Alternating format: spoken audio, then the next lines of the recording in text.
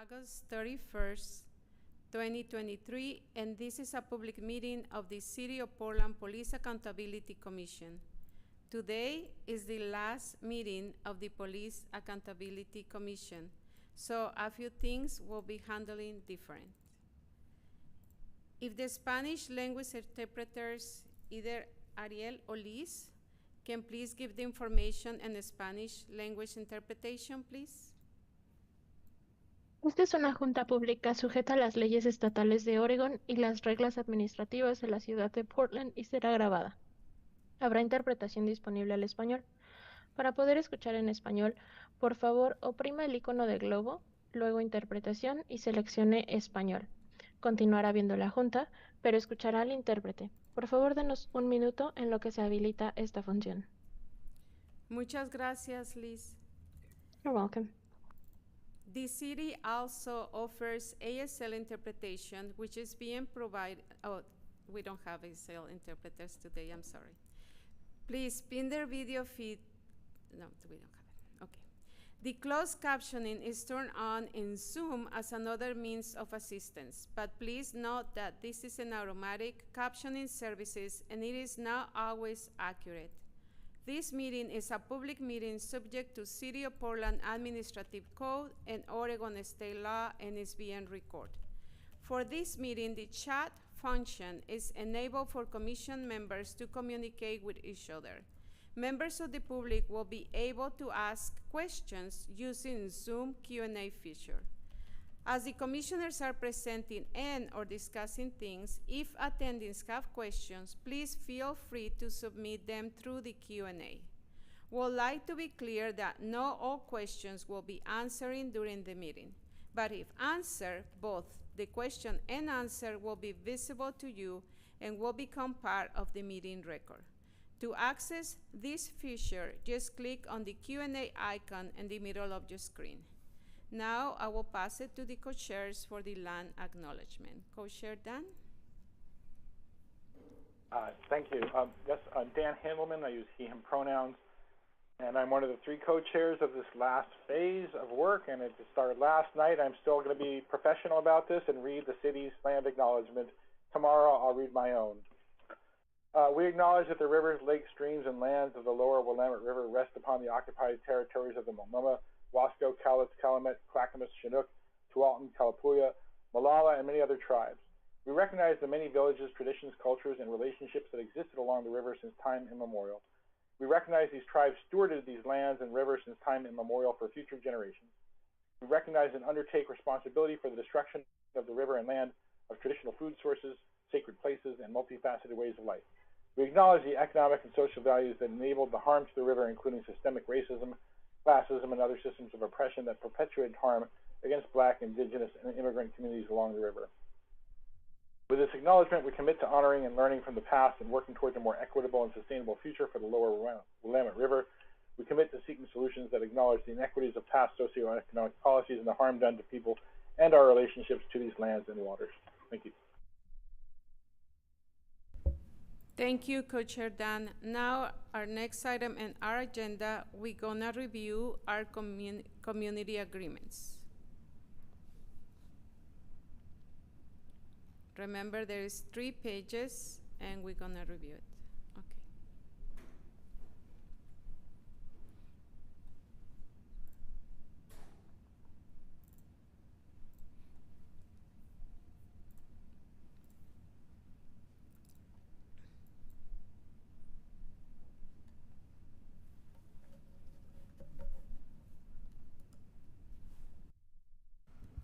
We're going to highlight 2 of the community agreements today that are particularly relevant to this. They're both on the second page. Actually, no, sorry, one's on the first page. It's the very first one. Keep the needs and concerns of the local community and the larger region at the forefront of the work. The second one is on the second page. And the second one is honor the decisions of the group, even if they're not your preferred outcome. You might not personally agree with every decision. Probably the most prudent ones for today's final meeting. Thanks.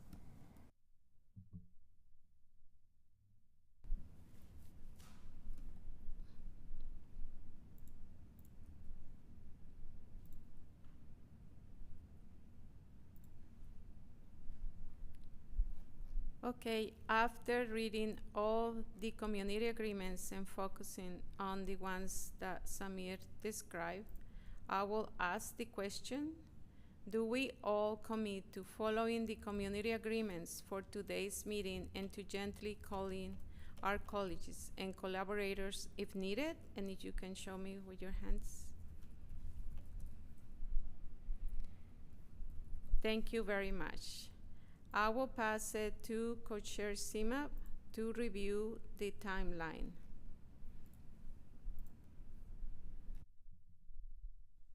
Yeah, greetings everybody. Today we won't be explaining the timeline in detail. It's our last meeting, and following today will be the City Council's review of our work.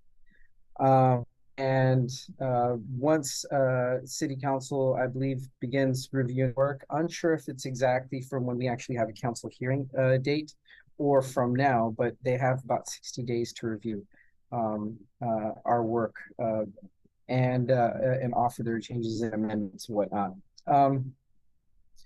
The outcome documents and the Police Accountability Commission is creating in this phase will include proposed changes to the city code, final reports of the commission, which will include some explanations and rationales for proposals, recommendations for the board's bylaws or the Bureau's policies, recommended changes to the settlement agreement, and recommendations to other levels of government, such as City Council. So going on to slide 9. Today's meeting is in the blue box with the purple border right there to the center right of your screen. And today is the last meeting that the Police Accountability Commission will have. And we'll have more information on the council consideration in the next steps. And review of today's meeting purpose. Yeah, that last screen said no more meetings from now. So reviewing today's meeting purpose is that we're going to first do a quick review of the values and goals. Then we'll discuss the draft final report. When it's ready for a decision, we'll go through and discuss 7 proposed changes to the final draft code, the draft of the city code. Then we'll make a decision on the draft city code, and finally on the draft report. Prior to making any final decisions, we'll do one last detailed review of values and goals. Each approval process will include public comment prior to the commission being asked if there is any consensus to approve the document. And slide 13, reviewing the review of values and goals. Last day I can't speak. Before discussing the documents, inputs, and more, we're going to review these steps, and I'm going to hand it over to our facilitator. Take from here. Thank you, Co-Chair Sima. And I will pass it to Samir to review the document, to review the values and goals document. Thank you. Thank you. So there is a values and goals document which was approved by the commission on March 24th, 2022. We're actually going to look at it twice today, and this is the shorter review of those. This is more transparency to the public and to the members to understand what values are guiding the commission's work through this process, and it'll be looked at again prior to the final decisions.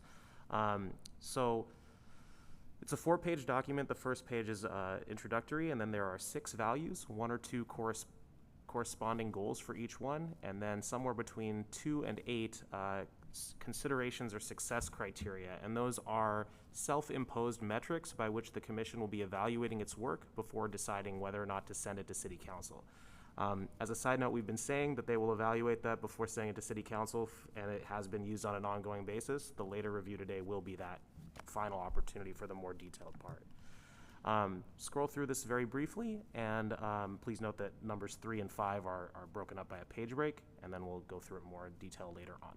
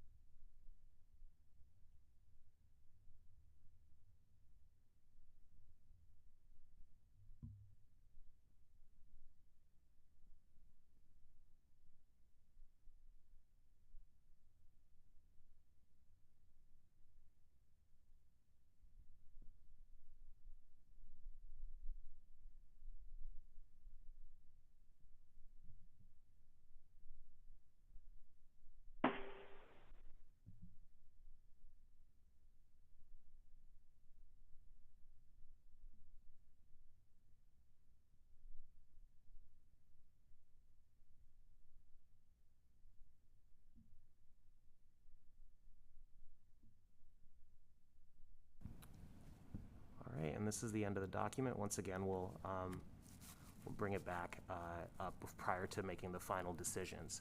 I did have two other points that I wanted to mention here. One is, since the slide deck was created, the co-chairs did change the agenda. So I did want to note that for transparency, that the city code recommendation will actually be discussed first. It was going to be the discussion on the report, then the approval of the city code, then the final approval of the report, and sort of a report on either side of it, a sandwich, if you will. And then it's been changed to do all the code content first, and then all the report content by co-chairs. Any questions on that before we move to the next thing? And the other thing is, just as part of sort of wrapping up the timeline and introductory things, I also wanted to mention that we do have Director Mike Myers here from the Community Safety Division, which is the sponsoring bureau of the Police Accountability Commission. I just wanted to give him a moment to say anything he wanted to before we get into the discussion. Thank you, Samir. Well, good evening, commissioners and staff. My name is Mike Myers. I'm the Community Safety Transition Director for the City of Portland.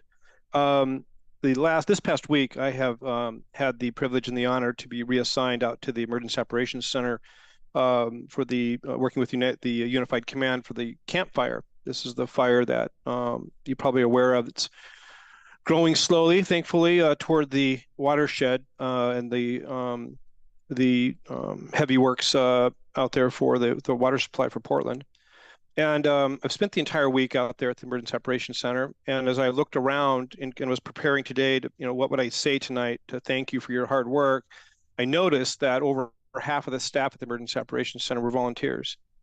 And I've been in the fire service for almost 38 years now. And almost every fire that I have managed in my lifetime there's always been volunteers there, residents, people helping people.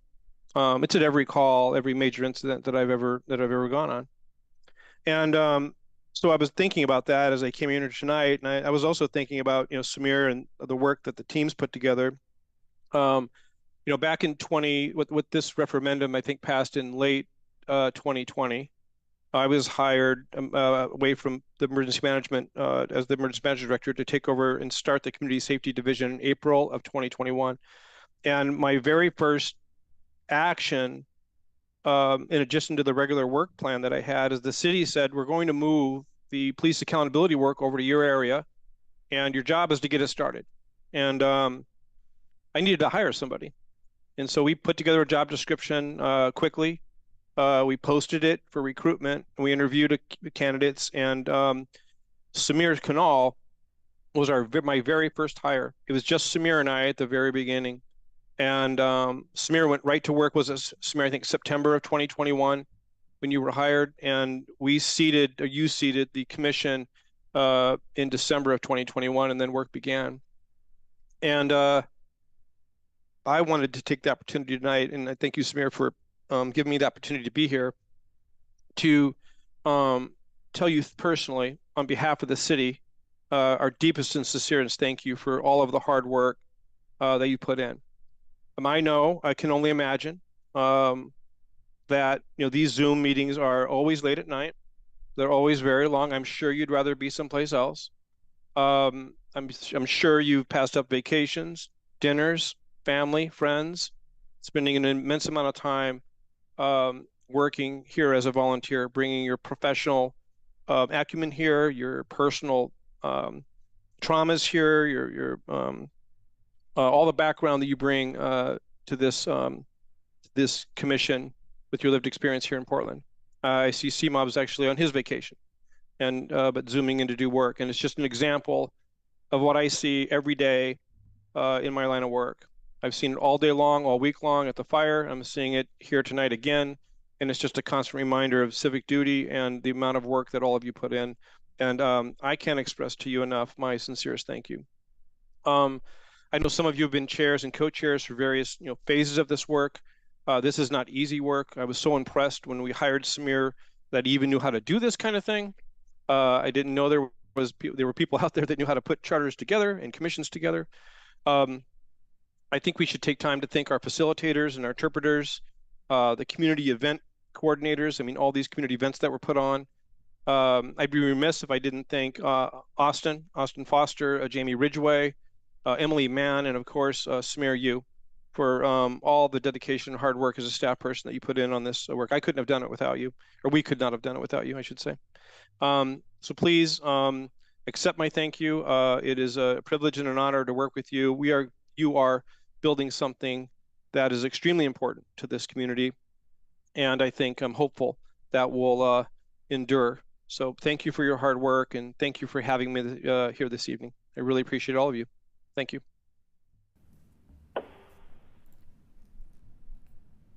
Thank you. Thank you, Director Myers, for your words. And I think all of us are in the same thing, I mean, the staff of the PAC have done amazing work. They don't sleep, they don't eat, they're just working and working dedicated for this, for the good of our communities in Portland, and also for the commissioners' commitment and work. Thank you for being here. We really appreciate you. Thank you. Okay, our next item in the agenda is going to start our discussions. And we ask you to follow our normal discussion rules. Please be brief each time you speak. Even though you can speak multiple times, please be facilitated. And remember that we use a weighted stack in our discussions. And finally, please be forward-looking in your comments.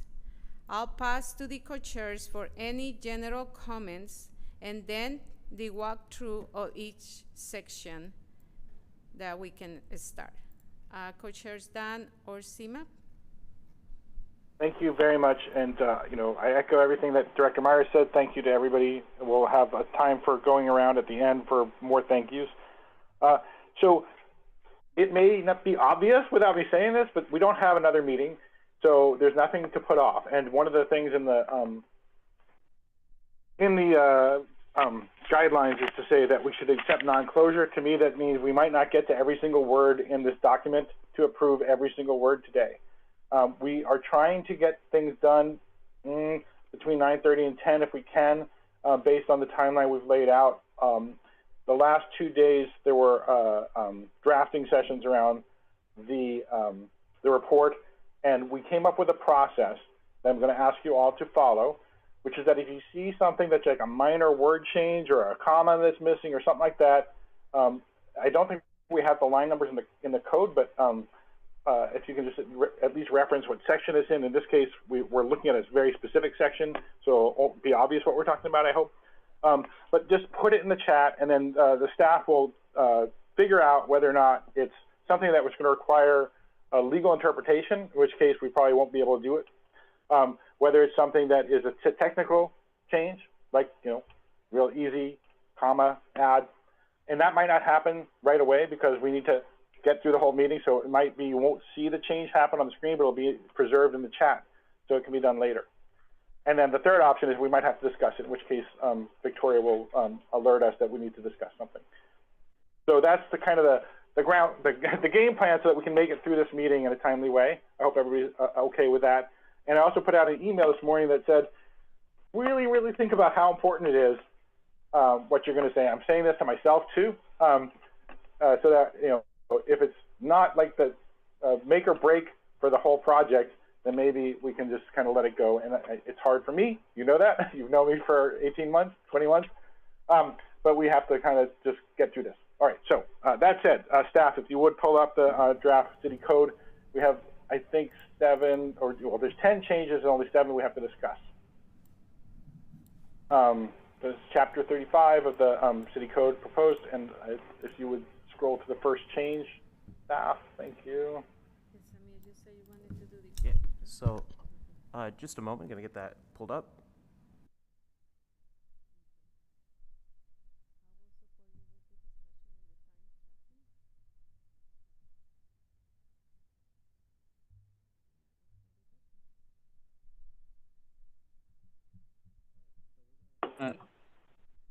All right, so there are, yeah, as co-chair Dan mentioned, there are 10 items that are going to be shown on screen.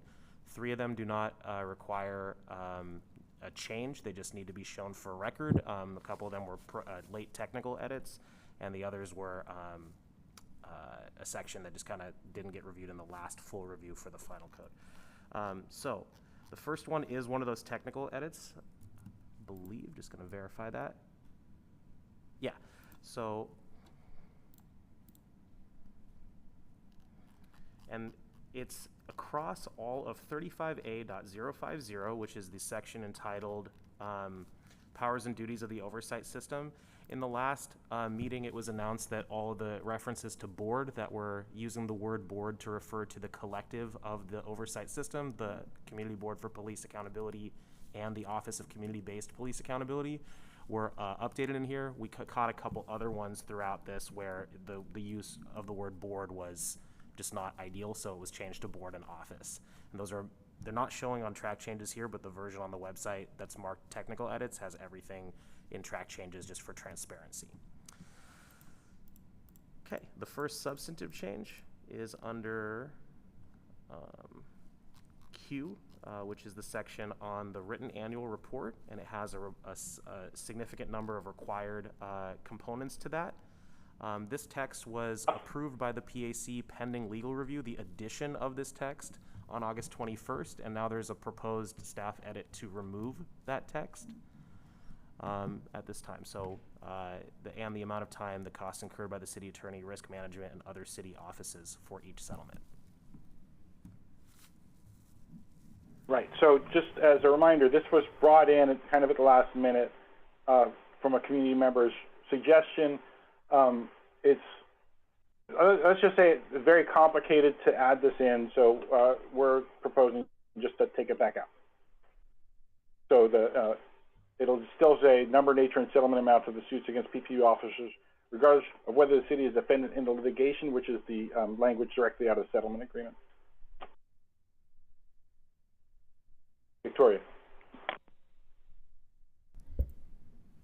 Yes, Co-Chair Dan, when we agree, Samir, he's gonna do the code. I will support him with questions, or if somebody raise their hand, but he will want to do the questions for the code, and I will do the questions for the rest of the documents. Yeah, one other thing that's worth mentioning today, because the original text in most of these cases, and all but this one actually, and the proposed change have been legally reviewed, because there's no opportunity to do an approval pending legal review today. The questions that you're going to be asked are effectively an up or down on this question. There's no opportunity for changing it into a third version of the text that's different from what you see on screen as old or what you're seeing as proposed, because that text would then need to be legally reviewed by council, and there's just no opportunity to do that. I'll just start off by saying if you have a desire to discuss it, that's okay, just don't join in the consensus, and if there's opposition to joining the consensus, it doesn't mean anyone is opposed to the text or the change necessarily, just that you want to keep discussing it. So having read this change into the record, is there strong opposition to making the change and removing the text and track changes? Is there general agreement to making this change and removing the text and track changes? Thank you, that change is approved. Can we move on to the next one?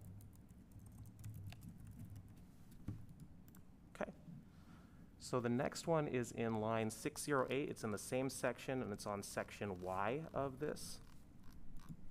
Same 35A.050. It's a staff proposed edit for clarity around which audit information is published by the office. As you may know, there are other city audits that are referenced in other parts of city code. And so this would add the phrase board-conducted to the text. Co-chairs, do you have anything you would like to add on this? Okay. Is there a strong opposition to consensus to remove this at this time?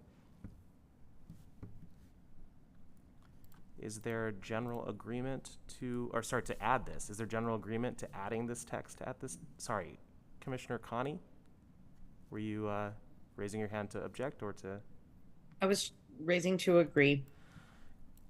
Great. Well, thanks. Okay, I'll just ask one more time just to be sure. Is there strong opposition to adding this text? Is there general agreement to adding this text? Great. Commission has reached consensus on adding this. Can we move on? All right. The next item is under line 831. 35B.010, it adds a new section G. Here. So 35B.010 is the overview of board membership. Sorry for the quick scrolling here. It has the member size and all that. And the new section G would add enabling language for the compensation package that was in the areas of agreement. And just as a reference, the full text from the areas of agreement is in Appendix G2 of this document. You'll see it later on. Of the report, sorry. Co-chairs, do you have anything to add on this? Well, since this is new text, I'd like to have somebody from the commission read into the record. Co-chair Michelle Wesley is not able to do that today. Anyone want to volunteer to read that into the record? I can do it. Mr. Delgado, go ahead. G, board member support and compensation. Board members shall be eligible for compensation subject to applicable law, city policy, and rulemaking. This compensation can be up to the maximum allowable for volunteers under applicable law. In addition, board members shall be reimbursed for expenses associated with service on the board. The board may establish non-financial support systems within or outside of city structures to support board members. The board shall establish processes, systems, and applicable amounts and/or limits for member support and compensation in its bylaws and administrative rules. The board shall regularly review details of its member support and compensation and revise as needed.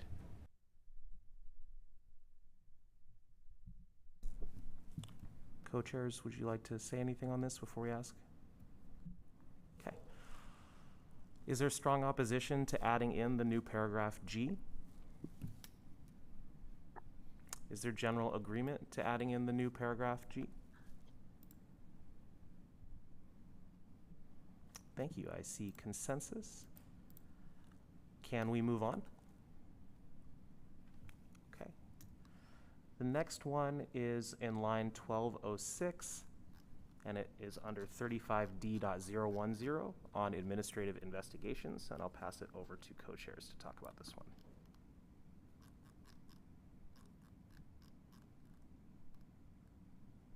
Okay, so this is the first of two, I think, connected changes.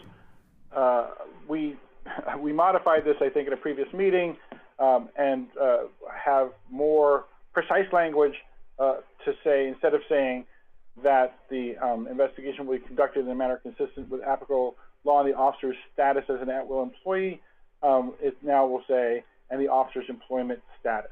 That's the proposed change to be a little more clear and technically precise about it. Is there strong opposition to approving this now? Please note that you can give strong opposition if you'd like to discuss it, but is there strong opposition? Is there general agreement to making this change? Thank you. There is consensus, so this is approved. Can we move on? Okay, the next one is the second part that Commissioner Co-Chair Dan just referred to. It's line 2317, and it is under section 35D.230. I'll pass it over to co-chairs.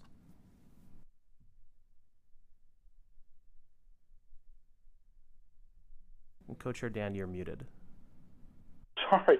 This is about due process hearings that are available to officers who are about to have discipline imposed on them, and we're removing language about the board establishing criteria for providing a due process hearing and have new language. Then if you want to read that language into the record, I want to make sure everybody gets a turn tonight since our last meeting.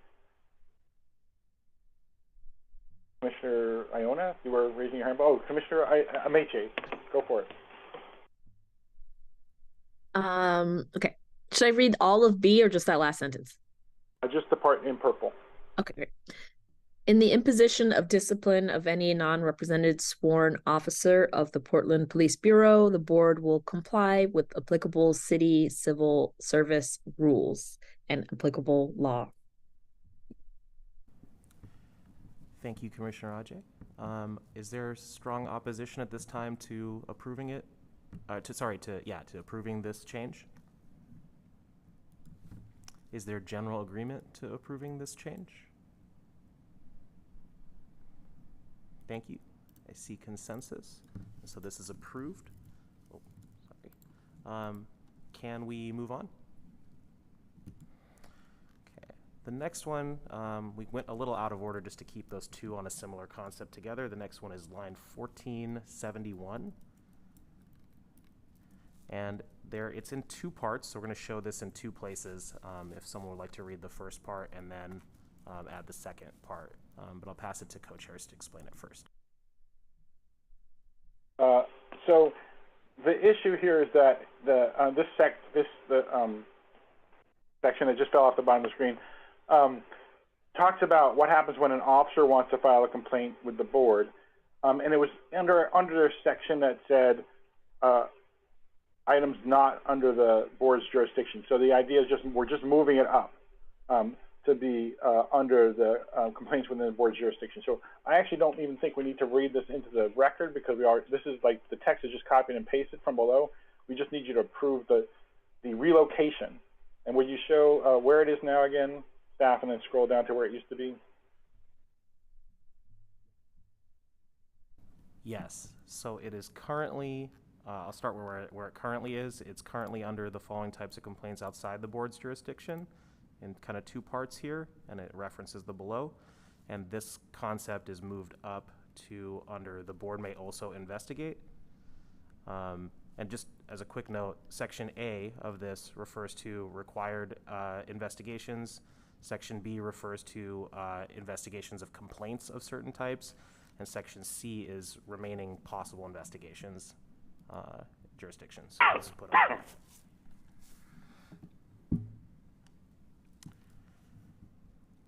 Co-Chair Dan?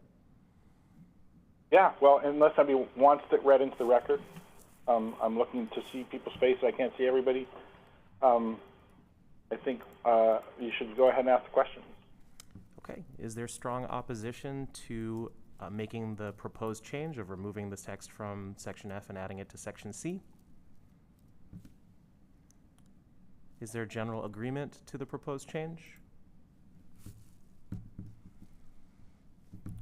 Thank you. See consensus. So this is approved. Can we move on? Okay. We'll move over to line 1882. This is 35D.160.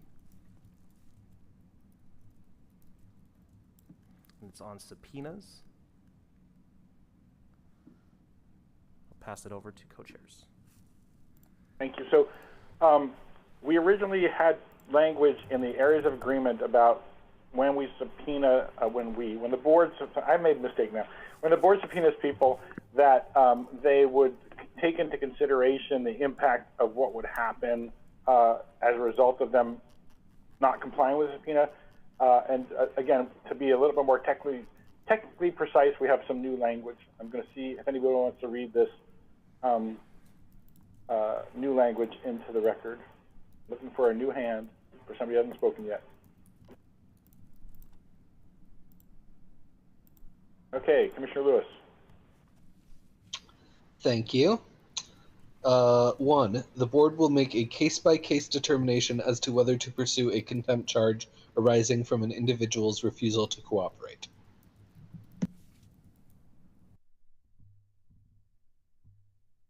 Thank you. Are there any questions on this before we proceed? Okay. Is there strong opposition to adding the new text under D1? Is there general agreement to adding the new text under D1? Thank you. The commission has reached consensus, and this is approved. Can we move on? Okay, so the next one is a technical edit that happened fairly late in the process. So just wanted to show this for the record. It's not a discussion item that needs to be approved, but it's under 35D.200 on the procedures for full investigative hearings, on the hearings that determine findings. It's under Section K, procedure for the hearings, and it is under Section 4, and it's the new text in highlighted on 2096. I'll pass it back to co-chairs. Well, this was just a language cleanup that doesn't affect anything substantial. It's just changing it from in the other's case to by the other party. And again, we don't have to consent on this. It's just a technical edit. So thank you for watching. Thank you. Can we move on to the next one? So the last item was kind of buried at the bottom of the document and didn't get looked at when in the approval. This is the one that you already approved, by the way. Just marking it as approved. The final one was down at the bottom and was not reviewed the day that the code was approved as a final draft, but just wanted to show it. It is the only part of the code package that is not part of the new proposed 35 section, and it is all the way down at the bottom. And it is to section 3.20.050 on subordinate officers. And the reason this will remain visible in track changes if it ends up being approved by the commission. Just wanted to show, because it is a line edit to an existing piece of code, so it'll look a little different. And it relates, well, I'll actually pass it to co-chairs if you'd like to explain it, sorry. I'm going to let you explain this one because it's not exactly what we talked about in the pre-meeting. So why don't you go ahead and explain it? Yeah. So this is the section of code that describes how the the Portland Police Bureau is organized. It provides the requirements and responsibilities of the chief of police, and it includes that the chief has the power to recommend for suspension to the commissioner in charge of the Portland Police Bureau any subordinate member, subordinate officer, member, or employee. And the proposed change would add oversight board and to say that the police chief has the power to recommend to the oversight board that another officer is suspended. It doesn't obligate them to, and they can still do it to the commissioner in charge as well. And this relates to another section up above about taking interim steps as well, or interim measures, which includes the possibility that the oversight board could suspend an officer pending investigation. Okay, I'll pass it over to, any questions actually on this before? Any discussion on this? Okay. Is there a strong opposition to proposing this change to the existing code 3.20.050? Is there general agreement to the proposed change?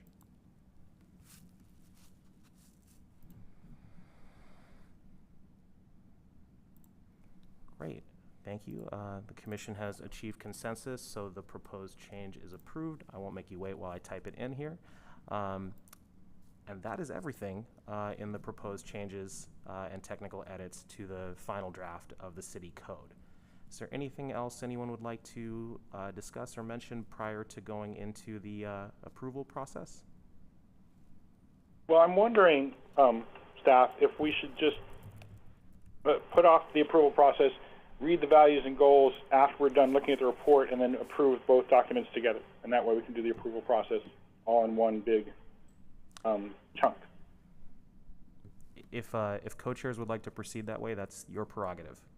Is that something that all co-chairs, all the co-chairs are okay with?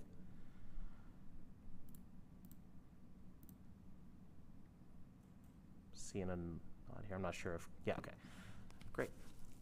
All right, well then we will conclude discussion here on the draft code and move into the discussion on the draft report.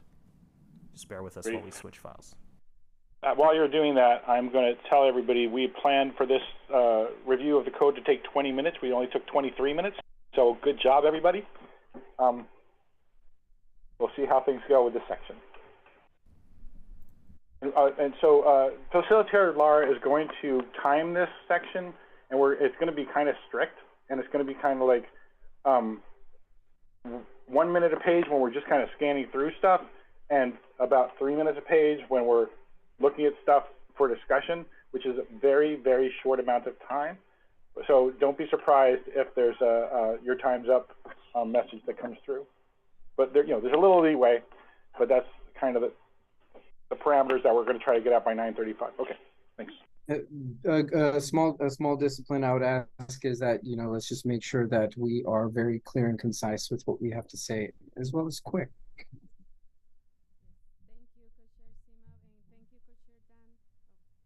Thank you, Co-Chair Simab, and thank you, Co-Chair Dan. Before we continue with our discussion, and yes, I'm gonna help with the time, let's take a short break.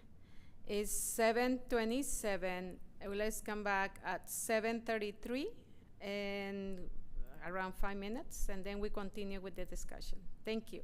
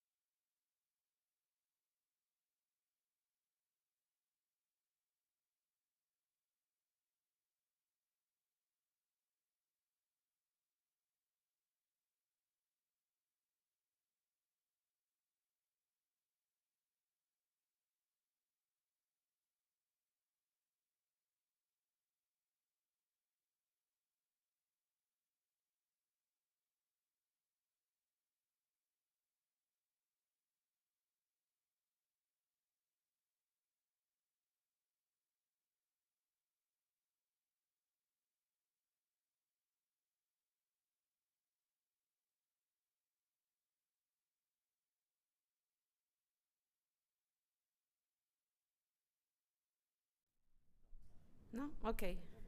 Oh, good. Okay.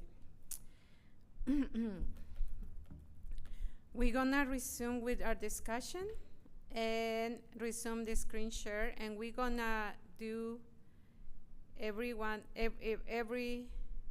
of these documents. I have the projected time, Coach Jordan, and I will wait for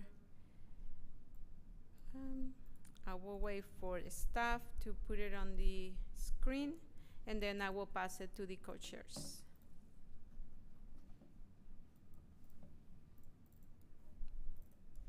Okay, well, while we're oh, never mind. Let's just go for just so you know, the plan is to start, instead of starting at the very beginning at the executive summary, which we looked at briefly Monday, we're going to start with the introduction and go through from there. We're going to stop on several of the sections for full discussions, and then there's going to be some where we're just kind of going to go, this is what's in here. I mean, basically, it's a summary of what we already did. You saw some version of it before, but we're going to hold it on the screen hopefully long enough for you to look for anything that you might want to change, and then keep moving. So yeah, so the table of contents is up on the screen now, showing you that there are basically 18 sections, and we're going to start with section 2, the introduction. We'll come back to that executive summary, and that's not counting the intro note that we approved last time. All right, so I'm not quite sure how to deal with this. So like I said, we're trying to do this section relatively quickly. We haven't really looked at this before. It was kind of in process last time we met. It's so, you know, it's kind of the broad introduction. This is what you're going to be seeing in this document, and it's about 4 pages long. So I guess we'll just leave. I'll describe it, and we'll leave it up for people to read. This first part is just the background about how the commission came to be, and the vote of the people, and what the people on we people on the commission, what the different areas from the community that we represented when we came on here. So if you want to just briefly look at that, we do that probably for about 30 seconds or so.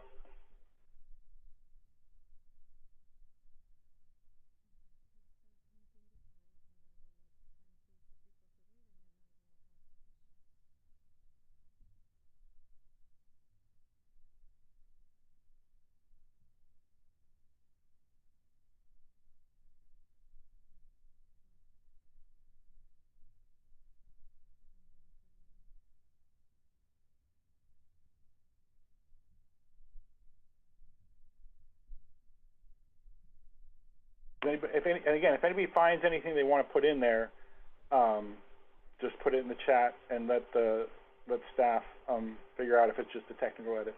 I see staff just told us that overall we had 128 meetings of the commission. Are people ready to go to the next screen? All right. Next screen talks about who is on the commission. It talks about the council resolution that appointed us, and those 4 areas I spoke about that we each came from. And it looks like this is one of those things. So there are going to be some things that aren't even in here yet that are not controversial. The list of who all the commissioners were, including the folks that dropped off for various reasons along the way. So that's one of the kind of things that's going to be added later.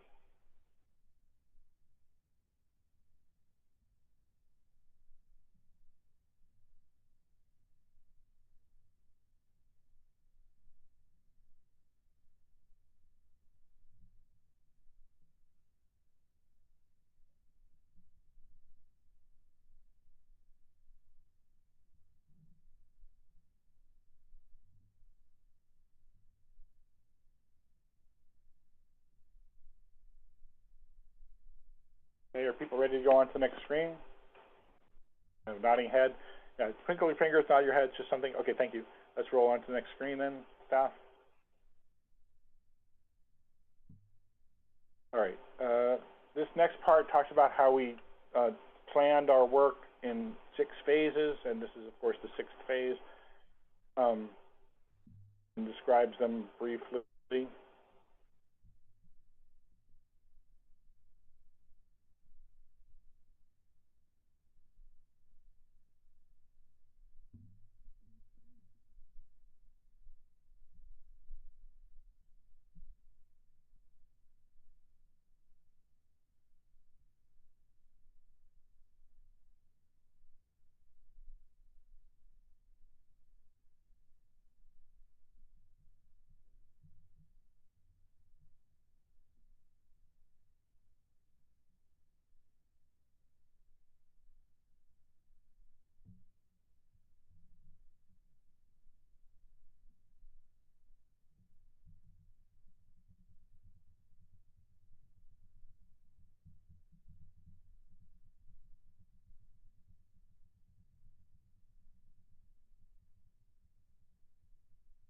Okay, are folks ready to go on to the next screen? Thumbs up, twinkle fingers. Okay, let's go on to the next screen. Staff, please, thank you. And this is the documents that we produced, which are all stapled to the back. I mean, they're all part of the report. And then as sort of a broad description of what the documents do.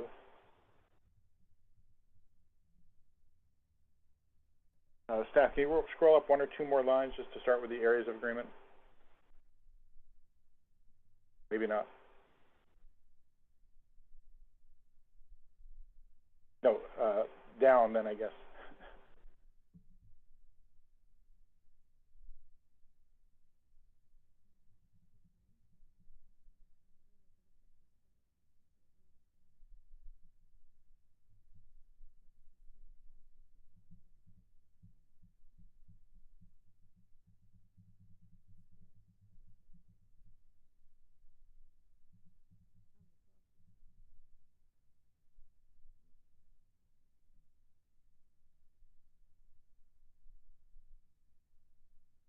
Staff's just approving some technical edits there. And this note mentions our rotational leadership, and you know, Director Myers made a nod to the fact that almost every member of the commission served as a co-chair of some kind, except for I think a couple people came on late in the game. All right, we ready for the next screen?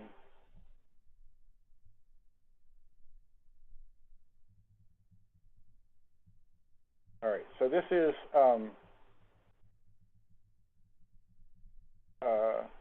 brief discussion of what's in the report.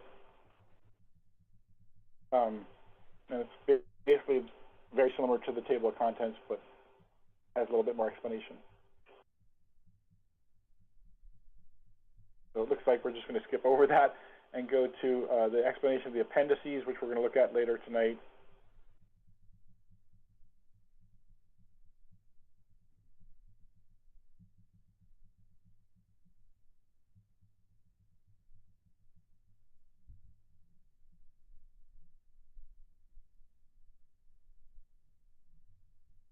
This is the last screen of this section, folks.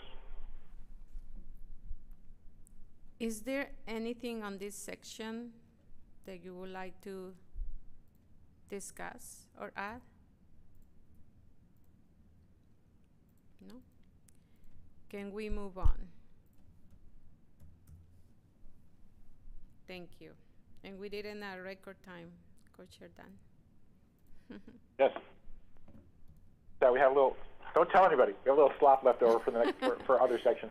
Okay. All right, so this next section is about the city charter and legal parameters. You know, I'm thinking about that being one of those words. And if I think of something better, I'll put it in the chat. But we were talking before about using simple language for people to understand, and parameters is kind of a $20 word, maybe 15. Anyway, so the first part talks about the city charter and what's in there, and then there's a whole table. And again, we don't have to approve the table because it's like word for word taken from there. But if you want to read this paragraph over briefly, and that's what this screen is about.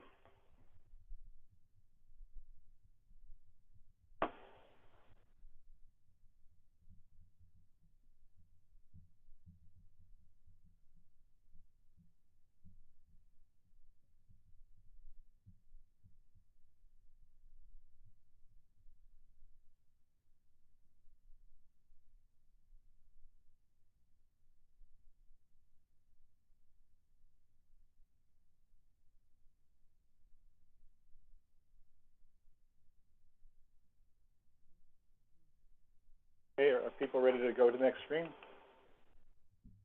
Nod. One nod. I see a hand. Okay, thanks. Again, this is just a summary of the sections of the charter, so like, we don't have to really approve that. Just I really like the alternating stripes, blue and white. It helps read the chart, you know. All right, let's go on to the next screen. All right, so then this is the more in-depth legal parameter, and I still haven't thought of a better word. This is about the U.S. DOJ agreement. It talks about the history of the agreement and how the work of our commission was added as a subsection of that agreement in 2022. And then that body text, all the stuff that's in italics, that's all directly from the charter, from the DOJ agreement. So we don't have to approve, we don't have to prove that. If you want to read it over, it's great, but we can't make any changes to that. So just let's take a quick look at this.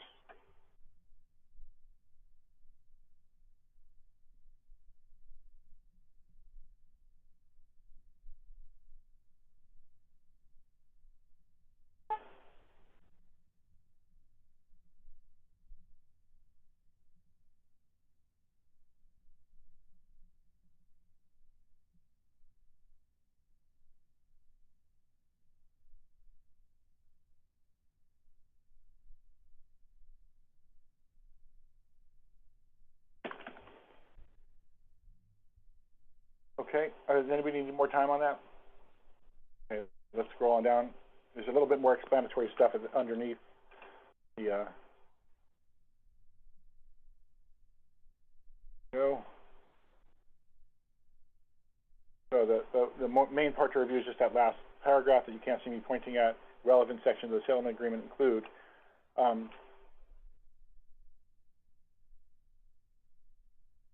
And there's a reference there to Appendix G1, which we'll be getting to later.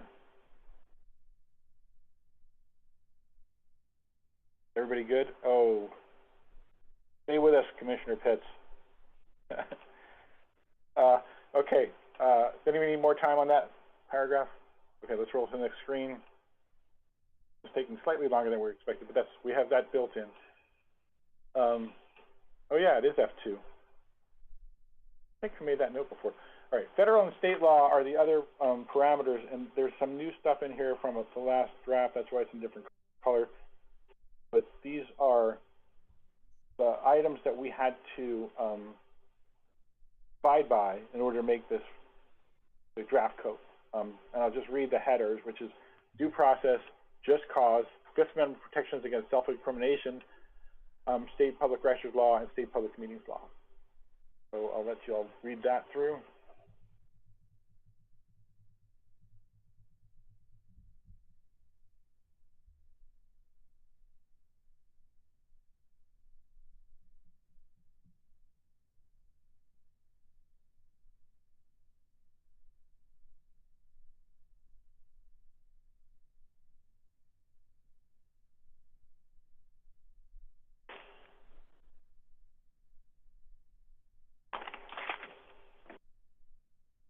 Oops.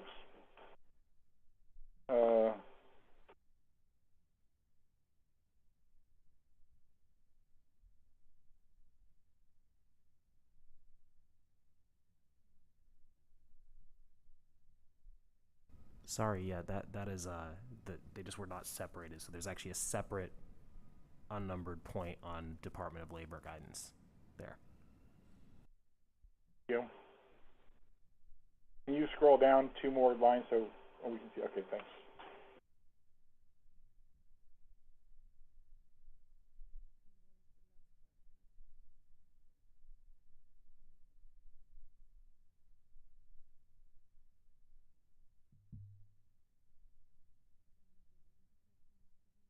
All right, does anybody need more time to read that, or are we okay to move on to the next? Yeah, is there any discussion or questions in this section? Can we move on to the next one? Okay, thank you.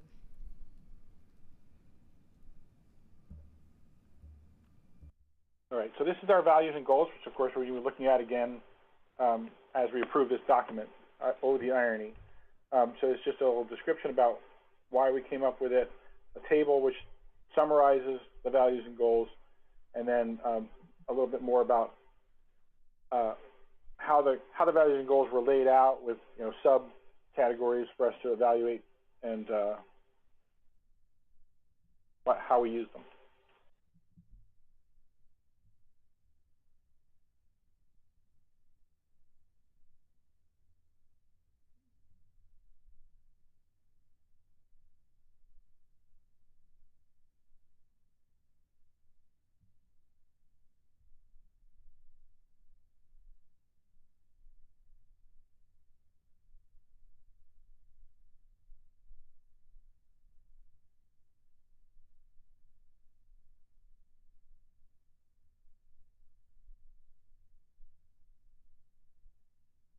Staff, is that the whole section? Yes. Okay. So does anybody need more time to read through that? So Victoria? Yes, thank you. Does anyone has any item to discuss? Can we move on? Okay. All right, we're right on time on that one. Okay. Next section. Agenda and scope. So this is a whole bunch of this has got crossed out, and was that just moved to the appendices or something, staff? Oh, I see. Yeah, it just narrowed out, and I appreciate this because I think that this report's very long. So it just explains how we set up the agenda and scope. That is to say, how we establish the 6 phases of work, and then there's a table that just summarizes them. So let's just take a minute to look at this.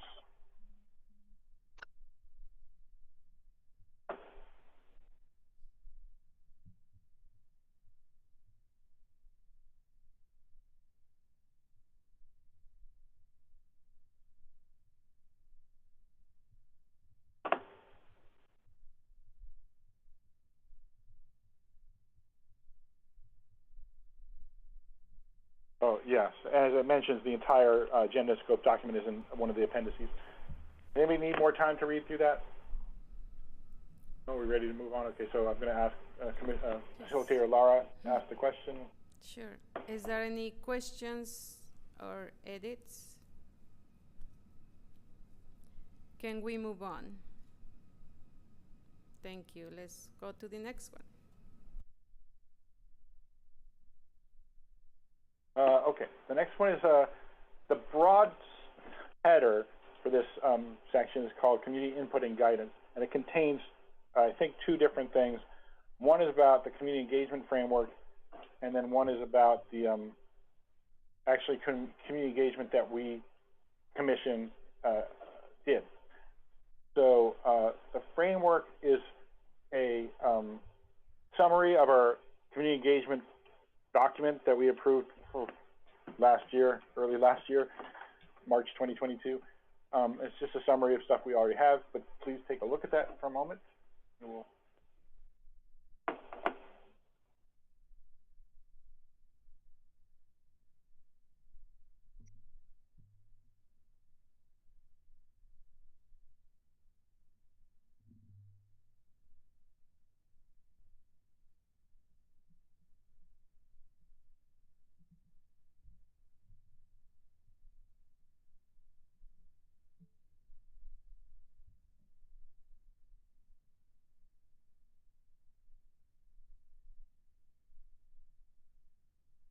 we need more time for that screen.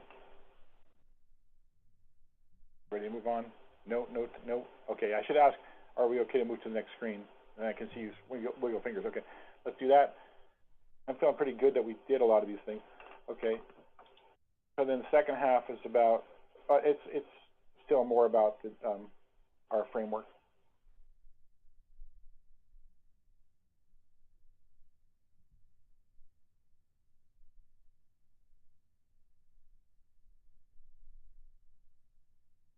You see it also lists a couple of the groups that we actually talked to.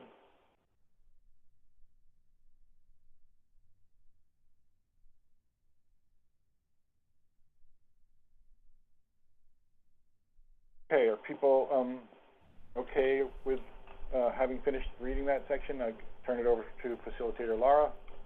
Thank you. Is there any discussion or questions or edits in this section? Can we move on?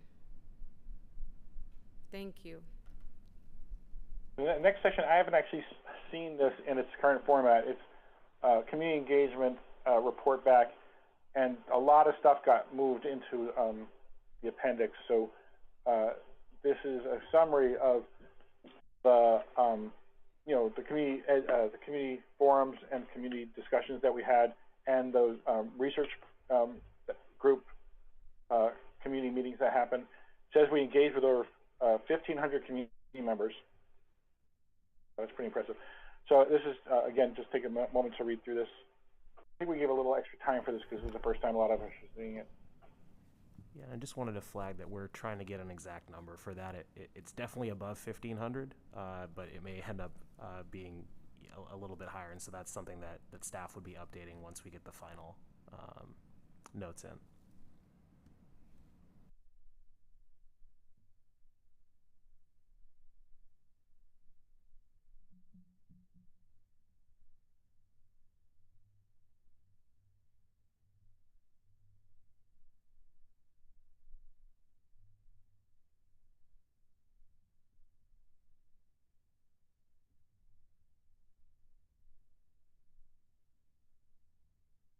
Are people ready to scroll down a little? If we're gonna, I think we should leave the LD consulting part at the top so we can see the whole graphic. People ready to scroll? Yeah. Okay. Let's scroll down to leave LD consulting. Okay. So this graph, my understanding of this graphic is specific to the Latinx community, but we're gonna try to replace it with something that is an overall graphic. Is that right? Yes. So there were targeted out. There are multiple contractors, and currently their graphics are separated, and although that may be helpful and maybe an appendix or something, the collective is going to get updated in here, and there's a couple other examples you'll see later on of graphics.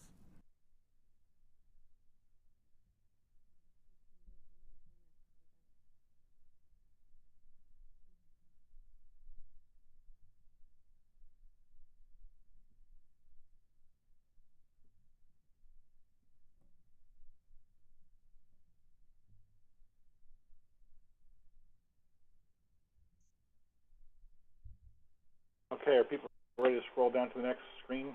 And we have to start with the thing that says four forces because paragraph's cut in half. Okay, let's scroll down. Okay, so here's the next graphic. And just my understanding again is that this is, I think we said this last time, but this bar graph of zip codes is going to be replaced by a heat map overlay. Yeah, so you'll see the zip code maps laid out visually on a map of Portland with a color coding for those. And just to let you know, those highest, the bars with the highest values are mostly in East Portland, historic Albina, and Lentz. Just to give you an idea, as well as I think, I can't remember the other neighborhoods in there, but the one that includes Park Rose is also, I think, on there as well.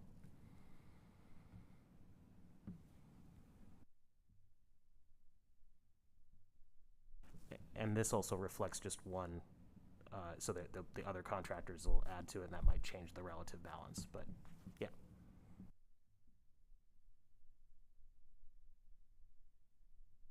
Okay, so I'm going to ask staff to scroll down to the header of discussion groups. Do we need more time to read the part above that? Okay, so let's roll on down to the thing that says discussion groups.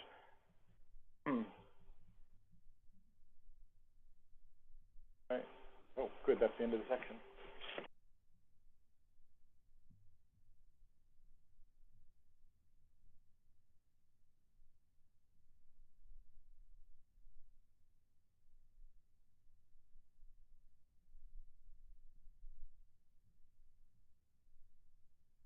Okay, so are people ready for the questions to come from our facilitator? Okay, go for it. Thank you, Coach Jordan. Is there any questions or discussion in this section of community engagement? Can we move on? Thank you. So So now we're actually, oh, no, we're not yet. So we have bylaws and internal processes first. We're still sort of in the procedure stuff. So this one is the a summary of our bylaws and the decision-making processes we used, and a lot of it is just exactly a summary of what's in the bylaws. So just go ahead and read it yourselves. We're going to give you about 45 seconds on this screen, and then we'll scroll down.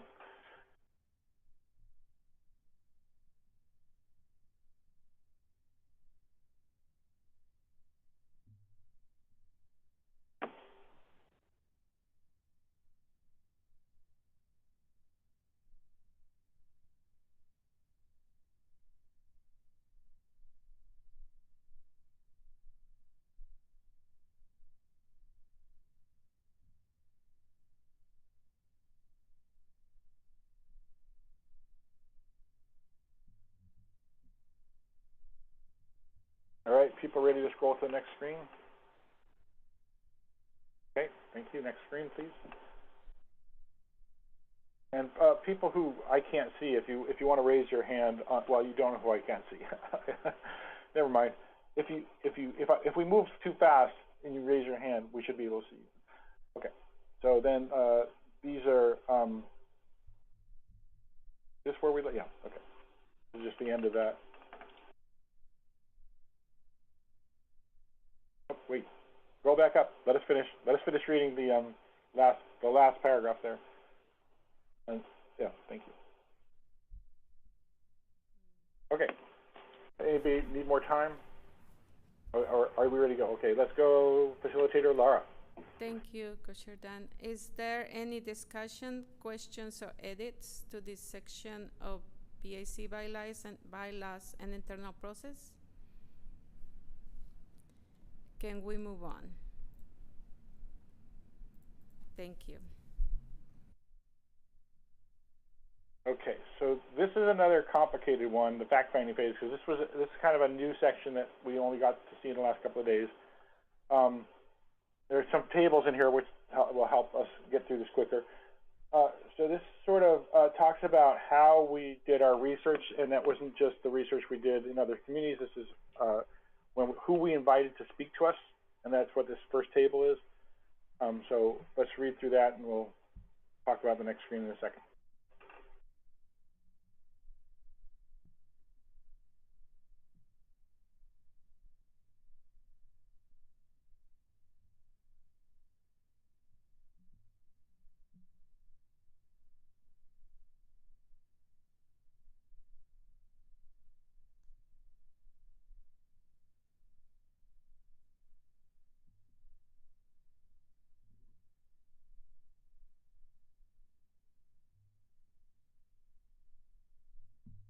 All right, before we scroll to the next screen, I got a question. Who's that Casey Lewis guy with Mental Health Alliance? I never heard of him before. That's a joke. Casey Lewis is now a member You made Delegado too. Oh yeah, he's in there too. Huh. Double duty. All right.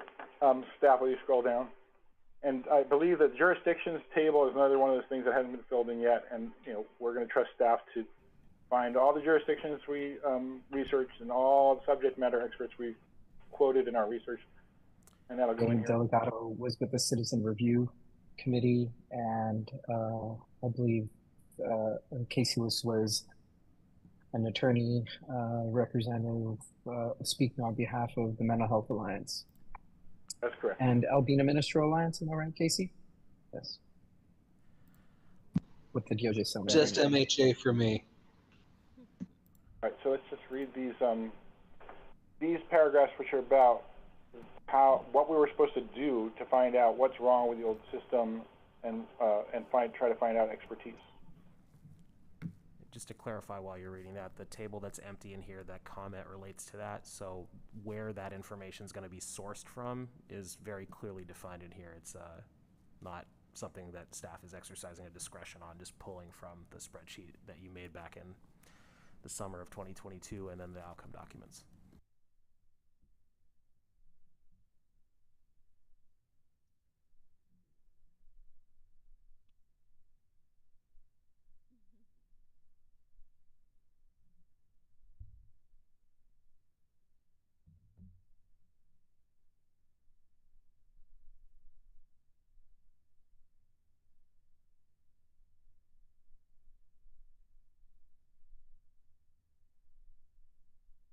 see people, I hadn't even noticed this before, but people have been putting stuff in the chat. You see little typos to fix.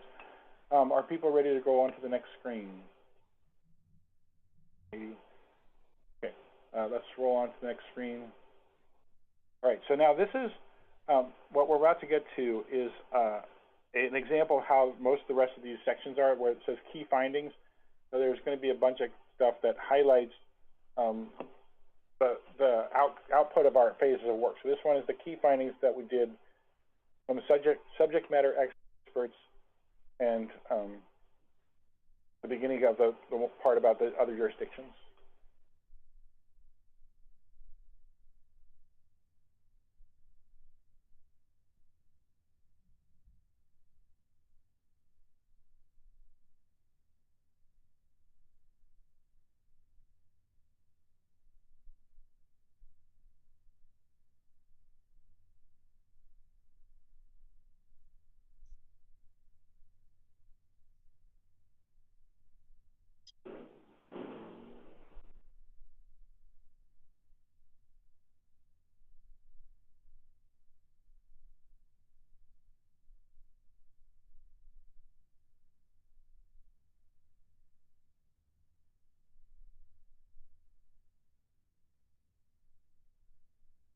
Okay, are people ready to scroll to the next screen? Yes. Get a little bit of finger movement. Okay, let's go to the next screen. Yeah, exactly. Perfect.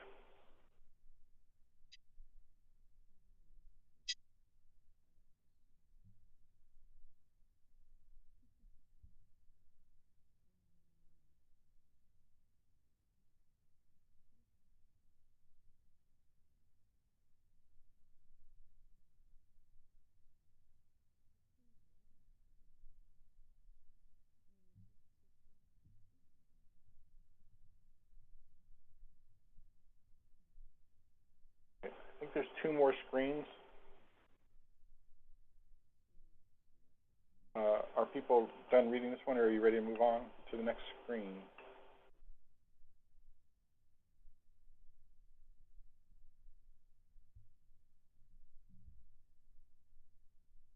Okay, let's do that. I'm going to check our time thing here. I think we're running up against the clock, but I think we're okay. There's just a couple lines left in this section, so just showing the last 3 weren't visible on screen before. Oh, thank you.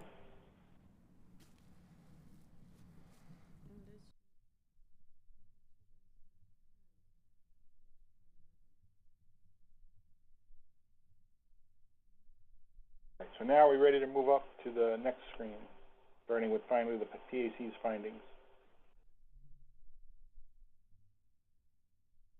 Okay.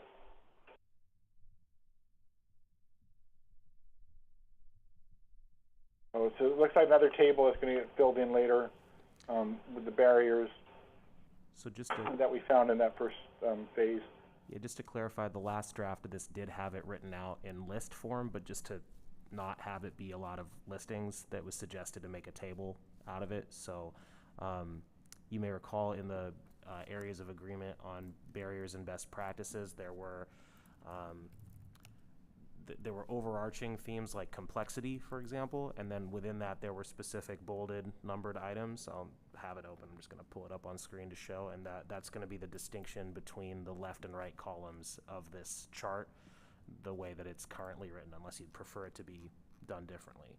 So the left column would say lack of transparency, and then the right column would list out each of these bolded numbered points.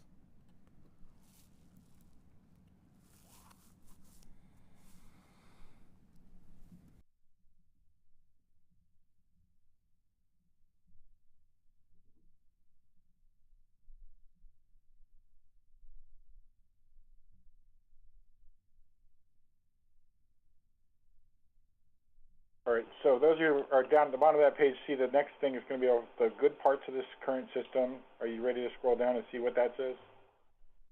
Yeah. Okay. And so this is the good practices table, which is that fully filled in now, staff? No, it looks like there's a couple more things to add.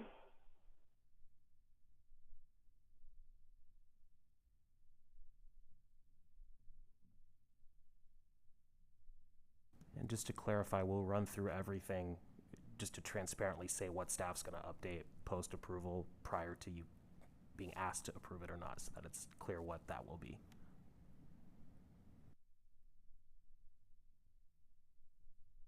All right, so, you know, I just realized the spreadsheet that we used to figure this all out, there's a column missing in it, but this brings us to the end of the first two phases of our work, by the way. All right, so is anybody, I'd like to turn it over to Facilitator Laura. Thank you, Co-Chair. Is there any questions or edits or discussion for this section? Can we move on? Thank you. So next is the first document, I believe, is the access to information one.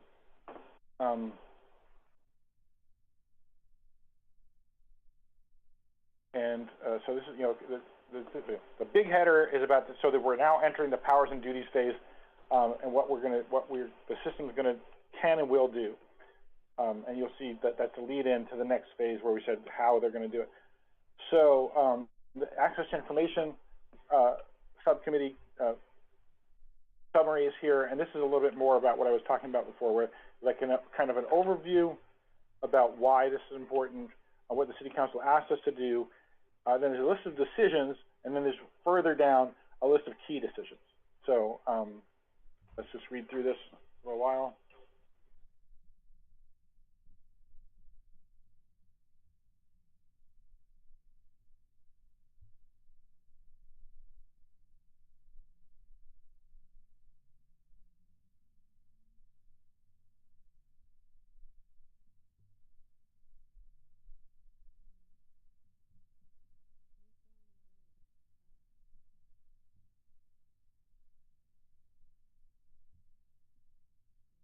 Can I just pause for a moment and ask members, is this a good pacing, or we can slow down a little bit if anyone likes? I don't want you to feel pressure. We're on track timing wise for this meeting.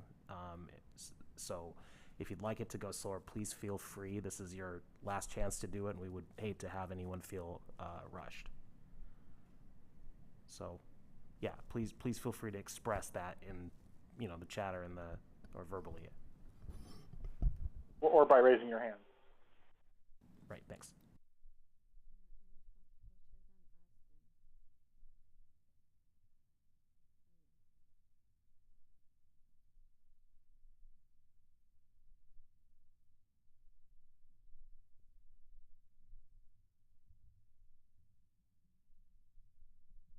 All right. Are people ready to move on to the next screen? No, maybe. Okay. So this is the big decision, you know, the broad decisions section.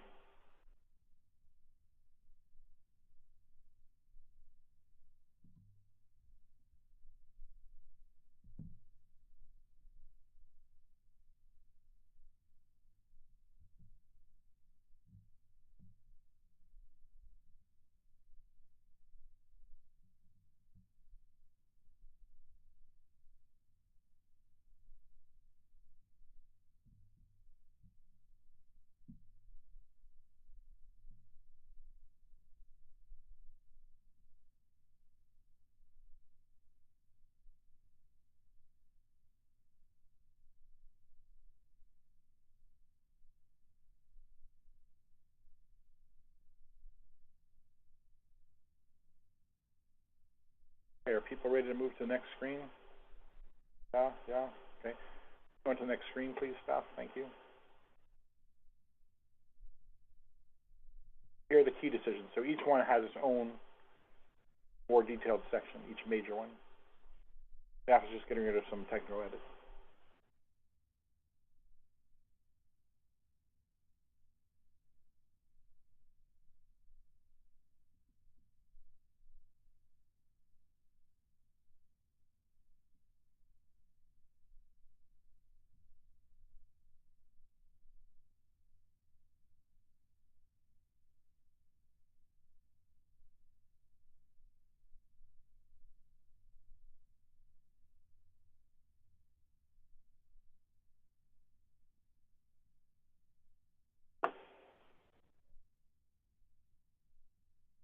Okay, are folks ready to go to the next screen? Yeah, okay. Let's go and scroll on down.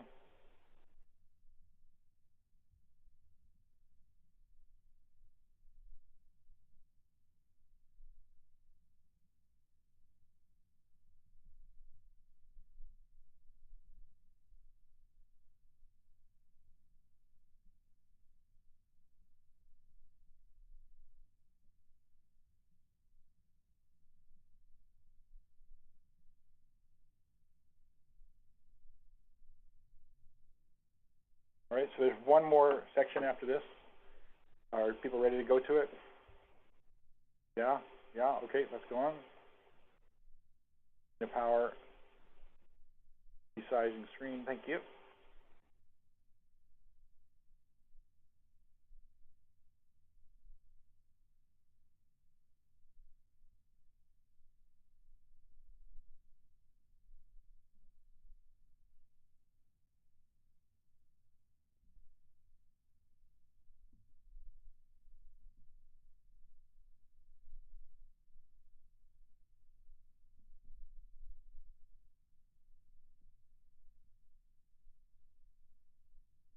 All right, do people have enough time to read that?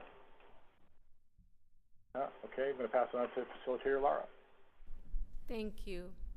Is there any questions or discussion in the access to information section?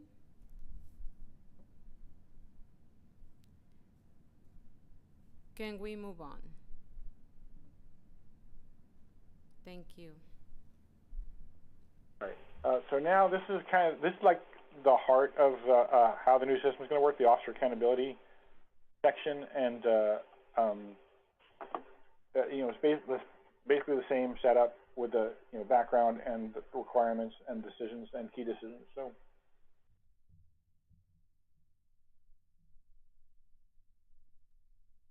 just for anticipation notes as well, this is just under 4 pages.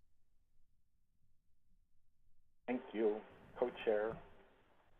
And there's one trailing requirement that we can't make fit onto this page, just to let you know.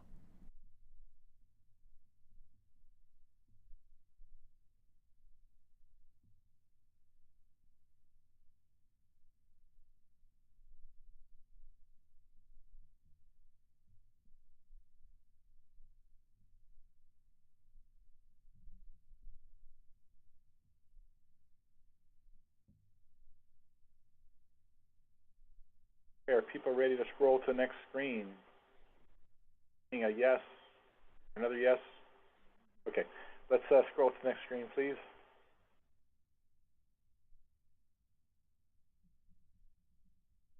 Lots of footnotes there. Starting with the board will have the authority, I think. There it is. Thank you.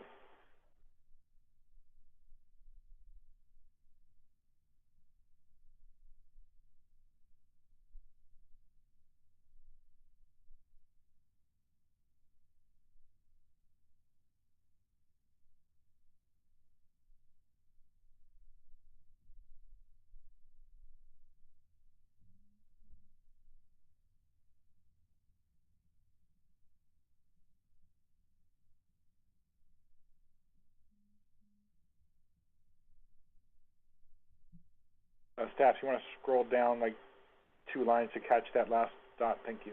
Or the last couple of dots. Thank you.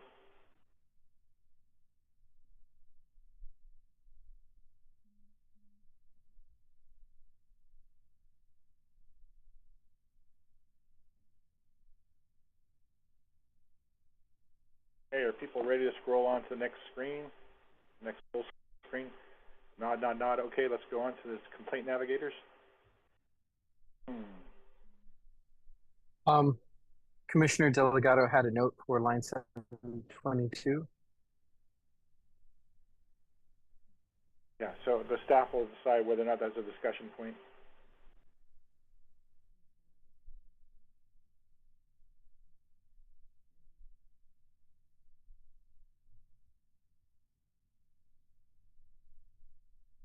And we'll hear more about it if it is.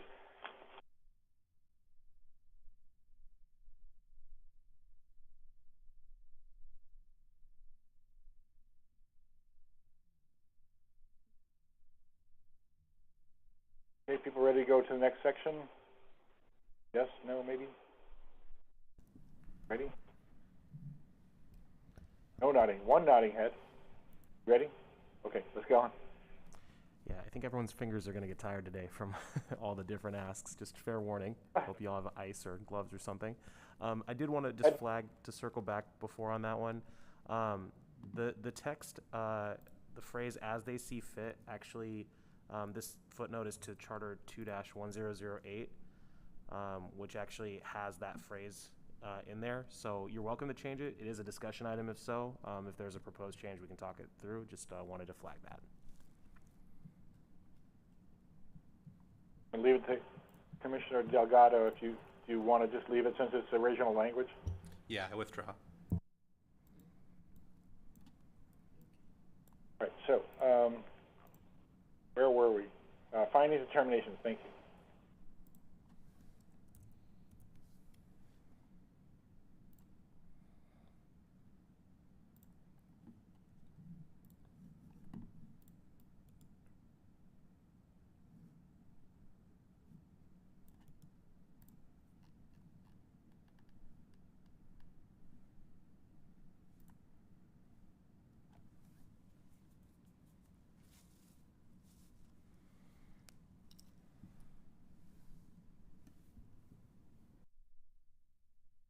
All right, are people ready to go on to the next screen?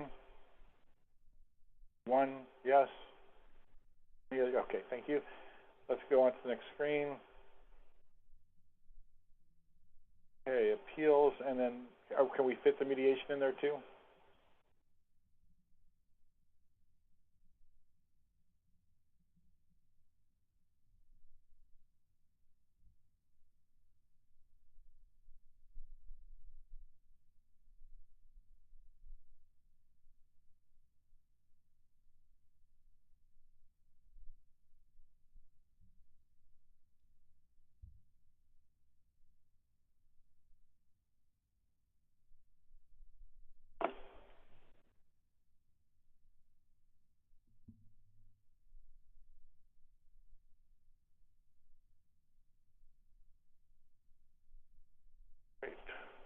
Great. Is everybody ready to go to the next screen? Yes, ready. One more nodding head, I'll go, okay, ready, let's go on to the next screen. Thank you. Staff, okay, so this is investigation of deadly force and in-custody deaths. And this is the last paragraph of this section.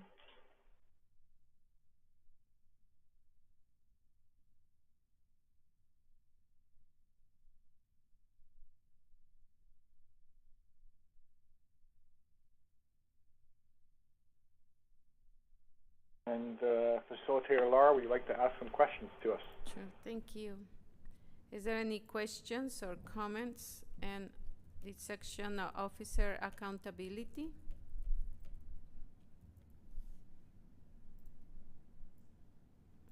Can we move on? All right, so next we're into structural oversight. Hold on, Co-Chair Okay, Dan. sorry. Let me see. I know there is a person in the audience from the public that wants to ask a question, but there have been a couple of times. I will ask you if we can ask, he can ask that question now. Is that okay, Co-Chair Dan? Or you want? Are they able to hold it until when we're doing the public comment before we vote on this, or? Go ahead. I'm not seeing where this. He's gonna submit it to the Q&A, Co-Chair Dan. That's perfect. Well, okay. And I'm gonna count on staff to look at that and triage it and see if it's something we need to address. Sure, thank you, and I will thank so the member of the public. Thank you. Yeah. All right. So I want you to know too, the way that we have this broken down is very much thanks to Commissioner Aiken, who put together a fantastic spreadsheet that we're using. Right, so next, structural oversight is the term that we use for the part about making recommendations, which is one of the powers and duties of the new board. And it's, same setup, overview, requirements, decisions, etc.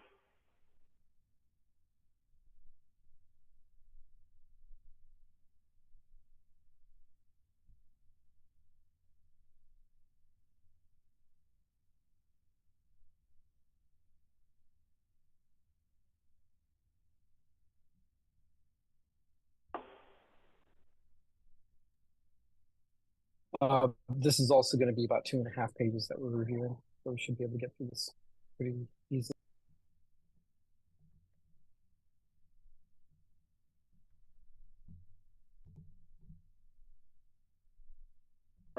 Are people ready to go on to the next screen?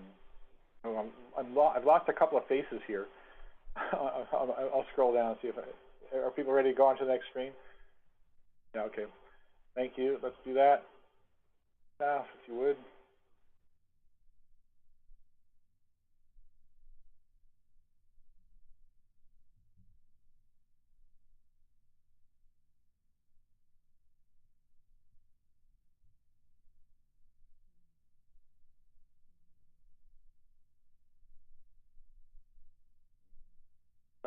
Staff? Oh, staff is, sorry.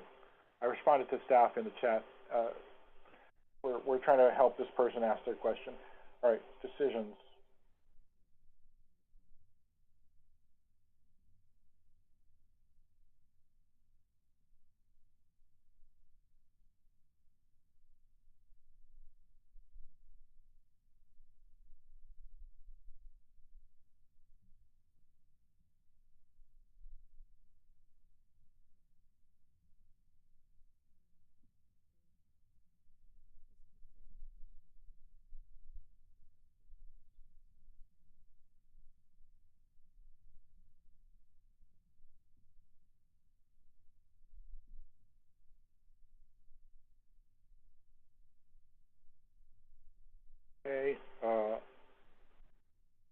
Okay, Commissioner Delgado is going to respond to our audience member.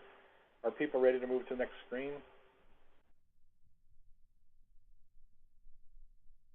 Not seeing any. Oh, I see one head nodding. Okay, let's go on. Staff, next screen, please. Good, helpful.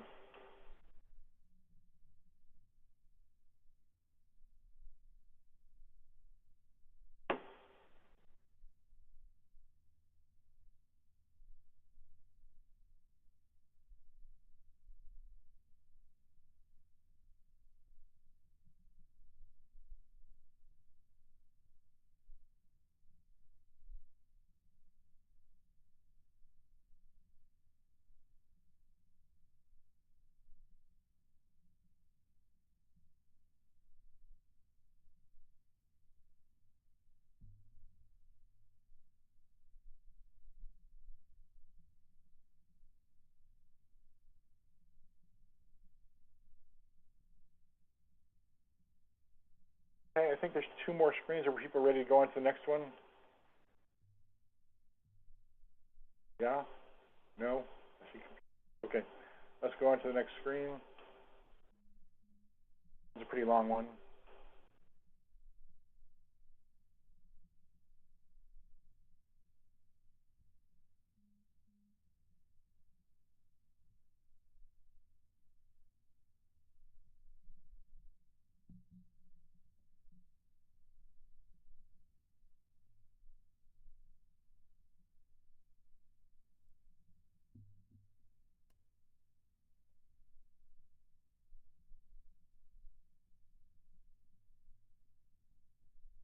All right, are people ready to go on to the next screen, which I think we can just do the last 2 in one screen because they're relatively short. Staff, is that right? Okay, Yeah, let's right. move on. Here we go.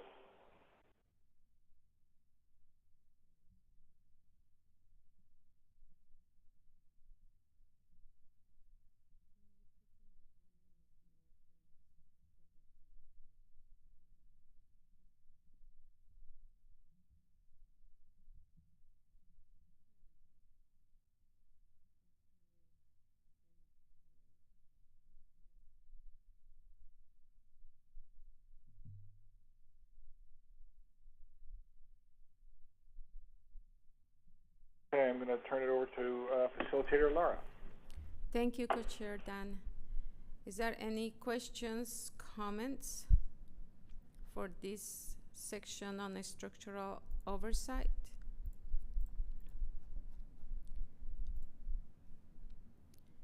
Can we move on? Thank you. This next one is board membership. I clocked this in at 4 minutes, but it's almost 5 pages long. So we'll see if we can do this anyway. So same. So now we're in the next phase, by the way. So this is the structure and details phase, and this is the first of the 3 subcommittee products.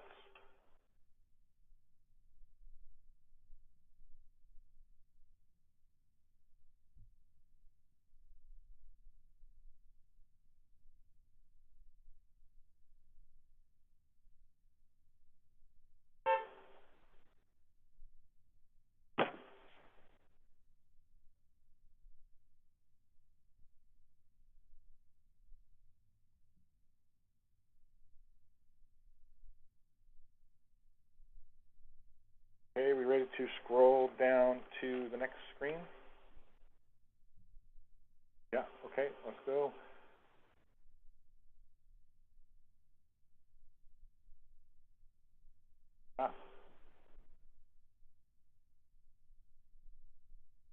You will pop that a little, there you go.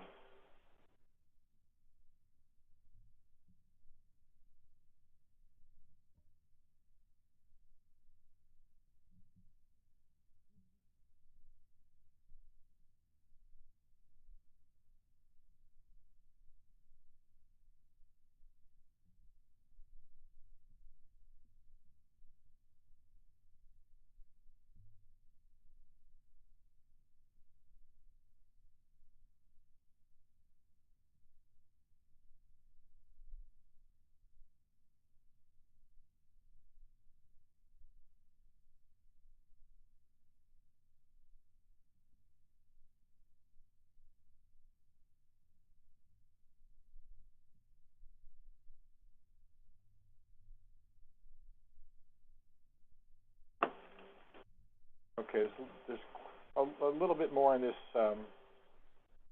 area, the decisions area. Actually, can you scroll down to put that in, or is it just go to the next page? It's going to be a full additional screen. It's actually a pretty long list. So I'll just pick up at a training and onboarding process here. I hope that was okay that we skipped to the next page.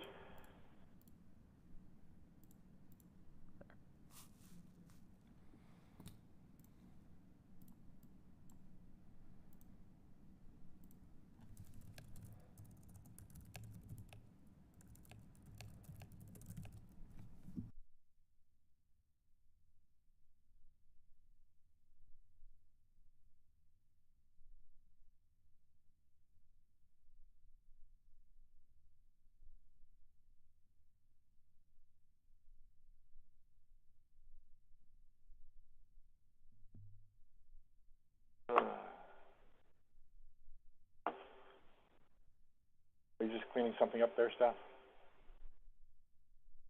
Yeah, just adding a note showing it had already been deleted, but just saying where it went.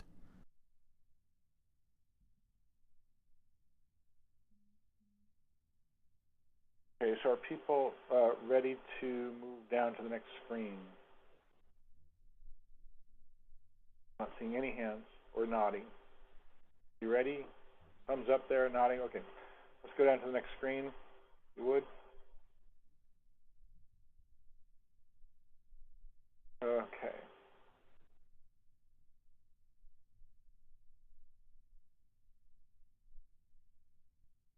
Just for the community and people playing along at home, this is an explanation of why we came up with 33 board members, which I know has been a question out there.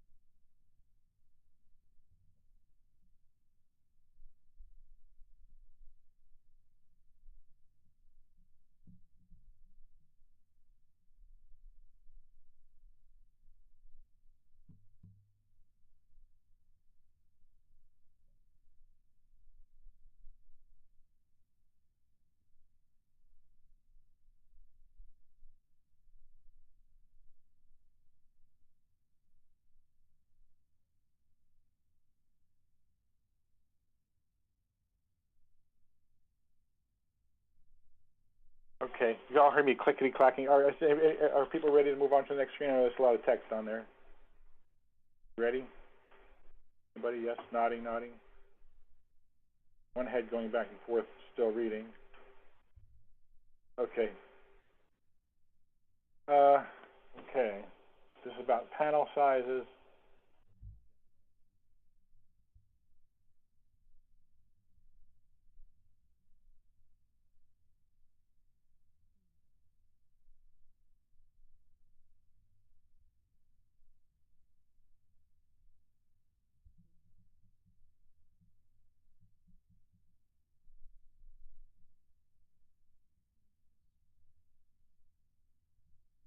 Okay.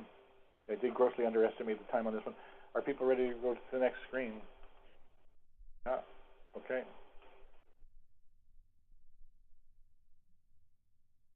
See how much more we got going here. I'm going to cheat and look at my other thing. This is about support for the members.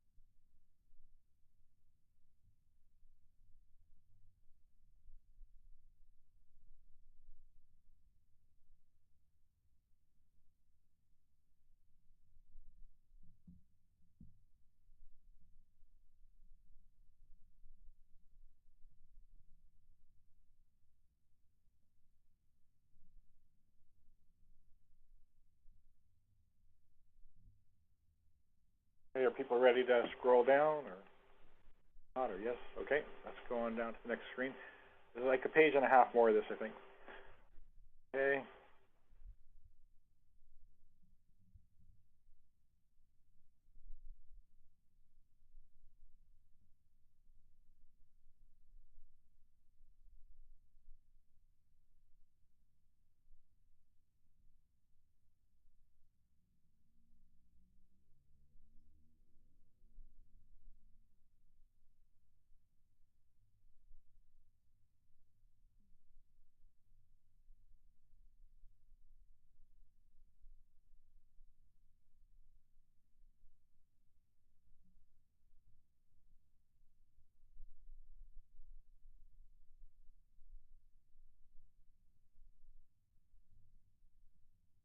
Okay, are people ready for the next screen?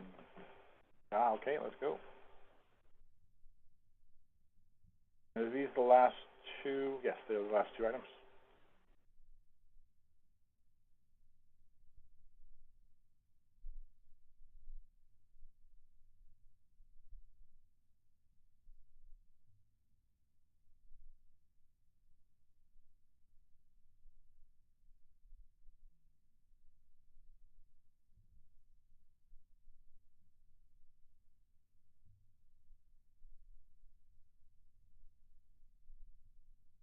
Okay, have people seen enough of that? Turn it over to Facilitator Laura for the question. Thank you, Co-Chair Dan. Is there any questions, suggestions, or edits that were not captured? Can we move on to the next? Thank you. Okay, so the next is the next part of the same phase of work, the oversight staff.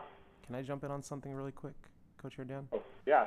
So in the Q&A, there was a question around the use of the term oversight staff, which is answered, but two things on that. One, for those who may not have seen it in the Q&A, oversight staff is the collective term for the board and the office, so both the community members working as the governing body and the office, which is an independent bureau of the city. And secondly, one thing that isn't mentioned yet, but may be worth mentioning is this report, although it is defined in the code, this report doesn't have a table of acronyms yet.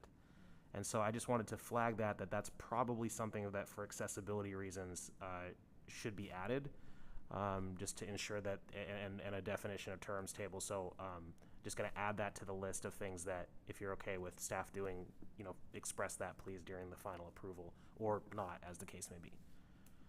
Just wanted to mention that before moving on. Okay, thanks.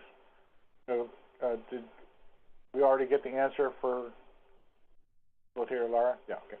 So 13 oversight staff, same setup. This is about professional staff will be running the new system, not the volunteer board members.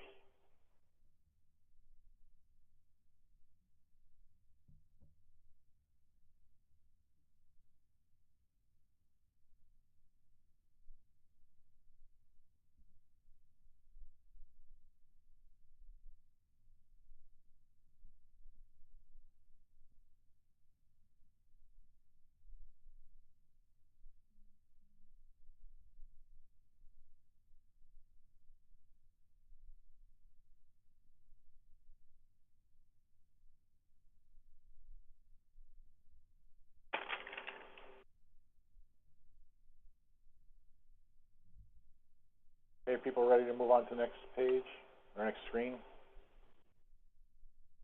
Okay.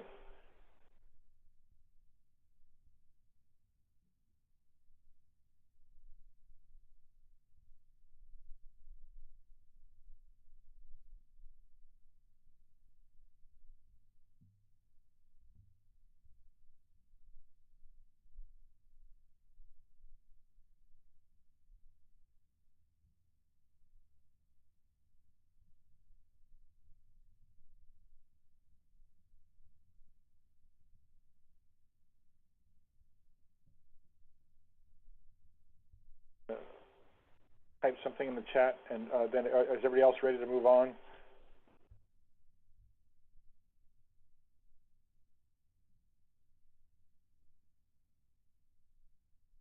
Okay, thank you. Let's go to the next screen.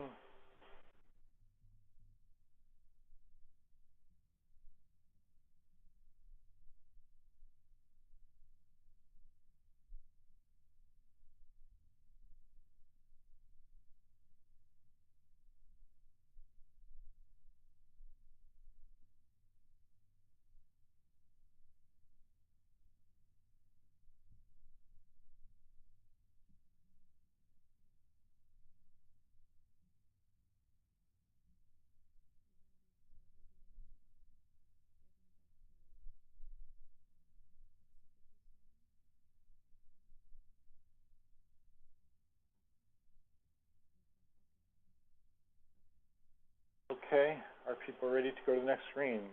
Yeah, okay, let's go. Co-Chair Husseini, how long is this section?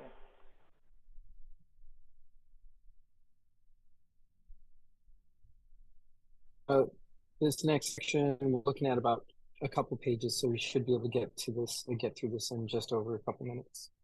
Okay, thank you.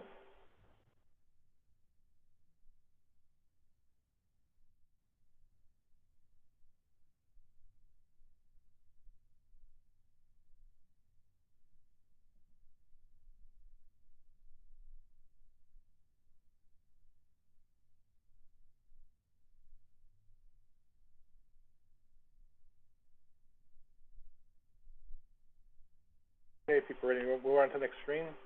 Yep, let's go. Let's go. Just 1 second on that. There is a missing edit here that I don't know what disappeared on. I just remember it. So if you could just bear with me, I'm going to grab it from another section. It's like 4 words. Sorry about that.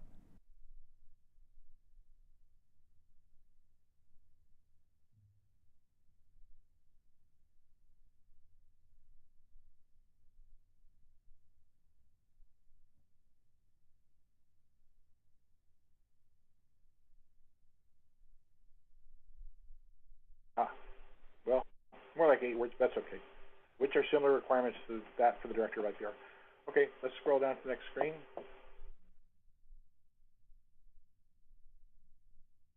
There's only one more section after this one. Oh.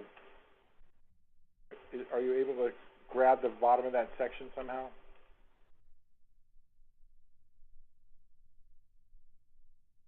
Or should we put in a hard carriage return anyway because it's so long? There you go.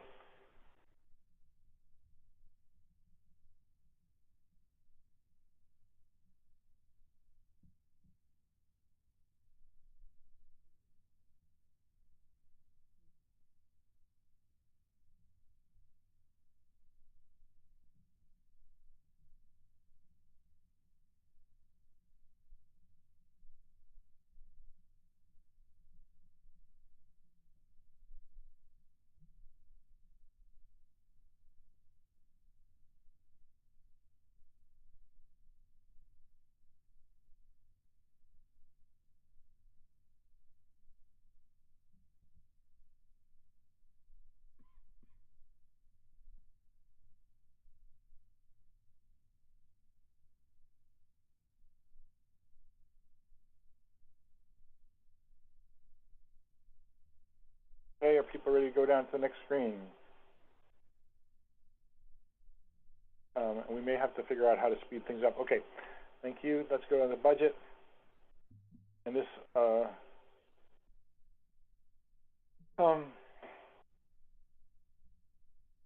contains some important information that we got based on questions that came in about the budget.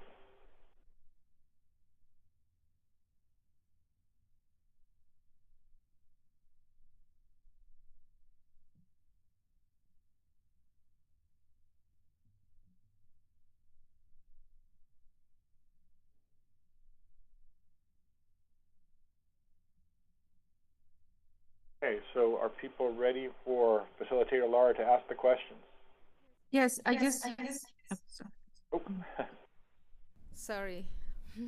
I just want to make sure that at the last minute there's 2 comments on the chat.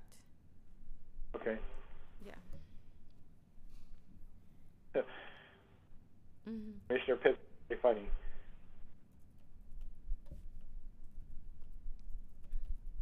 Yeah, so, and staff is going to let us know if those are discussion points. Yes. You want to answer? Okay. Yeah, they're not discussion points in the way I think you're asking, Co-Chair Dan, meaning would you need to change the text and then, go into it that way. However, there may be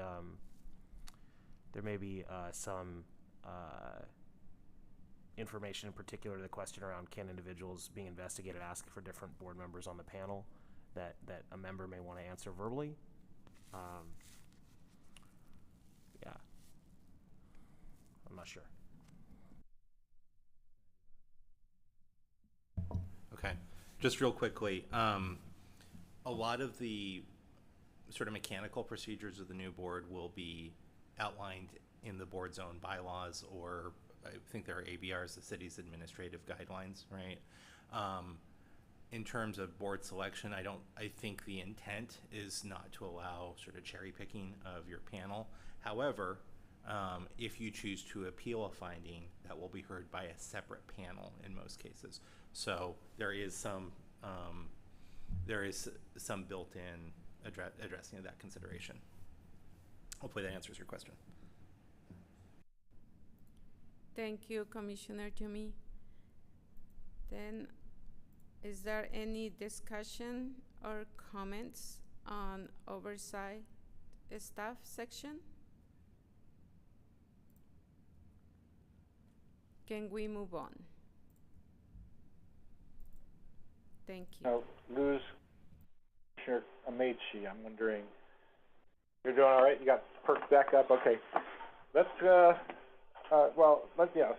to the next section.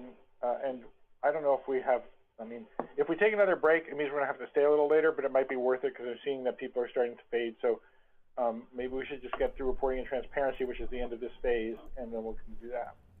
Yeah, thank you, Co-Chair Dan. Yeah, we were thinking to do reporting and transparency, transition plan, and then how does the new oversight board fit into the broader system, and then take a short break. Is that okay with you? That sounds great to me. Okay. Co-Chair Michelle Wesley. Object now or forever hold your peace.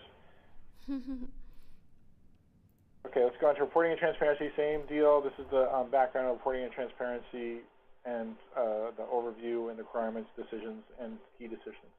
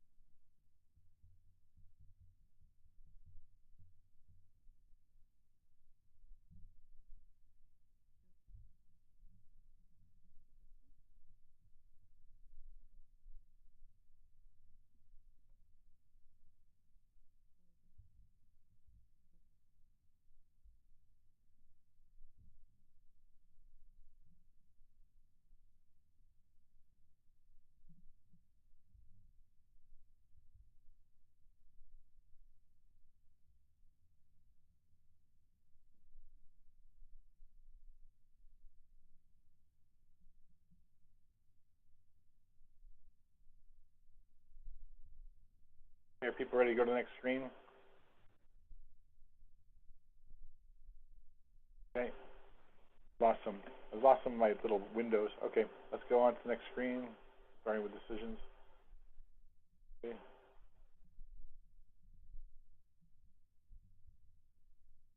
There was just one missing at the end there earlier. Okay. Board and staff will widely distribute complaint forms in languages and formats accessible to the public. Okay, let's go on to transparency in meetings, hearings.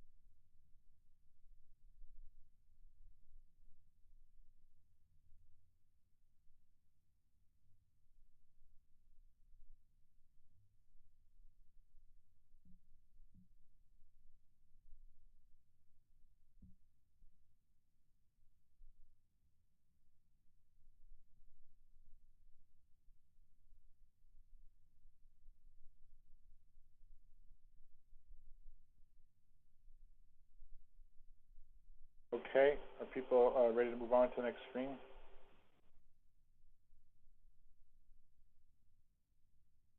Okay, let's go on down to the next screen. It's the last one in this phase of work.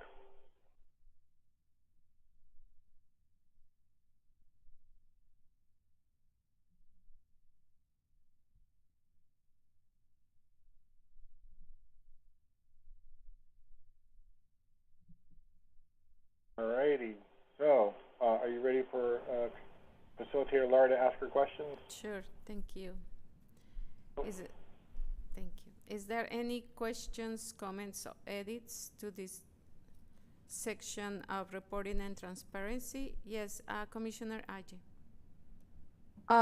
So I see there's like follow best practices regarding inclusive writing. Like, so is the phrase inclusive writing, like, is that like quoted somewhere or like I see that 90, let's see, inclusive writing guide. Okay, great. I was just wondering about that because I usually hear the term accessible, like accessible writing, but since there is something that seems to define it, that's great. Cool. That's all. Thank you, Commissioner Ajay. Is there any additional questions, comments for that section? Can we move on? All right, so now this is the second to final phase.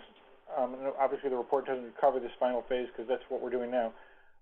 Second to final phase, which included the broader systems and then the transition plan. So we're going to wrap that up and then we'll take the break. So let's just take a couple of minutes on this one.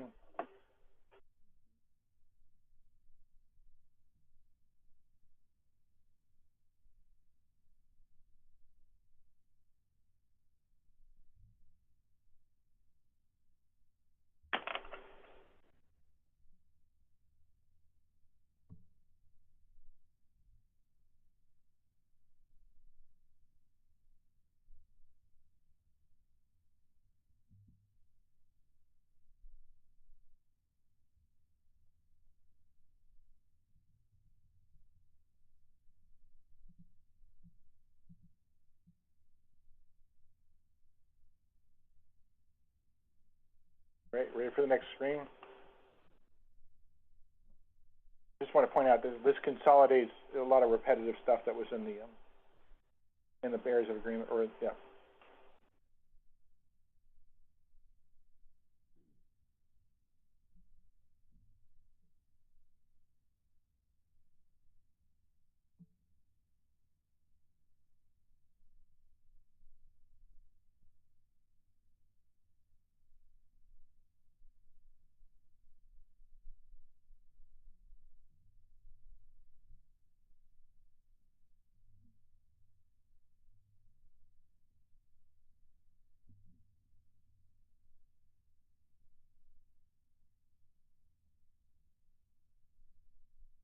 Okay, are we ready to turn it over to facilitator Laura?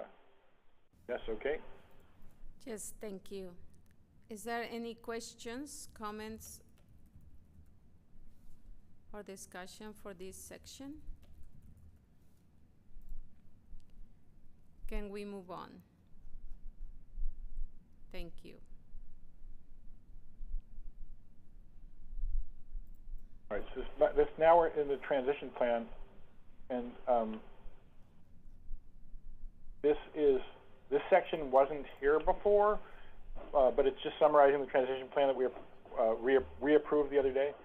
So, but I think it's just worth looking it over for our edification and see if we can find anything.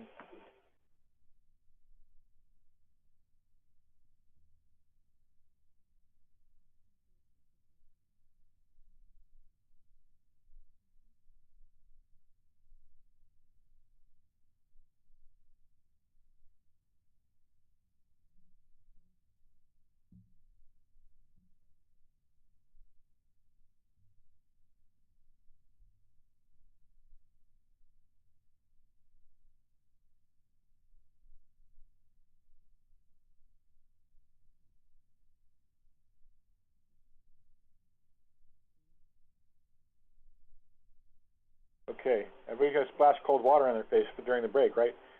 All right, so you ready to scroll down? Yes, no, maybe? Okay, let's scroll down where we are. I think it's not a very long section.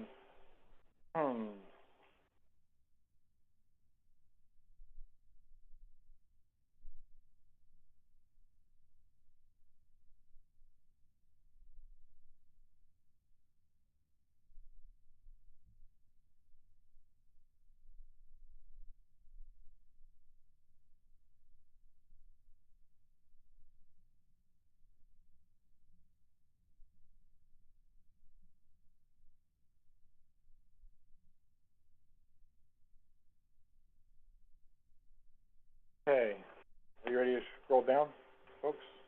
Yeah? Okay, there's only 3 key decisions in this one, so.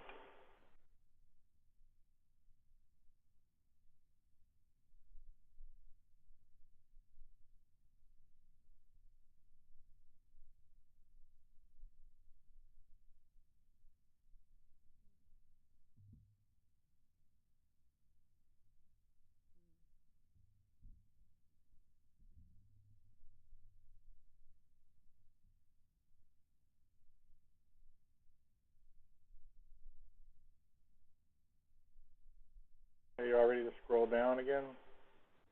Am I going too fast? Okay, you say yes. Maybe. There.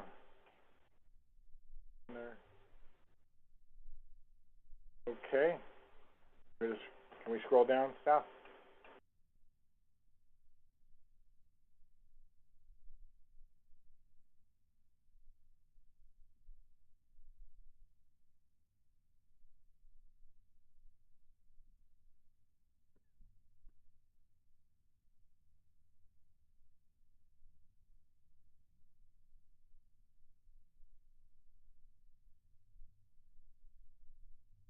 All right, are we ready for the last part of this last phase? Scroll down, yeah, okay, let's scroll down.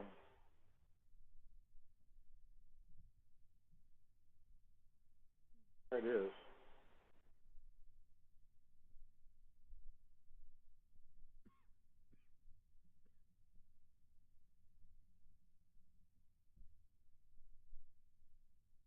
So, facilitator Laurie, just want to make a comment before we go to the break after you ask the questions. Okay. Is there any discussion or questions or edits in the transition plan?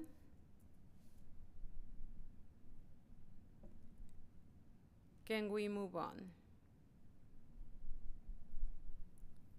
And before going to break, Dan, go ahead, and then we will go to break. So when I was saying our plan was to end at 9:35, we started 15 minutes late. We're taking an extra break, and this is taking a little bit longer than we thought. So it's probably going to be closer to 10 o'clock. I'm just warning you now.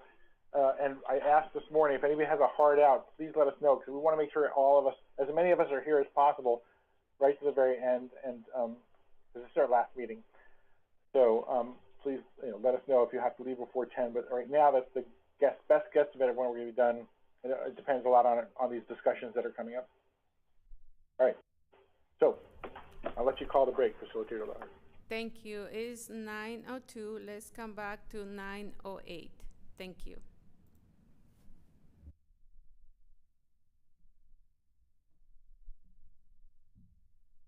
Recording stopped.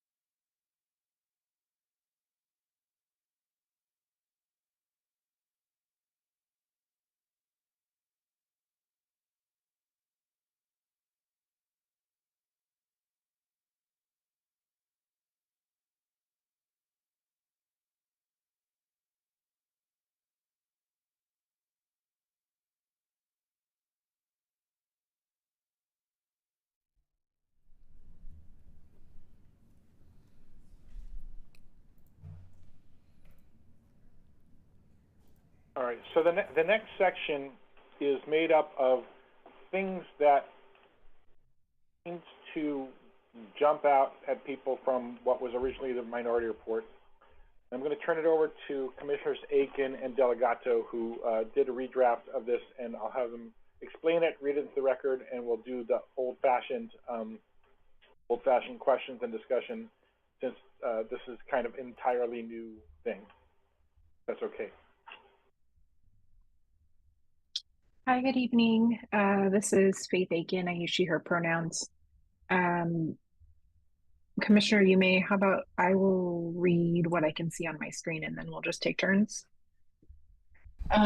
So a reminder for everyone, this is the minority report, which we discussed on Monday. Commissioner Yume and I took a go at redrafting it.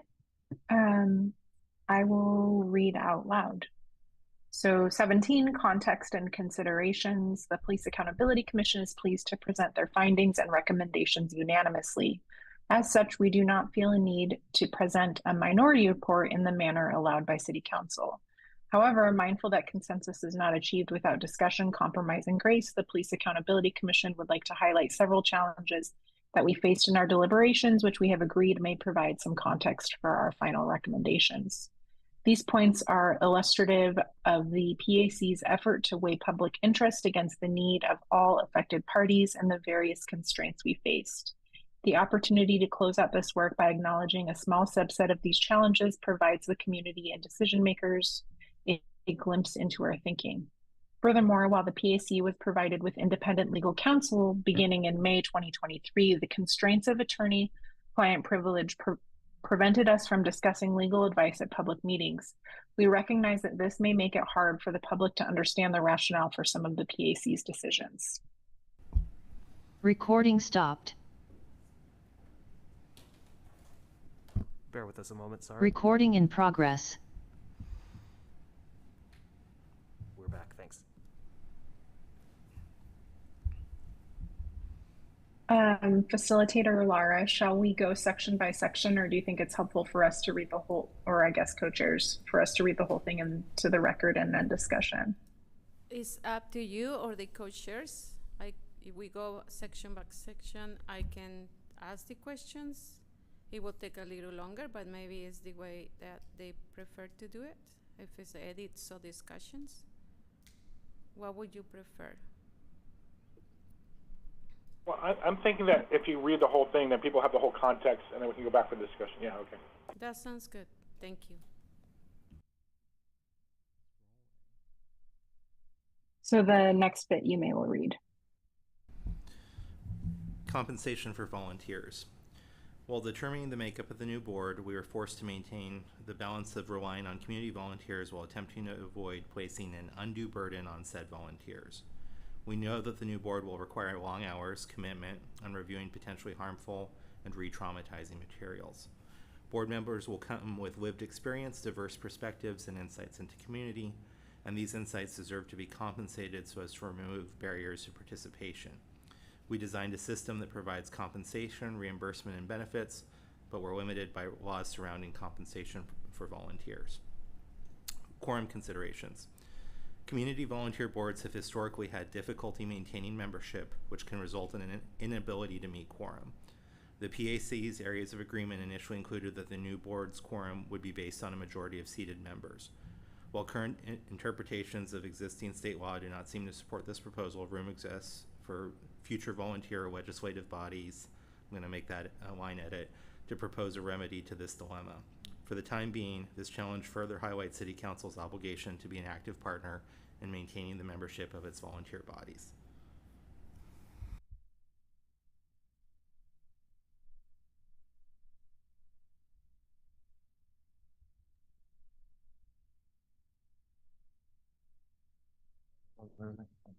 Yes. Can we go to the next? Thank you. Okay, concluding note. We have worked in a space defined by the tension between two facts. First, a movement for police accountability, for racial justice, and for community leadership on oversight of the police led to this work. This movement is a major reason that the City Council sent ballot measure 26217 to voters and that the people of the City of Portland approved the creation of a Community Police Oversight Board. We recognize that we must work to fulfill the desires our community expressed. Movements ebb and flow over time, but the call for racial justice and the momentum from 2020 underpins this work and will continue through the implementation of the enclosed recommendations.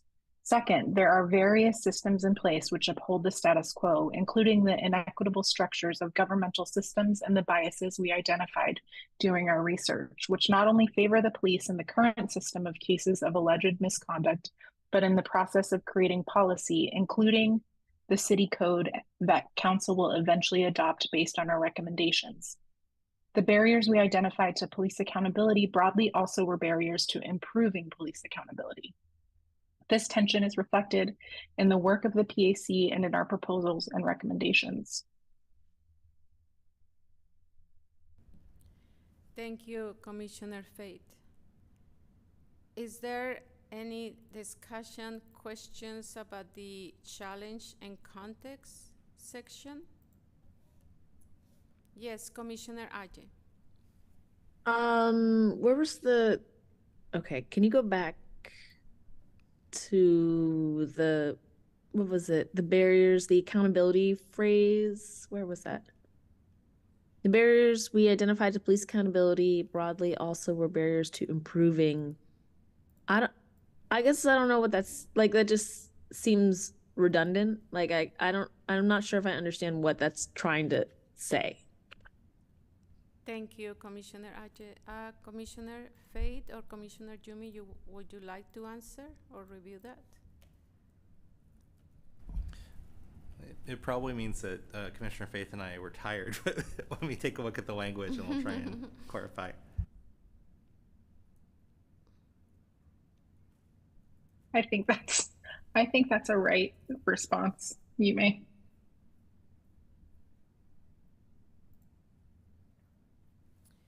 Yes, Co-Chair Charlie.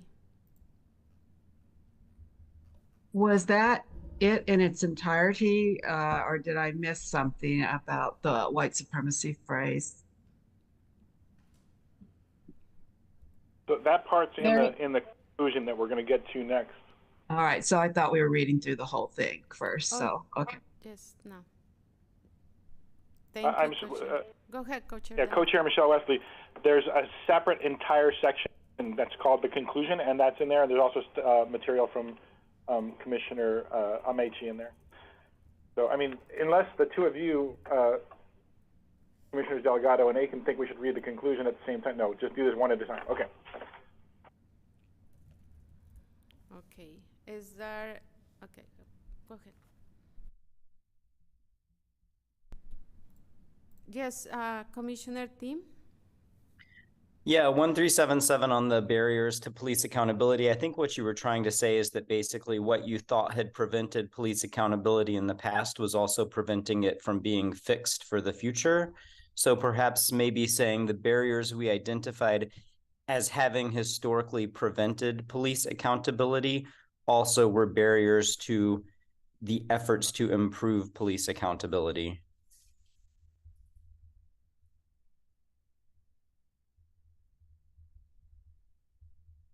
Did you still working on it, Commissioner Tim, or can we go with Commissioner Ajay? That's it, yep. Okay. Thank you, Commissioner Tim. Commissioner Ajay. I like that. And I wonder if it might make sense to say like were barriers to current efforts to improve police accountability? Because is that what I'm understanding the point is that the past barriers are still barriers, right? That's kind of the point. Okay. Thank you, Commissioner Ajay. Is there any other suggestions or discussion for the challenge and context? Just a quick note, the title of it has been also changed from, it was challenges and context, and so the proposed revision is context and considerations, which I'm not sure if anyone has thoughts on that to share either, but yeah. Thank you, Samir. Co-Chair Dan. Yeah, I like challenges in context better. And I'm not sure if there's a strong explanation for why it got changed. I changed it, and I don't have a strong explanation other than I was tired, and it sounded nicer. Yeah, I think we had gone back and forth about should this be kind of two discrete sections or just one, and so there's been a lot of workshopping on titles.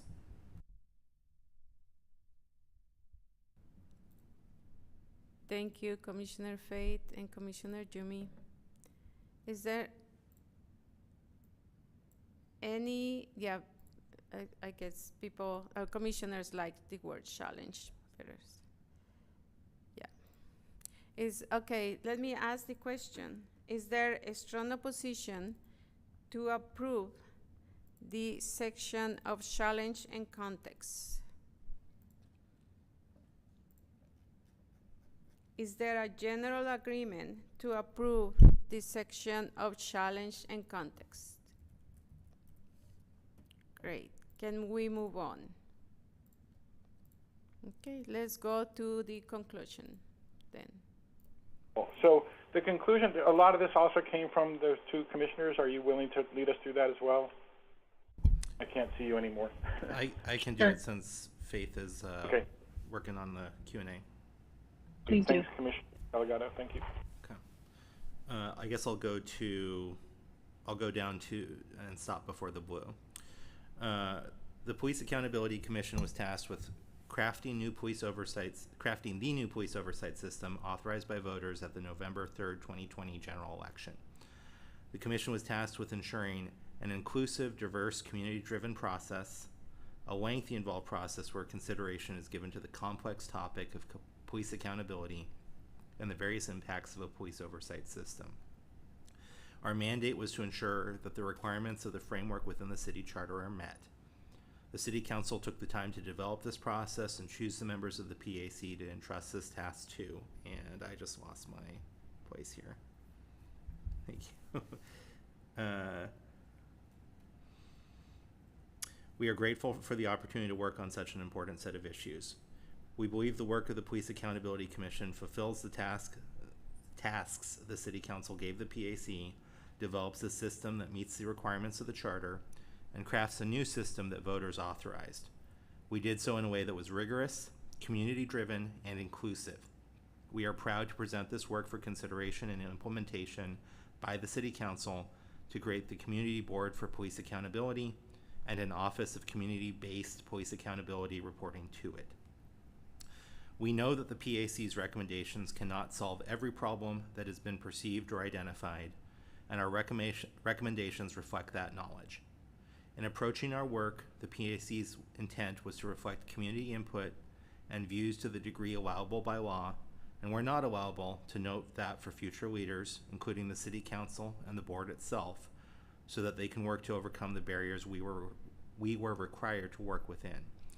We expect that our recommendations didn't go far enough for some, yet may be perceived as too big a change for others, and want the community to know why that may be with this report.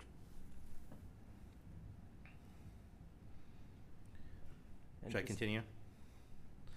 Additionally, this commission was tasked with addressing one key component of a broader conversation about policing in Portland.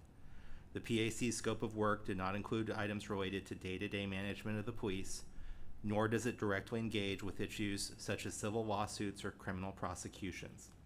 Having said that, our work is part of this broader conversation around policing and will promote not only police accountability and community oversight, but a better public safety system for all Portlanders. We believe that the recommendations we've outlined in this report will transform the police accountability system in Portland. Is this a duplicate? However, this is just one aspect related to transforming the culture of policing. The system we have proposed creates mechanics of accountability through transparency, consistent application of community-led oversight, and a process to develop potential policy changes. It is, however, extremely difficult to create an accountability system within a structure that is rooted in white supremacy and provides barriers to accountability through status quo bias, restrictive collective bargaining, and other legal requirements. This paradox of working within a flawed system to develop a functional alternative is one this body consistently struggled with. Commissioner Jimmy, Samir wants to explain what there's two paragraphs are very similar in a way. Yeah, just clarifying that the two blue paragraphs are kind of two versions of one idea, so the commission would need to decide which version they prefer, and in a second idea is a second topical focus is the two yellow paragraphs you're about to see when you scroll down there. So same idea, one blue, one yellow is probably the proposal effectively. Okay. And I think we can continue reading the whole version, and then when I ask the question, I will ask for this separately. Sounds good. Samira, would you mind scrolling down so we can get all sections in here? Awesome, thank you. We aim to reflect community input, frustration, and desire for change into all our recommendations, but within the limitations of the political system and the realities we live in, and to the degree allowable by law. Where limitations existed, we aim to make note for future leaders, including the City Council and the board itself, so that they can work to overcome the barriers we were required to work within. We close out with gratitude for the opportunity to work collaboratively with the city, with community, and with one another towards a more accountable police oversight system. And then these are two versions. So the first version, finally, this work is situated within a broader movement for justice which creates valid, reasonable pressure for action on city government. The people of Portland voted for this measure, and in doing so demanded police accountability. Our proposals, if implemented, are part of meeting this demand. We are grateful for the support the City Council has given our work throughout this process, and look forward to continuing to collaborate as community members with City Council to ensure that our proposals are evaluated, discussed, and able to be implemented in a way that meets the needs of community and fulfills the mandate given to the city by the voters it serves. Okay, I guess that's the only option, or the only version, but some of this is duplicative. Thank you, Commissioner Jimmy. Staff, would you like to explain that? Yeah, I'm not 100% sure what happened here, why that was the one that got highlighted, but that is a duplicative paragraph other than the word finally. So my guess is that was just designed to be, yeah, there is some duplication though, so how you sort of workshop these last four paragraphs to some degree, and I can highlight the parts in the relevant colors. So if you see two things highlight or more highlighted the same color, they're either or kinds of text or duplicative in some way. Sorry about that. Thank you. Let's start with the discussion for the conclusion. And because we're gonna review separately the paragraphs that are duplicate, I'm gonna ask for this section that before the blue highlighted. And then we can go to the blue. Is there any discussion, edits, or questions for the first three paragraphs?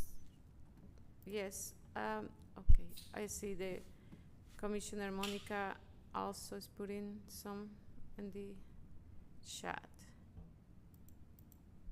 But before the three paragraphs, do you have any suggestion or questions or edits? No? Can we move on to the blue paragraphs? Okay, let's move on to the blue.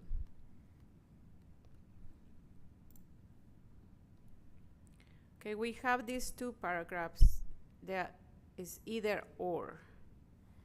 And we can, there is some suggestions on the chat to, okay, did you see the suggestion of Coach Dan and others? Okay. I'm gonna give a little bit of time to staff to make the adjustment that you commissioners are putting in the chat. And then I can ask if we can move on.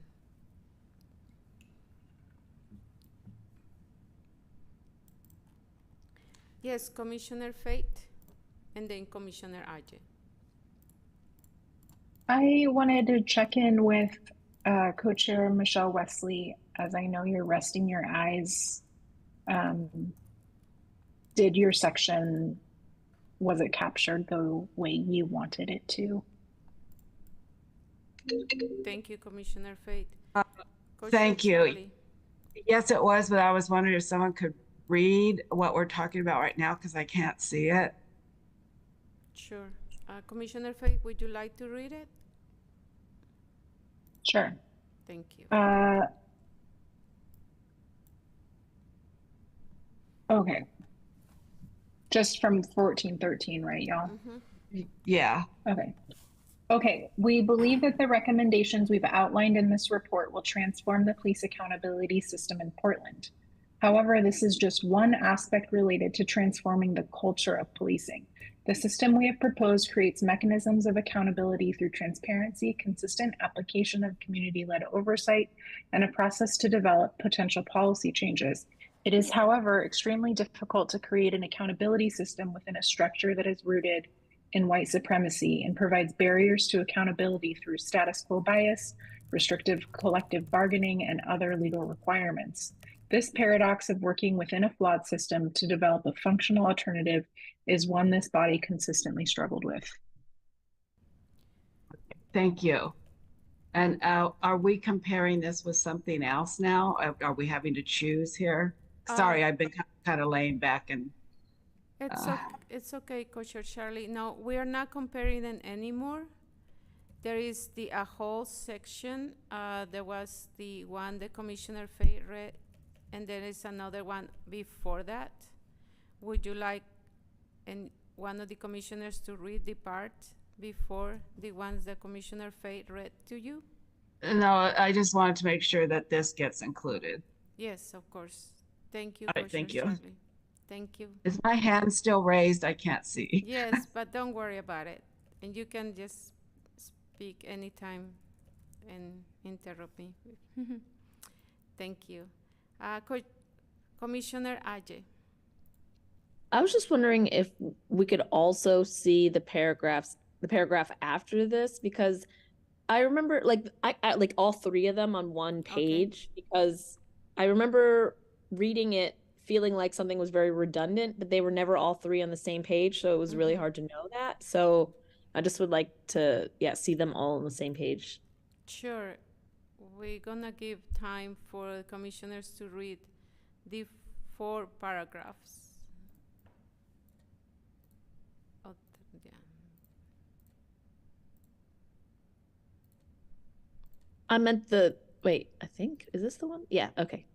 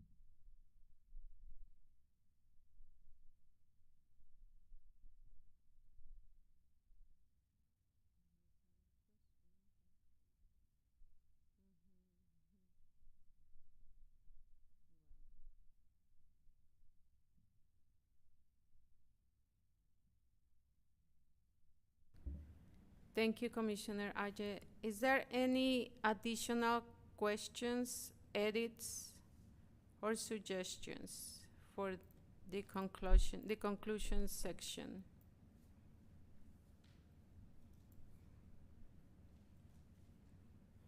Yes, Commissioner Ajay?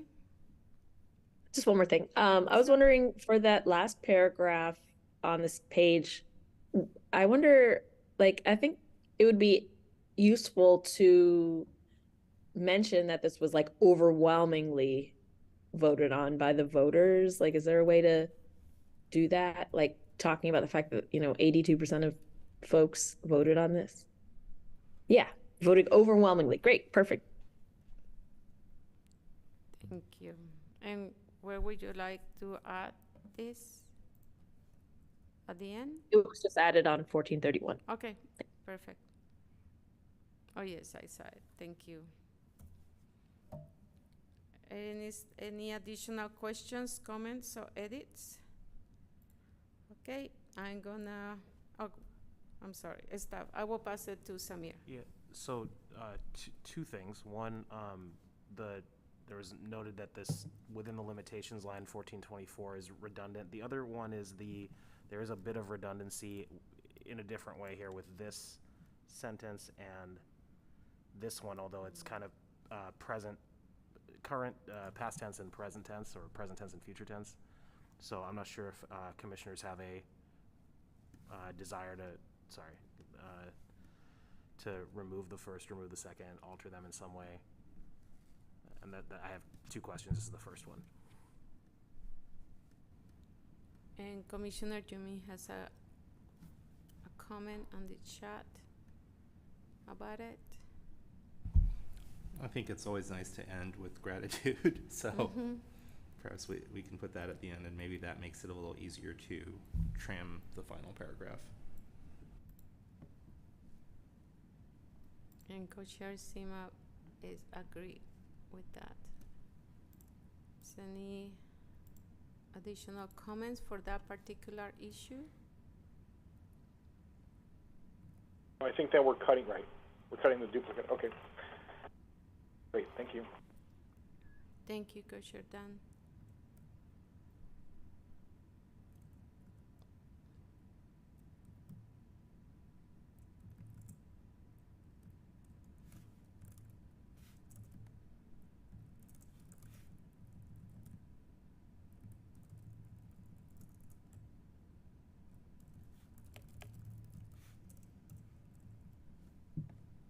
You have additional comments, staff? No, just trying to make those sentences work. If there's another way to do it, please suggest it. Commissioner Delgado, do you want to read the new text into the record? Because, again, Commissioner Michelle Leslie can't read that right now. Yeah, and before we do that, let me just pass it to Commissioner Sophia. Okay, thanks. Sorry, I didn't see your hand. Commissioner Sophia. I was just looking at it, and I kind of, I'm trying to.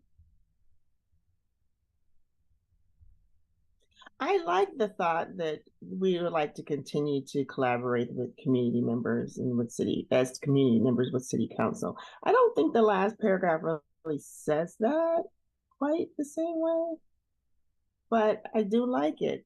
So I'm just saying I like that part. I don't know what other people think, but I kind of like to keep that. Thank you, Commissioner Sophia. Is it you have a other suggestion? No, I'm just saying I'm not married to it, but I just thought it was nice to keep that. I just wanted to hear the thoughts of others, and if they agree, fine. If not, Because you suggested, of course, we took it and corrected. Thank you, Commissioner Sophia. I know staff say he has additional. Oh, Commissioner Monica, go ahead. I wonder if, since we are closing with gratitude, we can take out in line 143, we are grateful for the support the City Council has given our work throughout the process. Take that whole out and start with, we look forward to continuing to collaborate as community members, and then finish with gratitude. That way we don't have the thankfulness within 3 sentences at the end. Does that make sense? Looks like Commissioner Sophia liked your suggestion. Commissioner Monica. And before I pass it to staff, Co-Chair Charlie. Oh, I just wanted to co-sign on to what Commissioner Angie just said too, and Sophia. Thank you. Thank you. Commissioner Monica, could you state that one more time, just because I was dealing with another suggestion in the chat. Okay, let's see. I was recommending that on line 1433, we take out, we are grateful for the support of the City Council all the way to process. And start at, we look forward to continuing to collaborate as community members with City Council to ensure that our proposals are evaluated. Da, da, da, da, da, da, da. And then end with, thank you for your opportunity to work out. Thank you, Commissioner Monica. There is also a comment from Commissioner Angie.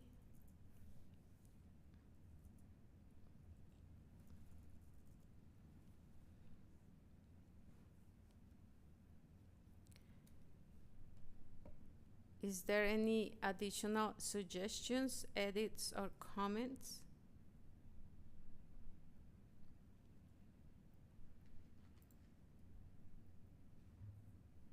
I wonder if Commissioner Michelle Wesley wants us to read the last two paragraphs, which have been significantly edited back into the record. Sure. Would you like to read it, Co-Chair Dan? Oh, no, I'm going to let the two folks who helped author this do that. I just wanted to make sure whether it's necessary, because it's already 9:41. I just wanted to hear from Commissioner Michelle Wesley if she wants to hear it read into the record. I think maybe we all should hear it since it was significantly changed. Okay. We included community input, frustrations, and desire for change into all our recommendations. Where limitations existed, we aim to make note for future leaders, including the City Council and the board itself, so that they can work to overcome the barriers we were required to work within. Finally, this work is situated within a broader movement for justice, which creates valid, reasonable pressure for action on city government. The people of Portland voted overwhelmingly for this measure, and in so doing demanded police accountability. Our proposals, if implemented, are part of meeting this demand. We look forward to continuing to collaborate as community members with City Council to ensure that our proposals are evaluated, discussed, and able to be implemented in a way that meets the needs of the community and fulfills the mandate given to the city by the voters it serves. Thank you for the opportunity to work together towards a more accountable police oversight system. Thank you, Commissioner. I saw you raise your hand, Commissioner Sophia. No? Okay. Is there any more edits or suggestions for this section? Okay, I will now pass it to, yeah, staff, go ahead. Thank you. The other question I had was just a location of a sentence question, and it relates to this paradox of working within a flawed system to develop a functional alternative. That sentence, there was a previous question in the last section on, I'm sorry, the barriers we identified, and those two thoughts seem to make sense together, so I was going to ask if it made sense to help one contextualize the other by moving it up here, just because there were some questions about each. So I'm seeing a couple nods, but yeah. I'm just going to show, I'll show what it would look like. This doesn't mean it's happening yet, but just to kind of give an idea.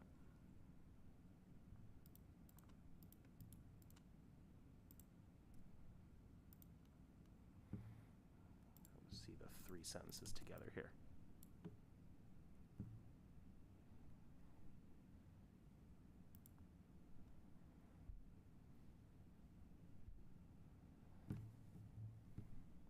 I don't know. Yes, Co-Chair Dan? Well, I kind of liked it where it was because it was right next to the part about it being a white supremacist system. And I feel like we already approved the previous section. If we leave it where it was, then we can just go ahead and improve this conclusion. without having to go back and approve twice. Is there any discussion or opinion about this? Yeah, Commissioner Sophia? Just, can we scroll back to where it was and let me look at that as well? Thank you.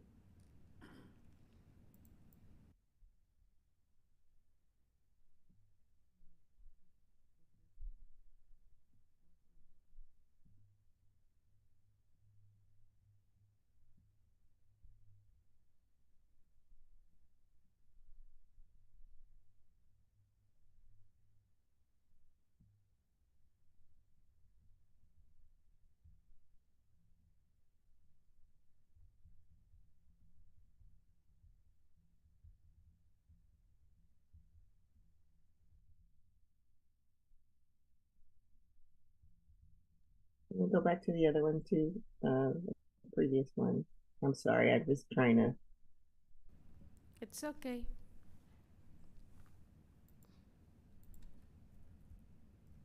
There is a couple comments for commissioners saying they keep it where it was, but also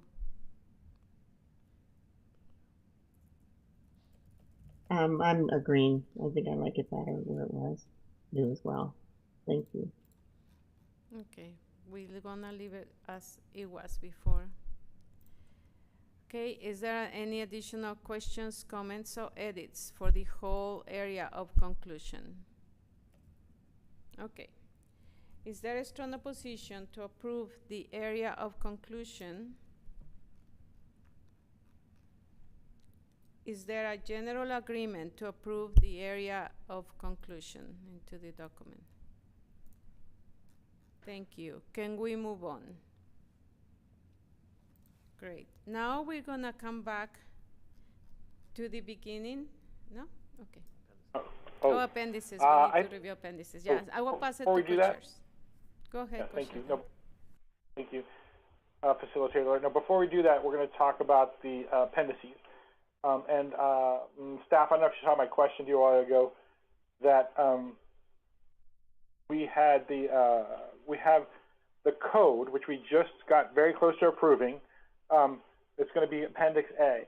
And I don't know, staff, do you have an example of the two columns that you're working on? I don't have it open. I can circle back to it and get that. Okay, well, I'll describe it while you're doing it. So this is just another section that it's not something that we need to read and approve because it's the code that we're going to be voting on in just a very short while.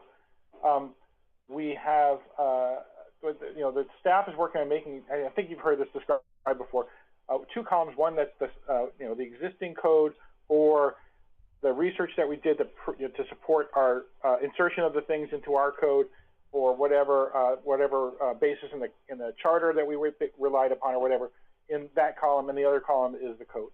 So we're not going to be reviewing that tonight because it's not done, but it's just something we're going to trust the staff to insert. So that's known as Appendix A. You have that ready? Sample? No? Okay. Well, we can look at that later. Let's move on to Appendix F2, which is about the settlement agreement amendment proposals.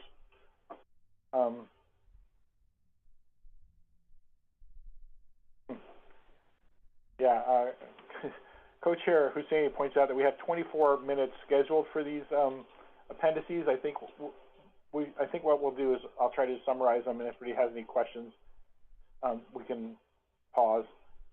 So let's, are you ready to pull that up, staff? F2?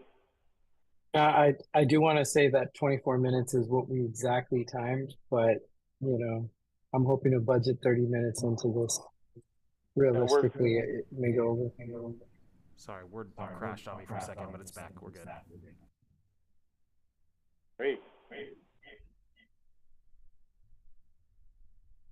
Yes, I understand. Oh, so there's a comment that we apologize to the members of the community, but we have to go through the document before we can vote on it, and then we'll take public comment on both documents, and then there'll be general public comment. And again, we wanted the City Council to extend our time until the end of October, and it didn't happen. So we have to finish tonight, and I appreciate everybody staying late. So F2. So, sorry, Co-Chair Dan, just to clarify, you would like to skip B and B through F1?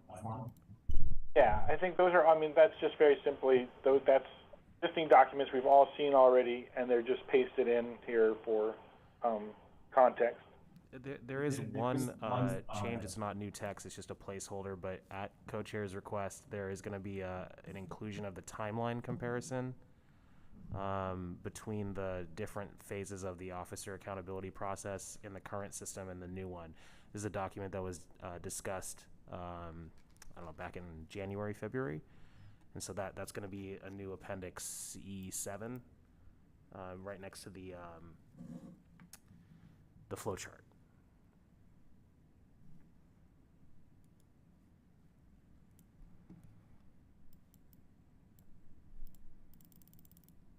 All right, so F2 is the, again, like I said, the settlement agreement amendments.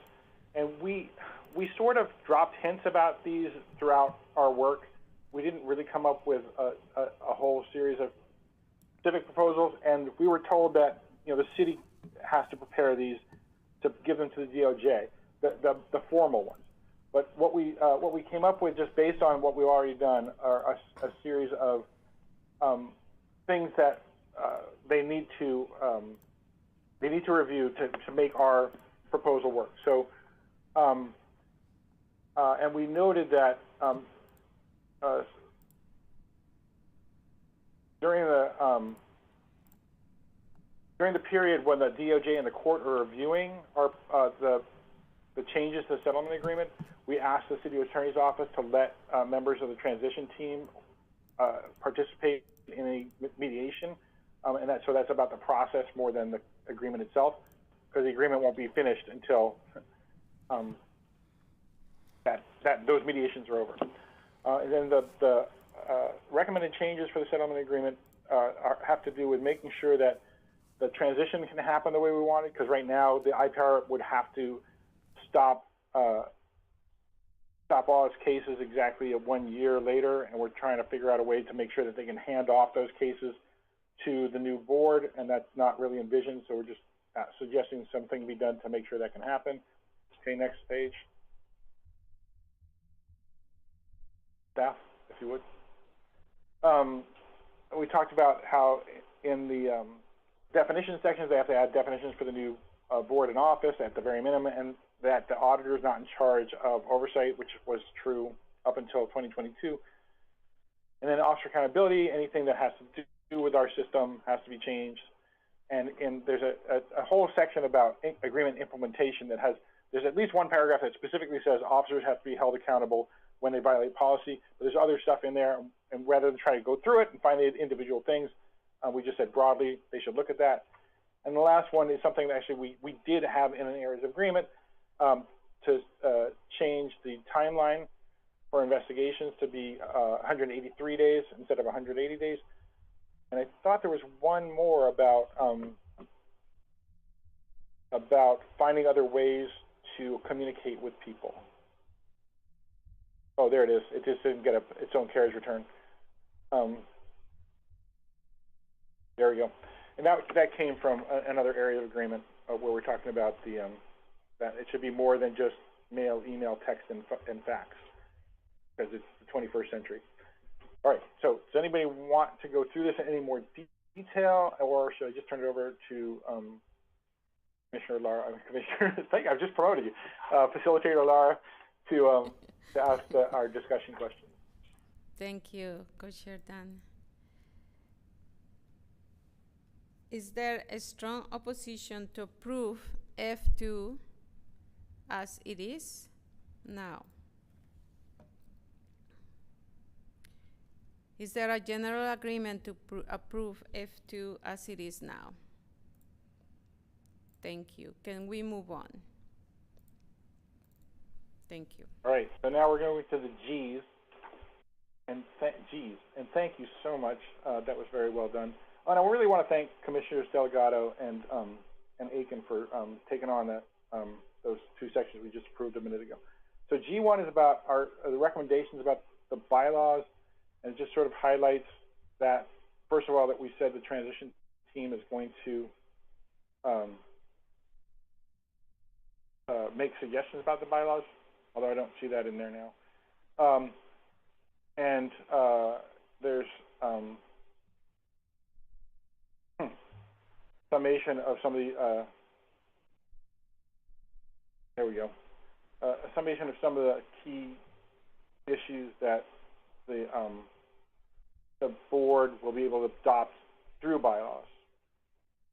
And staff, is there now, this is now the list, yeah, so, oh yeah, that's why I haven't really seen it. So the first part is the specific things that we left up to the board, right? But we said, we're not gonna put this into our code because we want the board to be able to decide for themselves what their voting thresholds are, except with the one exception of the panels.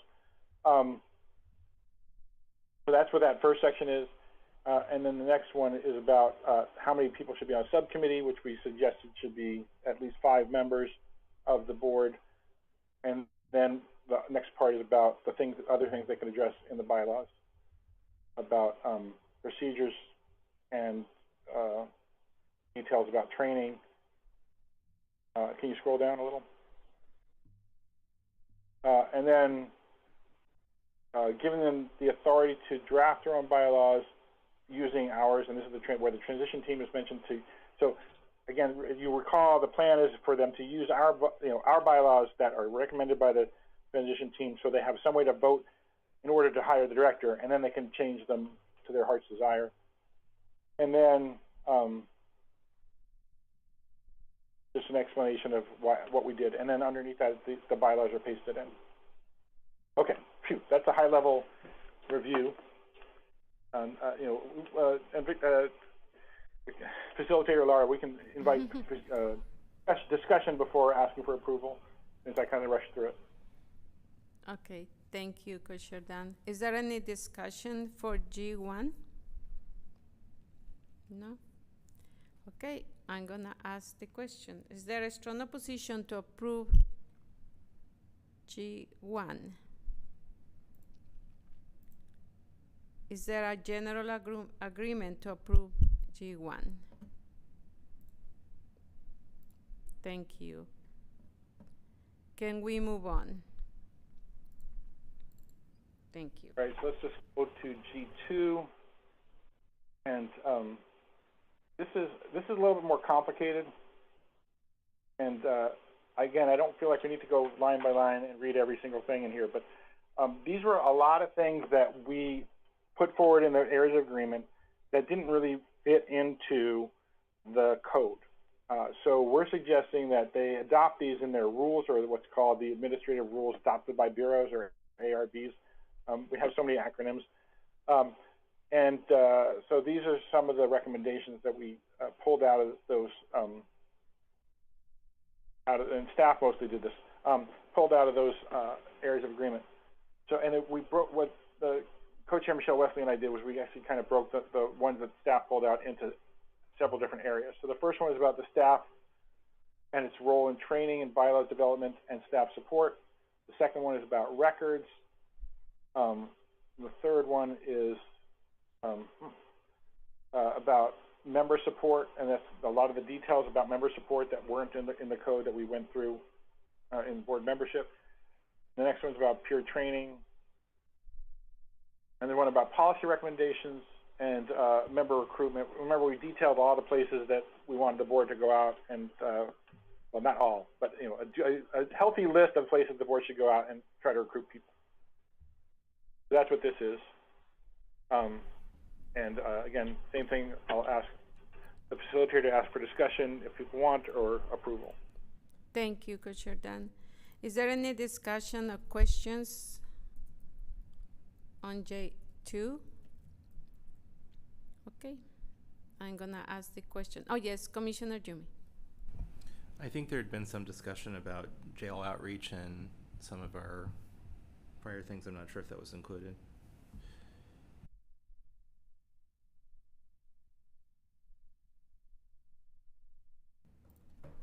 Can you explain a little bit more what you mean by general outreach? Jail outreach. No, jail outreach. Oh, yeah. Did we put that anywhere? Yeah. It's not currently in here, and I'm trying to find where it would be just to be 100% sure. I'm 99% sure currently. And for those who are at the events who brought this up, this was brought up at some community engagement events in the last, some of the more recent ones. It might be its own. And as a reminder, we found that the New York Oversight Board does that regularly. They visit jails regularly. And I think this was for complaint outreach, not for recruitment, just for the record. Yes, correct.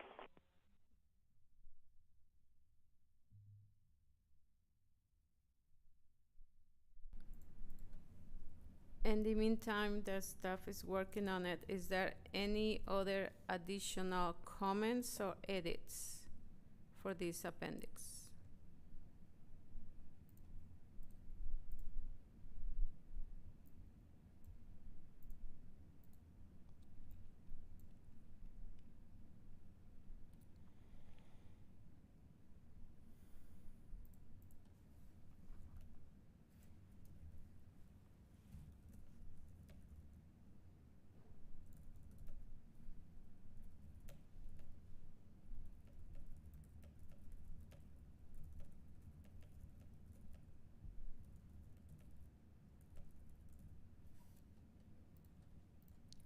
Thank you, staff. Is there any additions to this statement or anything that the commissioners would like to add or edit?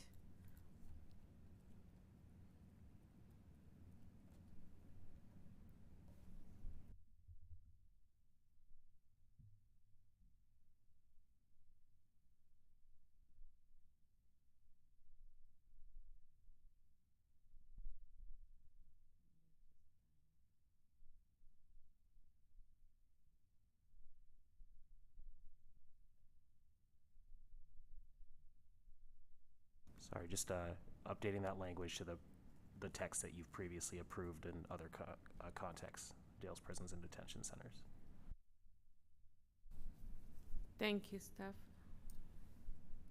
Anything else? Okay, I'm gonna ask the question. Is there a strong opposition to approve? It's G3, right? G2. G2, yeah, thank you, Coach Jordan. To approve G2, is there a general agreement to approve G2? Thank you. Can we move on? 2 more appendices, folks. Okay. And it's already 10 o'clock, and again, sorry to everybody for taking so long. G3 is a recommendation to the city's legislative agenda, which is like we want them to change state or federal law. So the first 2 kind of came out of our most recent discussions, and staff pulled them together for us. That one's about the disclosure of public records, which makes it harder for everything at the board to be open to the public, which is one of our goals. The next one has to do with public safety officers. By law, only 2 people in the process can ask questions to them, so this is just to help make it so that the chair of the board is the only person who can ask questions at the hearings. And then there's a thing about the disclosure of the records of the people who apply to be on the board, which I won't go into any details about that, but let's just say we know of experiences where people who applied to boards in Portland had their information released because the law required it. That's the first 3. And then the second one is has what came from all the way back in our barriers thing. So these were, we already laid them out for ourselves. Eliminate qualified immunity, eliminate for officers, eliminate immunity for prosecutors, changing the police employer liability, eliminating civil asset forfeiture, and suing federal officers for constitutional violations, which are not, directly all underneath the purview of the board, but they're all suggestions that we made during that phase. Is there any more, staff?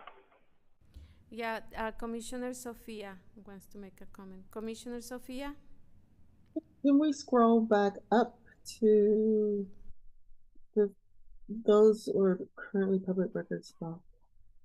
I had one that I feel bad because I'm mentioning it now because I did before, but I didn't write it up. But is there a place we had discussed having for transparency, having the officers would be able to have their meetings open if they wanted to.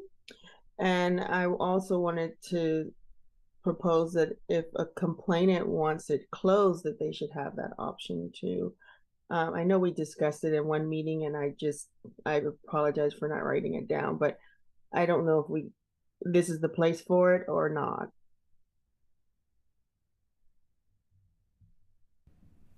Samir, go ahead. Just to answer Commissioner Dan's question, from before, there isn't anything else, but I just wanted to observe that technically the PAC did not agree to recommend those last 5, but simply designated them as proposals to consider, which is what the text says.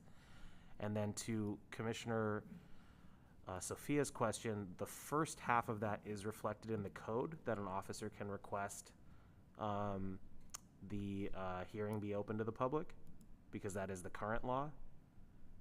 But the second part, I don't believe is reflected in any of the documentation at present about changing it to allow the complainant to request it to be closed. Yeah, I didn't think so. I feel I'm apologizing for just thinking about it at the last minute. Is that something we would put in as recommendations for legislation? It would fit here if that's something that the commission would like to do. I don't have the wording for it, but if we could just switch the wording that's used for the police officers to have that option to have it open, to also have that same language as an option for the complainant to have it closed.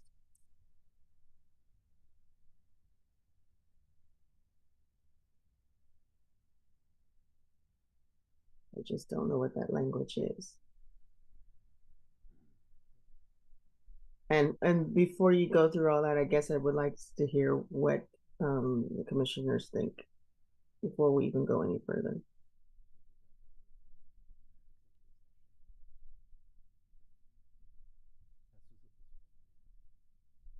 Yes, Commissioner Casey.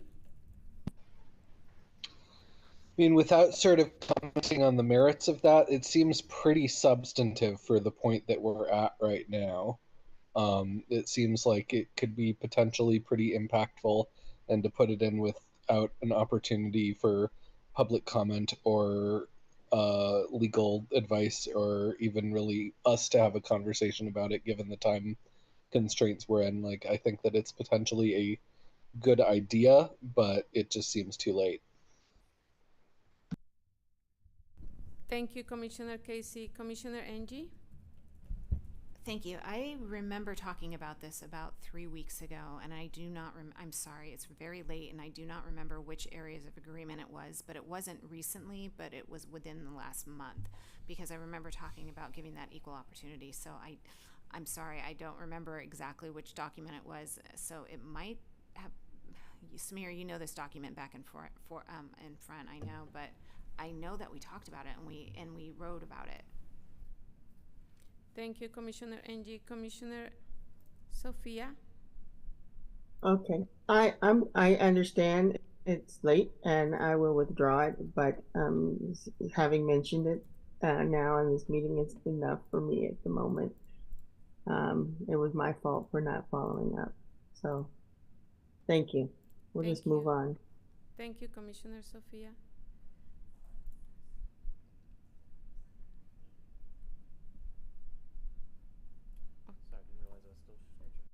So are we ready to ask the questions about G3?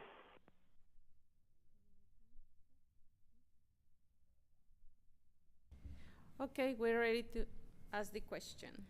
Is there a strong opposition to approve G3? Is there a general agreement to approve G3? Thank you. Can we move on?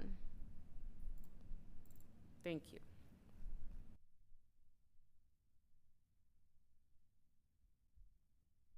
G4, the very last one. So this is our recommendations about collective bargaining, and we have a lot of disclaimers at the top because some of the stuff is not. First of all, we don't necessarily agree that all this stuff has to be bargained, but just in case, these are things to think about. We're also saying that we recognize that some of these things, especially around the body-worn cameras, have been partially or fully implemented, but we just wanted to leave in the language that we had already voted on, which was in another area of agreement in access to information. For the administrative investigations,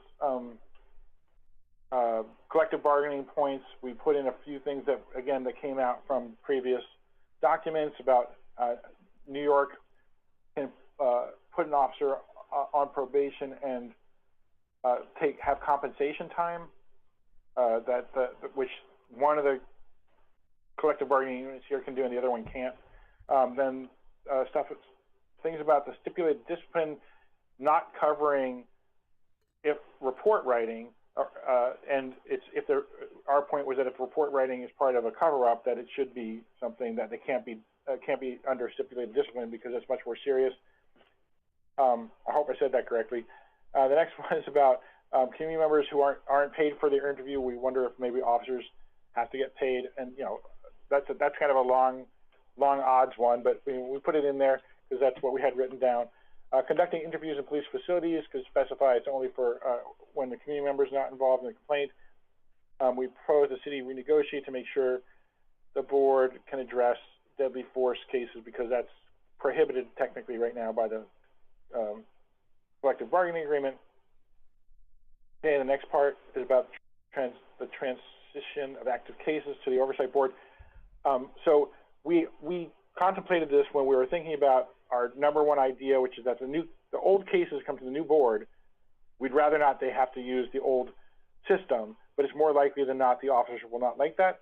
I think it will actually benefit them in many ways, but I won't go into my details on that. So we're asking for them to, if they have to, negotiate that. And the transition or transfer of information. Oh, the transition team. All right, so we're just to give access to the transition team and the transition and the board members after they get appointed access to the files so that they can look at the old existing cases and learn how the system works as part of their training, which, again, we put this in the transition plan, but it might be something bargainable. And again, I think this will benefit the officers because then they'll have people who understand what they're doing. And lastly, these are the points around the body-worn cameras, as I said, which was in the areas of agreement around access to information. And briefly, it's about that we asked the oversight board to be owners or co-owners of the footage, that their footage should be retained as long as it takes to resolve complaints, and that officers involved in this should have to write reports before viewing the body camera footage, which is partially enacted now. Okay, that's a high view level summary again. Back to you, Facilitator Laura. Thank you, Co-Chair Dan. Is there any discussion, questions, or edits to G4?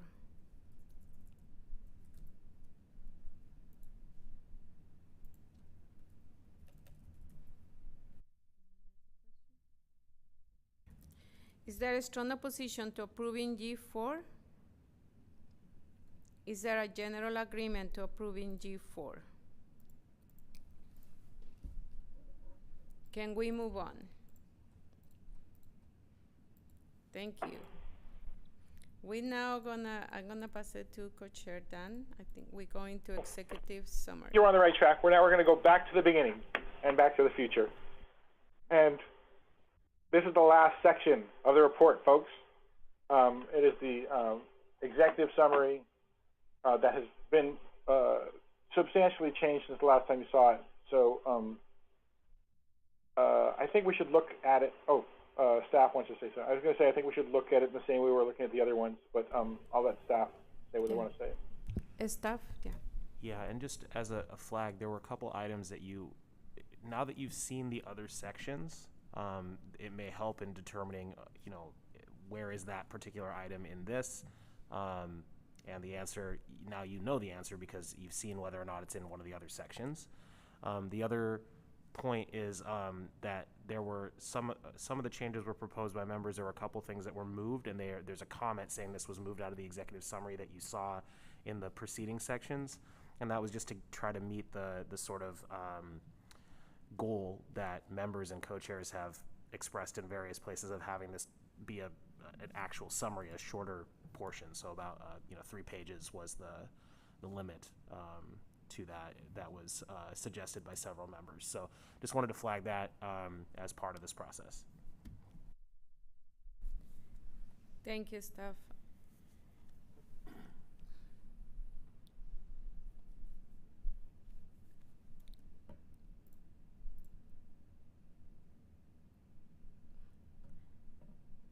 Co-chair Dan, do I pass it to you? Again, I encourage that people just read this themselves, the executive summary, and then we'll go through the whole thing. People can put stuff in the chat, and I'll ask you if you're ready to move to the next screen like we were doing before.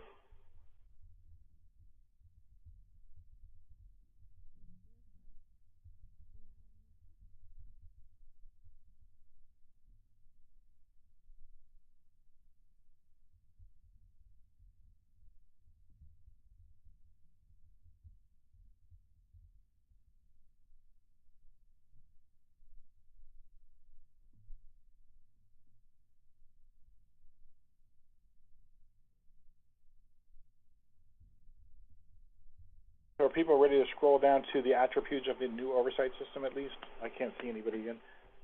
Yeah, okay, so let's scroll down just to that header. Thank you.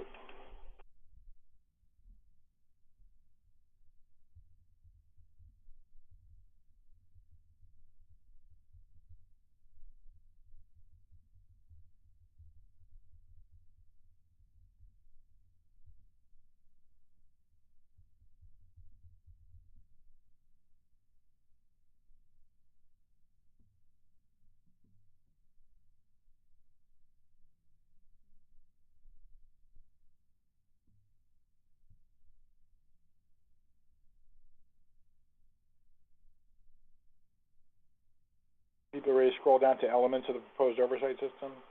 Nod. 2 nod. Okay.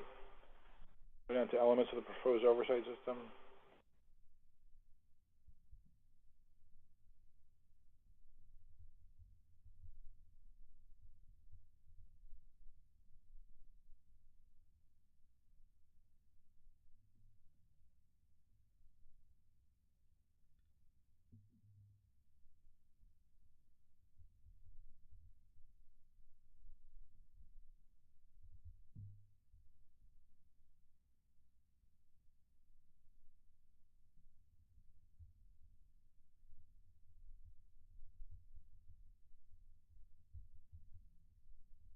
Are people ready to scroll down so we can see 3, 4, and 5?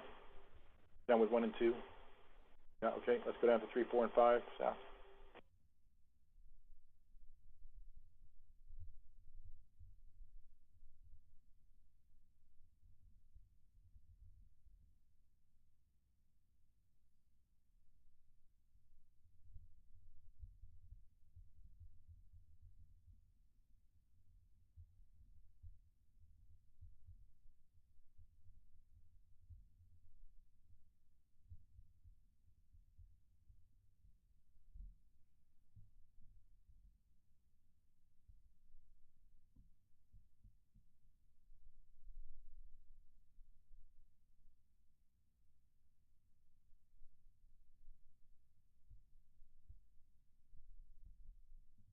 Okay, are people ready to scroll down to the last screen?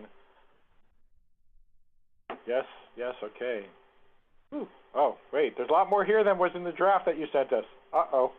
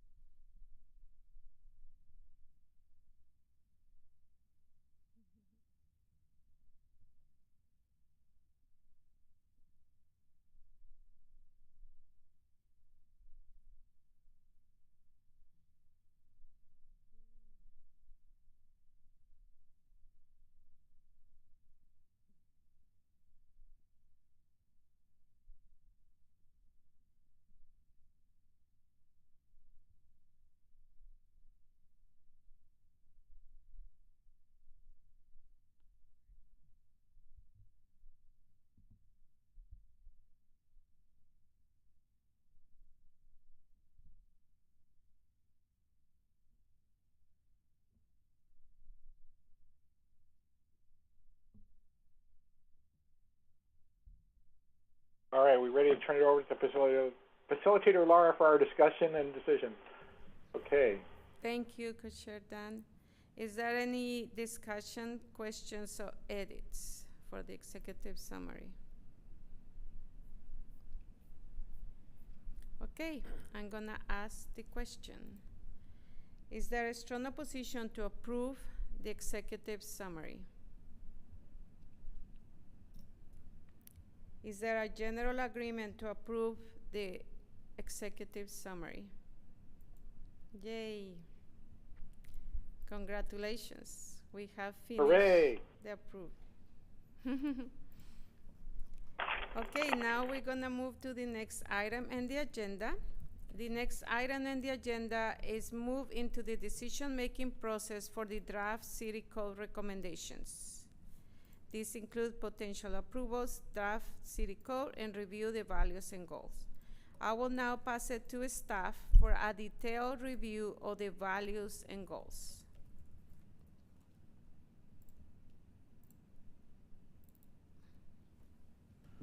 Thank you. And we mentioned earlier at the top of the meeting that when it got time for the actual approval, there'd be a more detailed set of values and goals. This is a review that you scheduled March 24th of last year to ask the questions we're going to talk about today. And I'm going to ask a couple questions here that are effectively rhetorical. Please just think about these as you go through the document. And the question is effectively, to the degree that was possible within the constraints and parameters that you worked within, do you believe that if the recommendations you send off to City Council are approved, that you will have created a police oversight system that is accessible to all members of the community, regardless of ability, language, etc.? I'm not going to read all of these, but fill in the end of it for each one of those. Do you believe that you will have created an accountability system that's composed of residents, which reflect the diversity of the community and those individuals directly affected by the criminal legal system? So think about those to yourself as we go through this. And then I know that Commissioner Angie as well wanted to talk about this also, so I'll pass the floor over to her. Thank you. I am up about 18 hours right now, I feel like. So I am going to try to keep this brief but meaningful. In March of 2022, we created these values and goals together. Sophia and myself were the co-chairs at the time, and we created the bones of it, but we did not create this on our own for sure. We kind of put the structure together, and we brought it to you, and we created these values and these success criteria, these goals and these success criteria through conversation and through really meaningful conversation about what was important to all of us in this work. So thank you for that, and thank you for the people that joined after that time, for reading these and taking to heart and understanding how much all of these meant to us, because these were our North Star for every decision that we've been making. And it makes this work so much more meaningful to me, going back and being able to say, hey, we did do 1, 2, and 3, and we really did care about this. So anyway, keep it short because we need to get out of here, I know, but also I just want to say thank you to everybody for using your heart in these decisions. In our operational phase, I feel like we were really clinical in trying to get goals and success criteria and our agenda and our scope together, and we were diligent on trying to create that path. So we had the flexibility to keep our passion in all of this. So anyway, thank you very much. That's it. Thank you, Commissioner Angie, and for the purposes of this document, at least Co-Chair Angie. Is there anything anyone would like to talk about with this, or anything that comes up in terms of, to the degree that you were able to, do you feel that you were able to implement this and have a short conversation about this?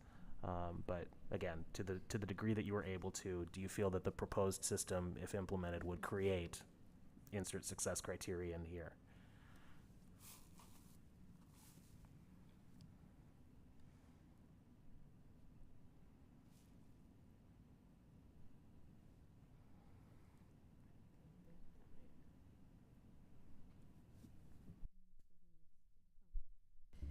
Commissioner Monica? I feel very comfortable in saying that to the degree that we were able to, we achieved all of these. I really do. Thank you, Commissioner Monica. Co-Chair Charlie? Y'all know that this is something that I've been very passionate about and always brought it to the forefront and to our attention, and how incredibly emotional I get during this, because this is something I've only dreamed of. And I feel like the saying to what is it? What were you guys just saying? To the best of our degree or whatever, falls really short. But I know we did what we could with what we had. And I will still keep these as a guiding light. Thank you. Thank you, Co-Chair Charlie. Co-Chair CMAP? I'm not crying, you're crying. Listen, I mean, with guiding principles like this, it means everything. And having commissioners like all you guys on board, those that have been with us that could not make it all the way through because it's such a heavy lift. Those of you guys that came to pick up and share the burden all the way down to this end, this guiding light and these principles is just, it's been everything.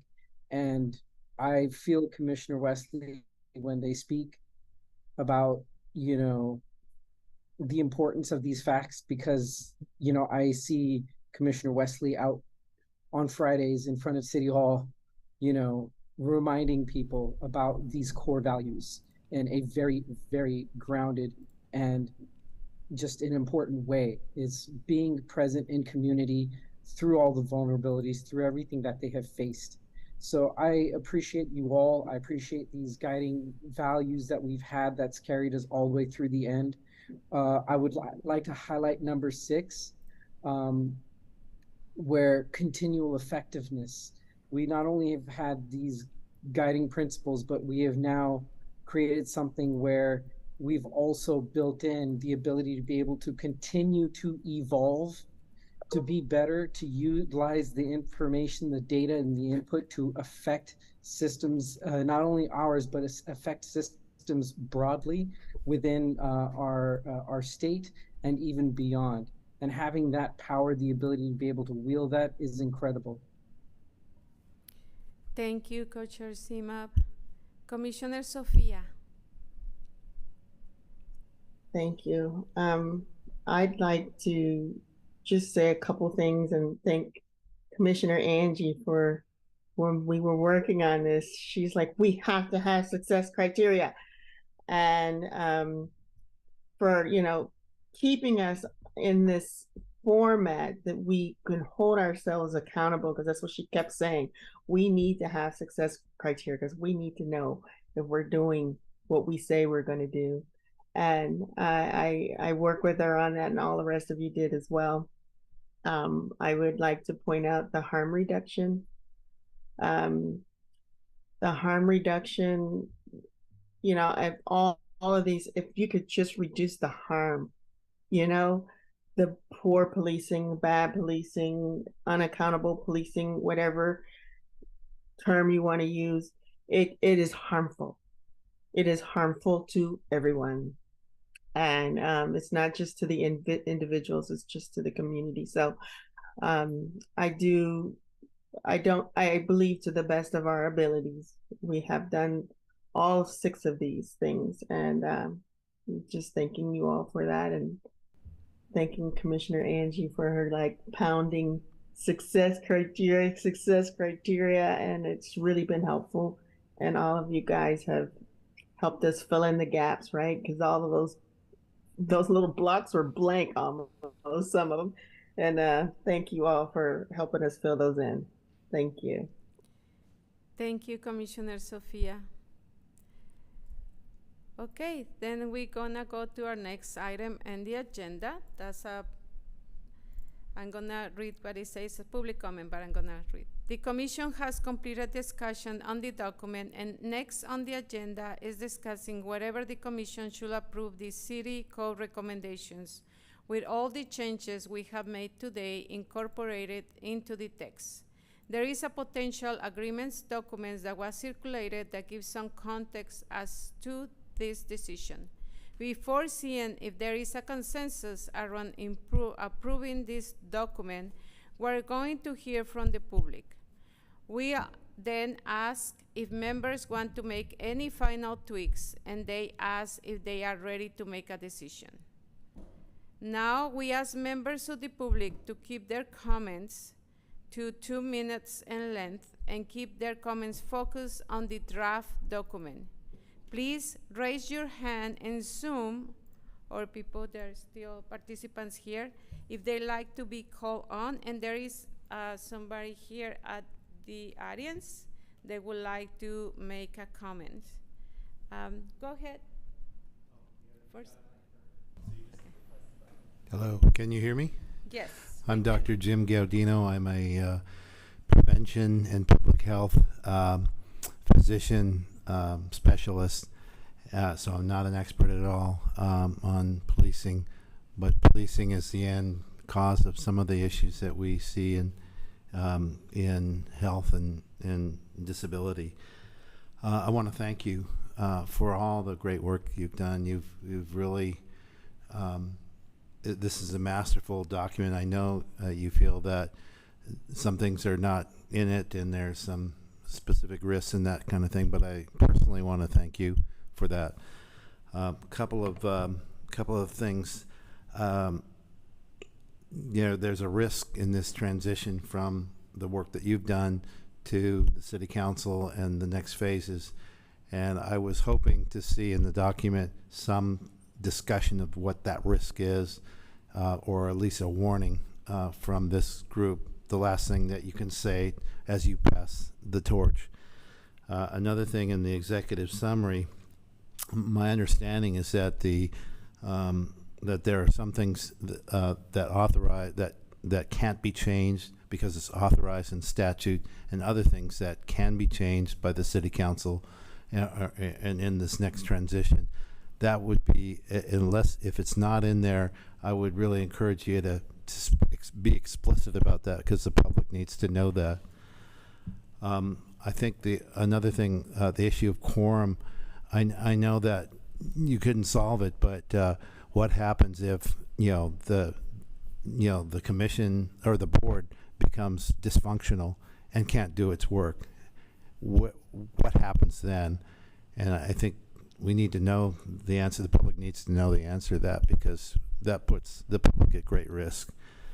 And also, what are the handoffs between the oversight of misconduct and the things that are covered by the work that you've done to dismissal and criminal prosecution? What are those handoffs? What do they look like? And finally, I don't know if this is in here, and maybe this is a general comment, but I haven't really heard addressing the issue of the revolving door of police that somehow lose their jobs for misconduct or other things, and then they go to another police department and get a job. And how does that fit with the oversight of this board? So let me just stop there and thank you so much. It's late, and I'm sure you're tired, and so am I. Thanks. Thank you very much. Thank you for being here and for your questions. We really appreciate it. Dr. Jim Gaudino. Thank you for being here. I don't see any other member of the public. Oh, yes, we have another member of the public. Go ahead.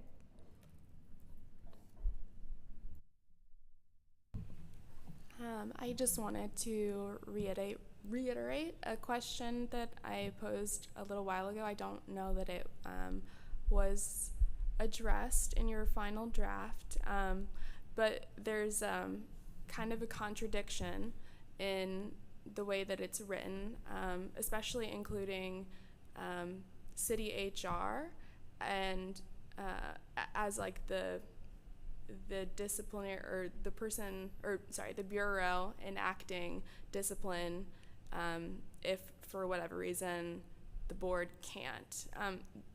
As a bureau of the city, it's part of like the city general risk liability fund, and if you're separating this board, like it says in the measure, from all other bureaus, and then having HR enact whatever discipline the board decides on, the board is going to need to be insured by the general liability fund, and it does need to be assessed by an actuary. Thank you, Meg. Thank you for being here, and thank you for your questions. Thank you.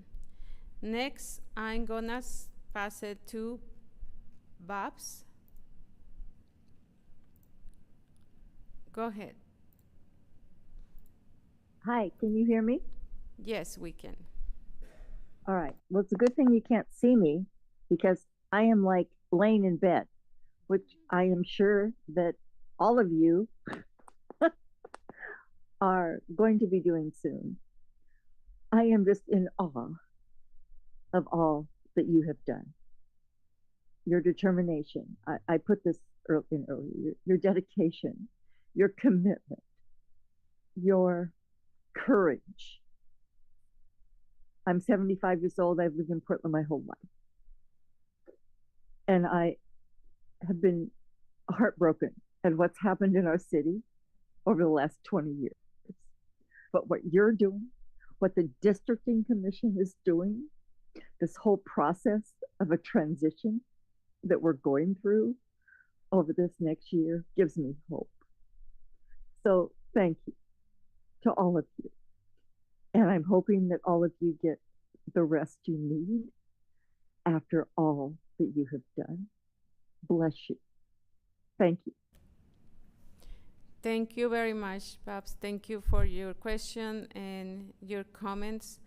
We thank everyone that has been here with us, even if they haven't asked questions, but just participating and listening to the meeting. That's very valuable, and we recognize that you're investing your time in this, and we appreciate it. Thank you so much for your contributions. Now, for the next step, I'm gonna pass it to staff, because of course he deserved to do this last part. Thank you. And before moving on, if there's anyone who would like to answer any of those questions, you're welcome to, any of the members of the commission. I did put two in the chat specifically around the question around dismissal process in 35D 130 and the handoffs there, and 35D 040 on the referral of criminal investigations in the event of possible criminal conduct. But if there are any other questions any of the members would like to answer, you're welcome to do so. I want to give space for that.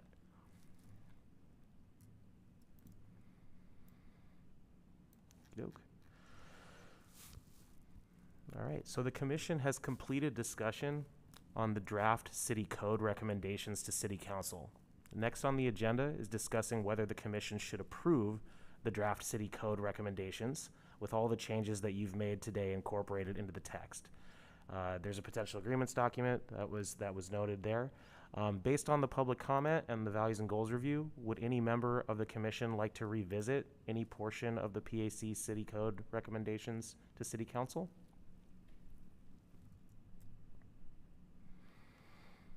All right. Is there strong opposition to approving the PAC city code recommendations to the city council? Is there general agreement to approving the city code recommendations to the city council of the Police Accountability Commission?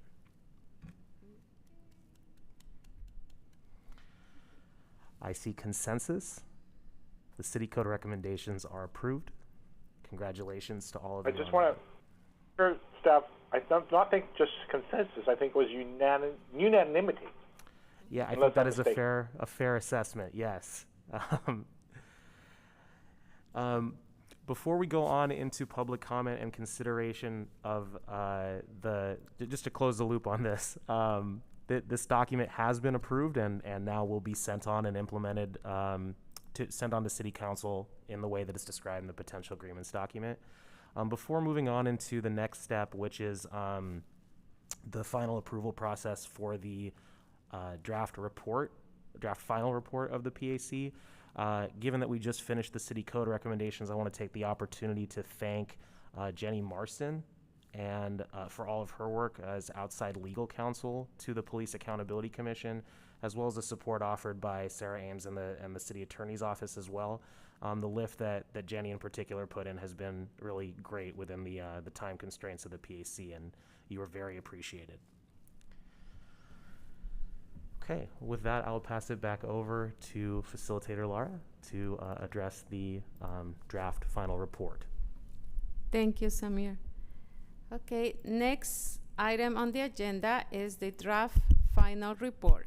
The Commission has completed discussion on the document, and next on the agenda is discussing whether the Commission should approve the PAC final report with all the changes we have made today incorporated into the text.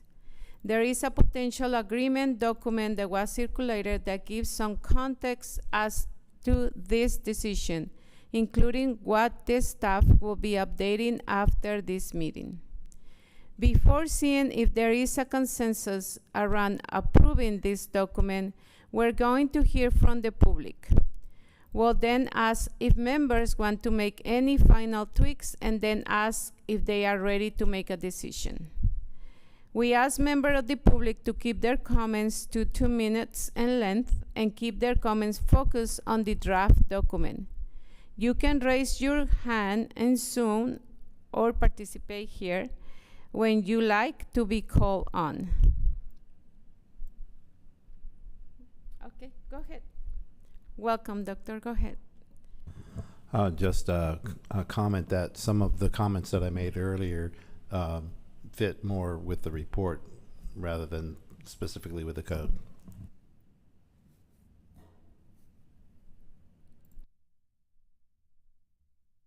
Is there any additional comments? And then I will pass if any commissioners wants to answer the question. Okay. There's somebody with their hand up. Okay. I'll let me see. Oh, Dr. Levine. Okay, go ahead, Dr. Levine. I don't see you in my screen, but go ahead. Oh, yes. Matt Levine, go ahead, please. Thank you. One last time, thank you for the opportunity to be heard, and thank you for the work you've done over the last 2 years. I so appreciate your willingness to put so much time and effort and energy into trying to make the Portland community's wishes for police accountability and racial justice and healing a reality. Coming from the community that I do, I want to especially thank Co-Chair Michelle Wesley for your courage and wisdom in saying the things you've said and the ways you've said them. The way you speak is the way my community speaks. The way you speak is the way that so many oppressed and suppressed voices speak. And I want to take time to note that because it's only the second time in my life that I've felt like there was somebody near power who spoke like my community speaks, following in the footsteps of Commissioner Joanne Hardesty. Given this, it's not surprising that both Commissioner Hardesty and co-chair Michelle Westley have been repeated targets of Portland's horrifically white supremacist system of policing, including in the time since the passage of 26-217. And to drop the formalities, shit like that is why you walk around my neighborhood, you see every stop sign has been tagged to now say stop cops or stop talking to cops. It's why every building is tagged with all cops are bastards or fuck the police. That shit isn't something that happens because people don't got better things to do. That shit happens because so many have had the very worst moments of our lives happen because of police. And our voices have been suppressed. And that's the only way to get the clueless white liberals of this city and the white supremacist fascist snake and op Ted Wheeler to listen. It's also why I hope you'll continue this fight alongside our community. What y'all have done is so fucking important, and it needs to be only the beginning of what we do to radically transform this city in the direction of racial justice, in the direction of increasing love, and in the direction of reducing harm. Thank you. Thank you very much, Matt, for being here, for your support, your questions, and your comments. We always appreciate it. We appreciate you and appreciate every member that has been here at the public and participated or listening to any meeting. Is there any members of the commissioners that would like to answer a question or make a comment?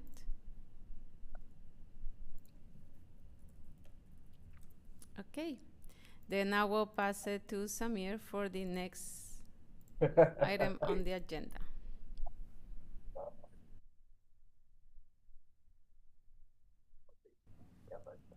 Thank you.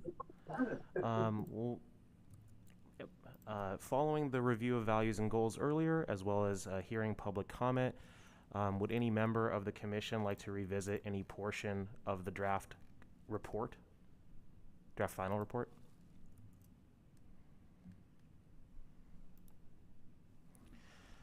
Seeing none, is there any strong opposition to the approval with all the caveats noted in the potential approvals document for staff's post-approval edits and implementation? Is there any strong opposition to the approval of the final report of the Police Accountability Commission? Is there general agreement to approving the final report of the Police Accountability Commission?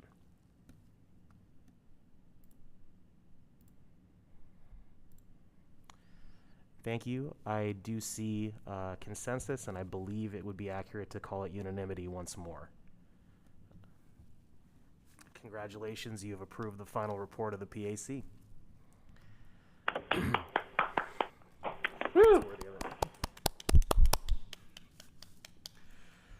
All right, well, we'll move on then to the next item on the agenda.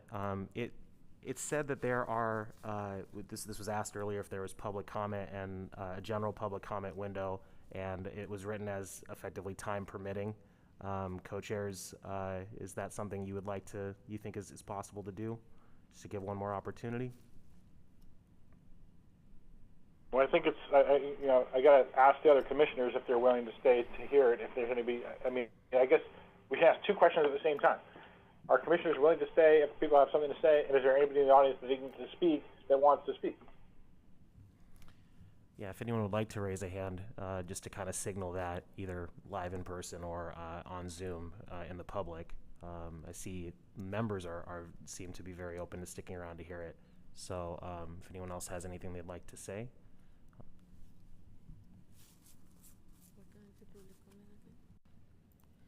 Okay, let's invite members to the public to make a general comment on the PAC, on the any PAC issues, or they can also tell their stories about policing. And we have somebody that wants to participate. Please, welcome. Go ahead. Hi, can you hear me? Yes, we can. Okay. Thank you so much. I mean, I don't know what I can say that others haven't already said, but just that I'm really in awe and grateful. On a related, is it okay to go out of scope of this in my comment? Yes, it's okay because now it's general comment. You can. Go ahead. Okay. Yeah, I just want to say that I hope that we'll, and my battery's about to die. I hope that we'll, take what we're doing here and use it for more general work. Ever the cynic and pessimist, I believe that the reason why we have so many drugs on our streets is because there are certain agencies and entities that are deliberately flooding our streets with cheap, terrible drugs. I believe that the Cop City in Atlanta, Georgia, in New York, it's everywhere, that I believe that the master plan is that climate change is intentional, that it's to make the earth deliberately uninhabitable and inhospitable in most places, to corral us, to force climate migration so that we're easier to control. I believe that the new prison that the Bureau of Prisons wants to build in, I want to say, eastern Kentucky, on top of the site of an old coal mine, is because they know that there's going to be food and water riots due to drought and famine, due to the climate crisis and polycrisis in the coming decades. And so, this is all, I mean, I don't need to tell you folks this, you all know this. And, and the CIA was caught hacking into the Senate Intelligence Committee with Senator Dianne Feinstein several years back. What was it, 2016? So I hope that we can continue to take the fight to where it truly belongs, which is to the doorsteps of the oligarchs and the billionaires and the super predators who believe that their vision is what's best for all of humanity, who are so insecure that and so scared of their own death that they have to force it on others, who believe that total consumption, that the biggest fish that eats anything and everything in the universe is the natural order. And that we can really use this as a bridge to radically transform and to put nature and the earth back into harmony and balance. Probably not what you all were expecting, but that's what's been on my heart and mind lately. Thanks so much. Thank you. We're very thankful that you are here and very appreciative of your comment. Thank you very much.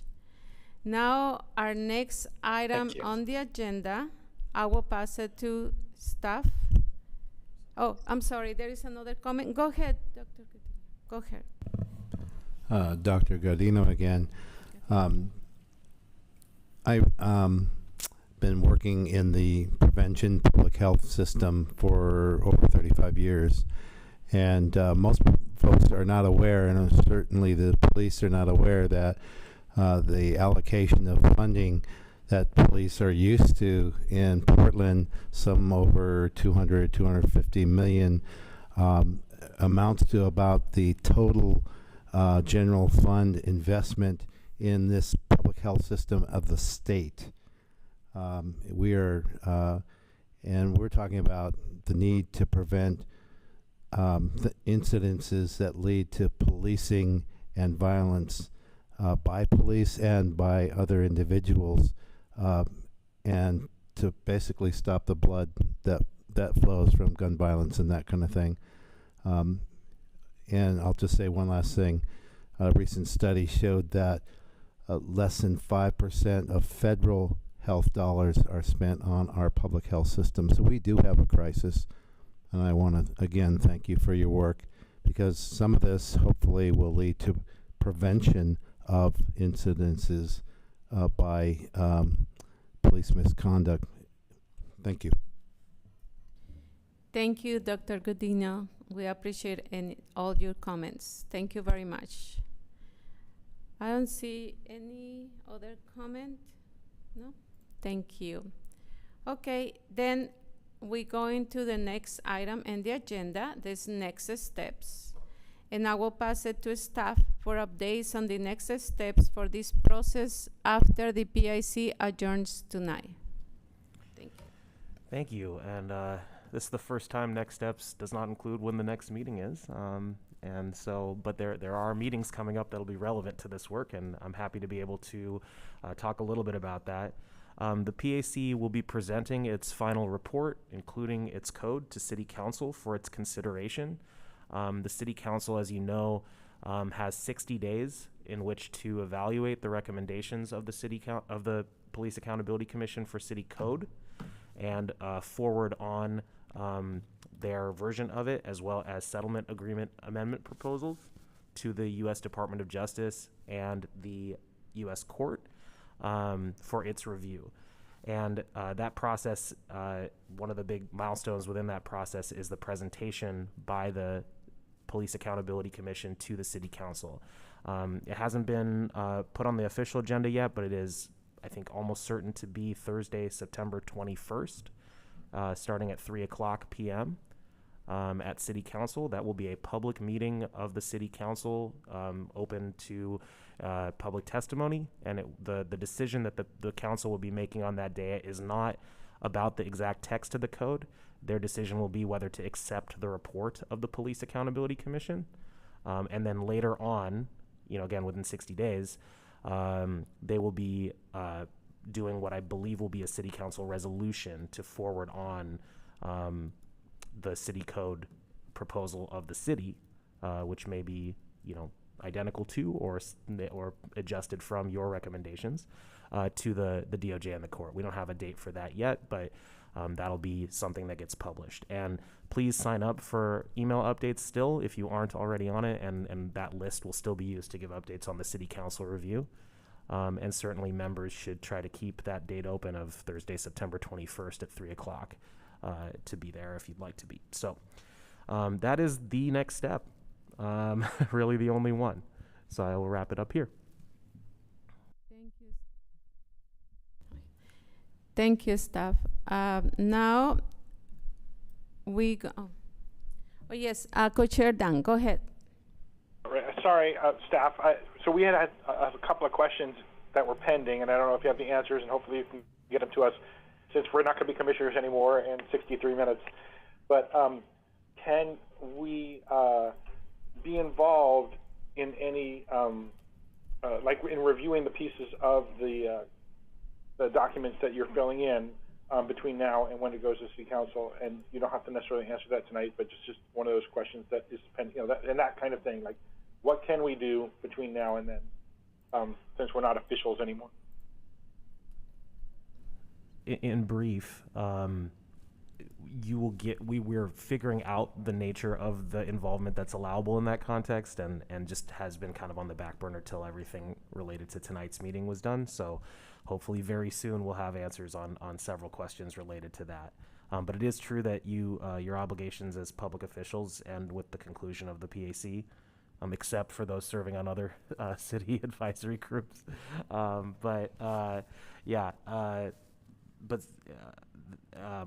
employees of the city, of course. But the rest we'll try to get some information to you as quickly as possible.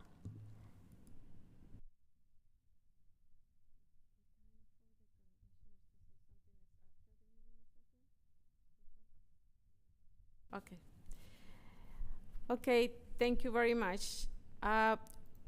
We want to say thank you to all the members who attended today's meeting and for your contributions today. Thank you also to the interpreters to make these meetings more accessible. And finally, thank you to the members of the community for attending and contributing your thoughts and questions.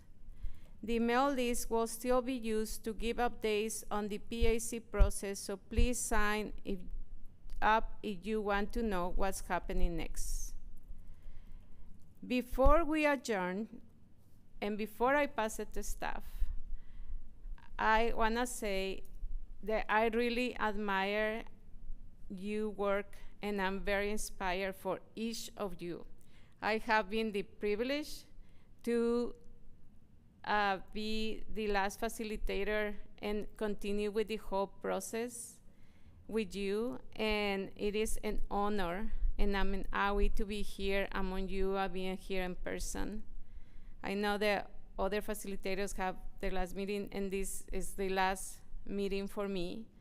And I just, every time when somebody told me about the PAC, the person who, I was in the wrong building, and then she find me and came and bring me, and she say, oh, Victoria, you're a facilitator. I say, you know what, it's just the commissioners. I told everyone. I told my friend Carmen, I told Dan, I told the mayor. I said, you know what, you don't have a clue what these people is capable to do with all the love, the passion, and the commitment they have shown every single meeting as a volunteer. I hope you feel very proud. Perfection doesn't exist. And then the community agreement say accept non-closure. Remember, I brought a community agreement.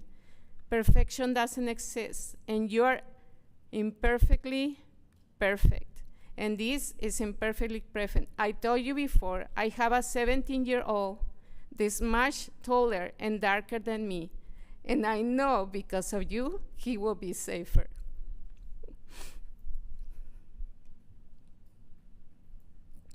Thank you.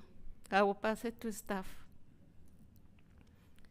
Well, I want to save time for the members, but I also do see that both facilitators, Ayamida and Christine, are here as well. So I want to give you the floor for a moment as well, and then try to preserve as much time for the members as possible. Ayamida, I'll let you facilitate who goes first. I will say, Dr. Moses, go ahead. Thank you so much. It has just been such an honor to see each and every one of you grow. You have gelled into an incredible community resource, listened and learned and thought deeply. And it has just been such an honor to be on this path with you. And thank you so very much. Ayamide? I will definitely second what Dr. Moses has said. It has truly been an honor to be here and to witness this work with so many different personalities and so many different life paths working together to create consensus to do this work. For me as a Black human being, I will feel more protected in Portland if what you've done is put into place and made an actuality for our community members. And also for my son, who is a Black man that I worry about on a regular basis being out in the world. Knowing that our community is trying to do better in creating a safer space for marginalized communities and over-policed communities. I thank you for that. And hopefully other cities and states will take a page out of y'all's books. So thank you again. Now you may be wondering why sorry about this. That's on me. You may be wondering why we're having us kind of go first with thank yous on the facilitation staff side. That's to leave as much time as possible for the last words to be the members'. I just wanted to first acknowledge Victoria, as you mentioned, it's your last meeting, and I'm very grateful you've been able to be here with us. I also want to acknowledge other folks who've contributed to this work, from Open Signal to the interpreters to the various people that contributed. Sue Disciple facilitated our first meeting, the attorneys who've helped out. On the staff side, the work of Austin Foster on community engagement, and Emily Mann, project assistant, and Jamie Ridgway, who has been on the content and effort to develop the documents. Just absolutely would not have been able to happen without her contributions as well. It feels like a lot of more people that will probably not get to be mentioned, but I do want to shout out to the 1,500 plus people who contributed to this process in some way in the city of Portland through community engagement, advanced public comment, being here and spending your evenings with this group. And second to last, I'll thank the members of the commission who weren't able to be here all the way to the end, but contributed greatly to this process. I think of a conversation and a comment that was made by former member Winta about centering love in this process.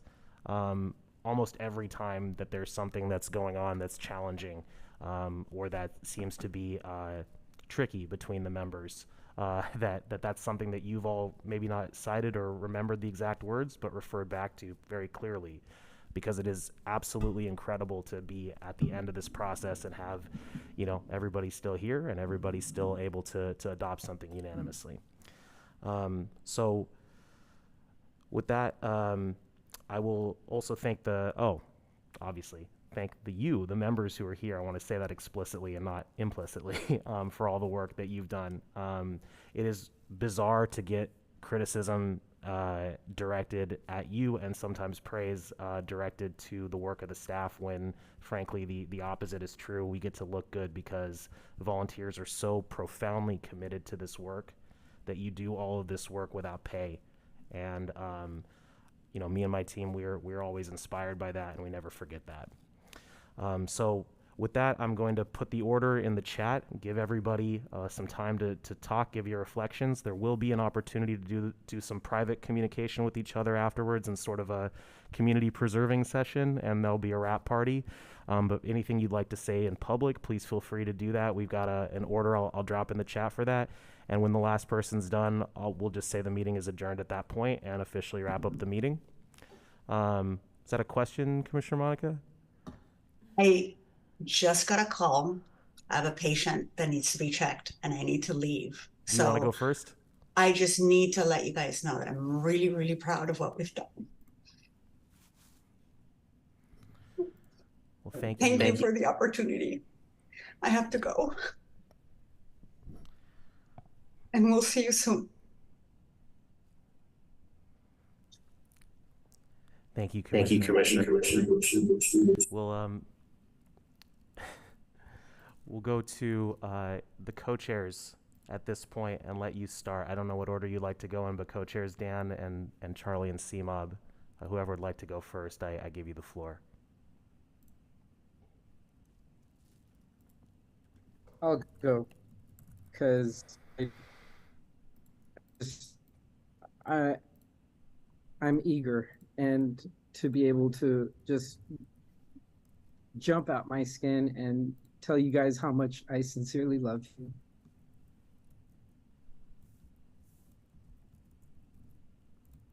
So,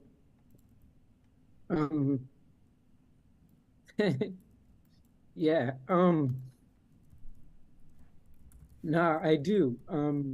Just need to thank the facilitators first off, a concept that we did not believe in, at least I didn't in the beginning.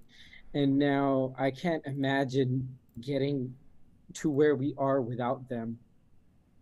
Incredibly, incredibly powerful tool. And I'm grateful for our facilitators. And, you know, I needed Dr. Moses and Laura and everyone else within their system. I'm grateful for our commissioners, incredibly smart and diverse array of people with experiences, with knowledge, and, you know, just through osmosis, coming out of this just much smarter and much more aware of the work entailed in this, whereas I didn't necessarily anticipate all of this work, but, you know, as a unit, everybody just incredibly beautiful and supportive with one another. An example to my family, my children, just being a part of this. I'm saying all this with my daughter right next to me, you know, because it's important, it's impactful. Little hand there.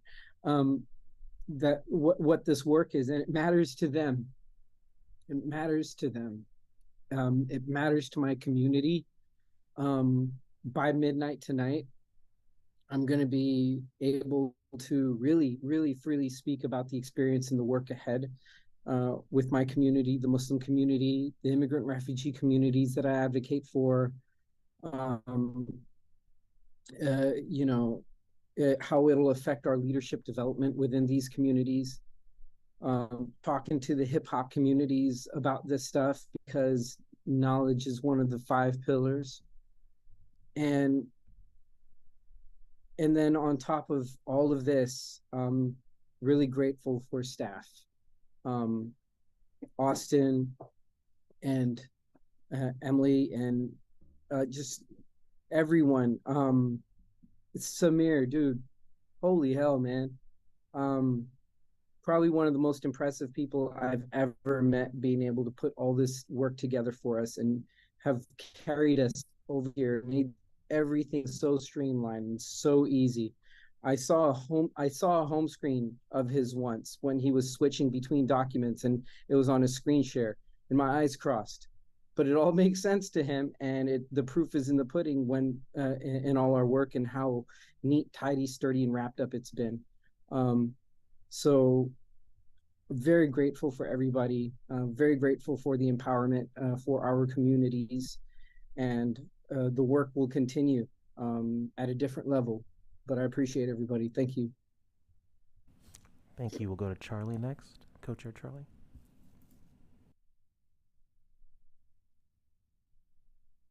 Hi. Forgive me. I am on my pain meds now, and they are kicking in. But despite having surgery yesterday, I could not miss this. The multitudes of times I was going to quit, that Samir talked me off that ledge and told me how important my voice was, where it's never been important before.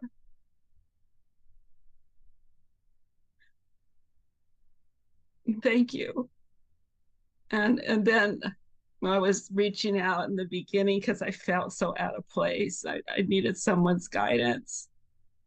And Dan, co-chair Commissioner Dan Handelman, swooped me up and has mentored me all through this. Like, he brought the brains and the knowledge and the experience in the policing institution.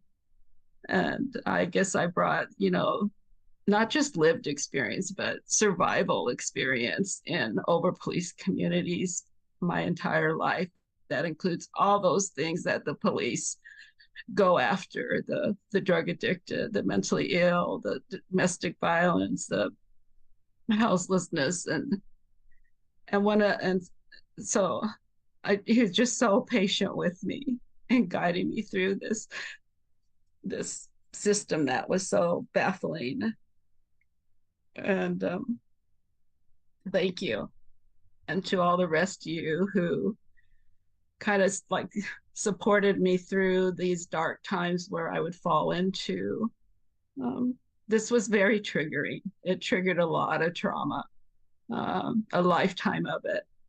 And I would take some breaks, and y'all stepped up. And Casey and Catherine, when I was supposed to be co-chairing phase 4, and they were so gracious about it. And putting up with my forcing I guess I didn't have to force the goals and values, but I sure wanted to make sure they stayed front and center. Felt very passionate about that. And I want to give a shout out to Matt Levine. He is my dear friend and has supported me throughout this whole process when I wanted to give up. And I'm glad I didn't. I do have a Black Indigenous grandson. That's always my argument. It's for this next generation, and it's hopefully to do the harm reduction today for those folks who are still out there. And you're not just hearing my voice. I am repeating the voice of the people I talk to in the streets.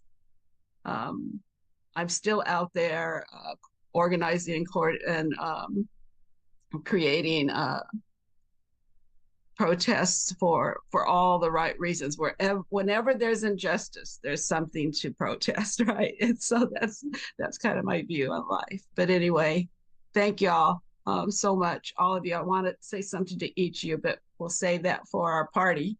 Okay. Bye. Thank you, Charlie. And we'll go on to co-chair Dan and then go to Commissioner Connie after that.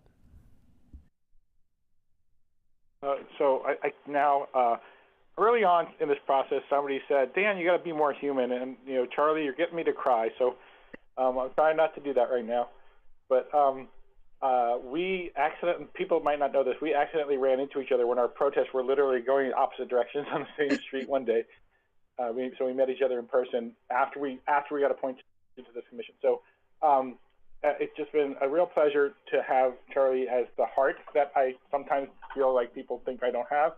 And that's one of the reasons we made a small team, but then all 20 of us together made it like a huge unit with all different personalities building one giant blob that was able to pass this thing together. And I just want to say that at the beginning too, I just want to say that there was a lot of talk about the Charter Commission this, Charter Commission that, and it really bugged me. But I'm going to say this. The Charter Commission didn't vote unanimously on their thing, and we did.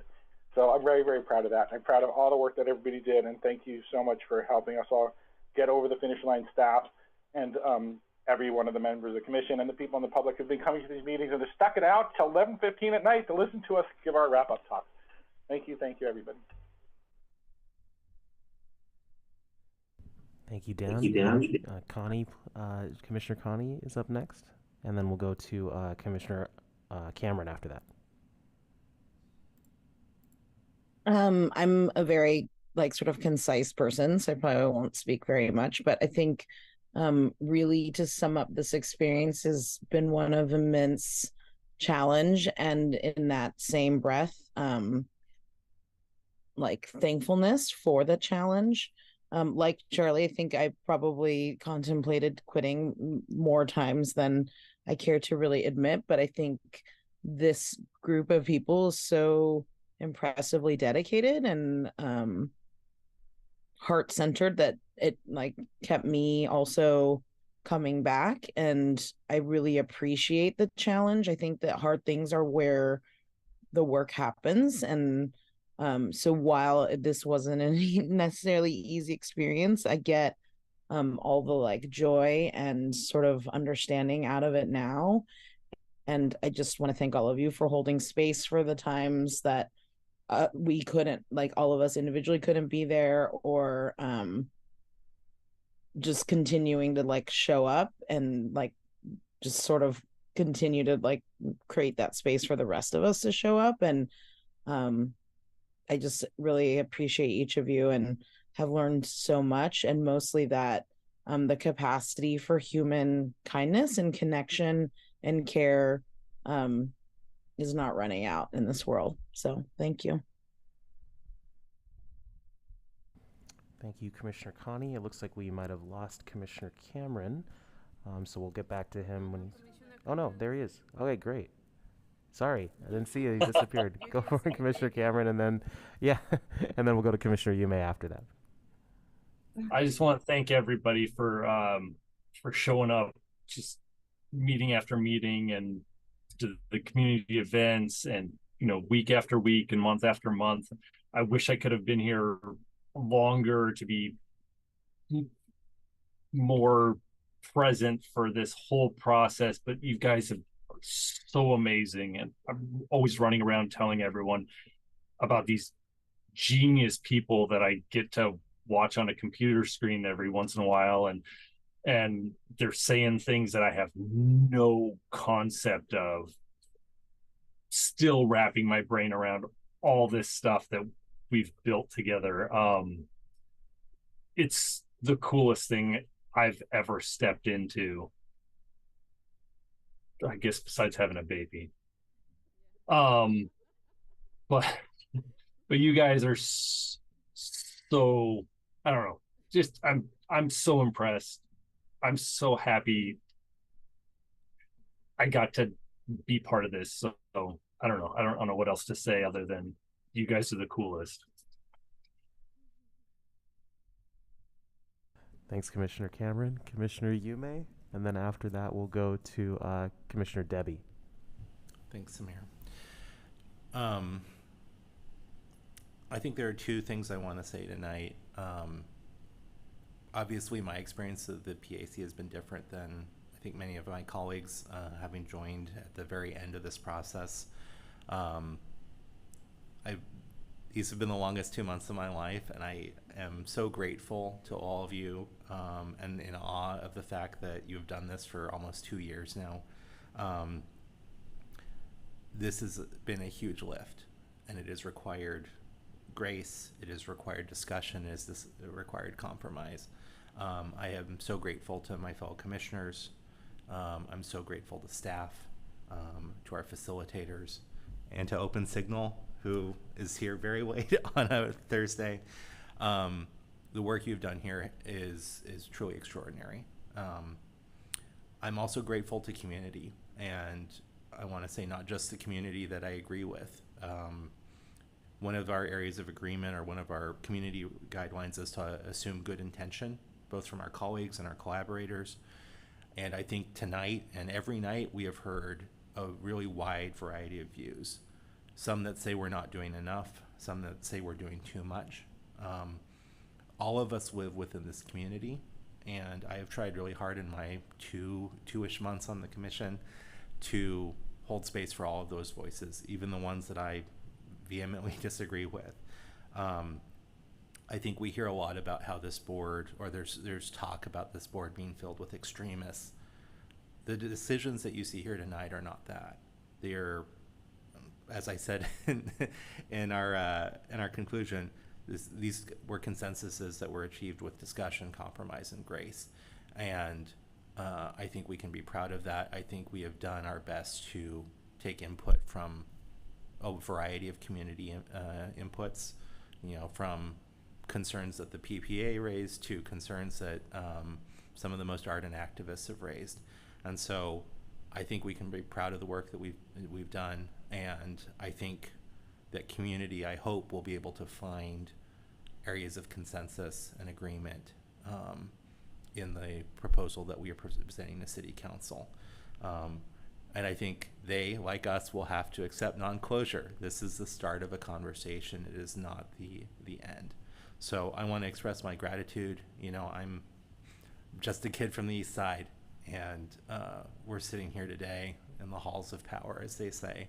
And we've tried to do our best for community, and we have done so literally to the 11th hour and to the last minute. So my gratitude to you, to community, and much love to you all.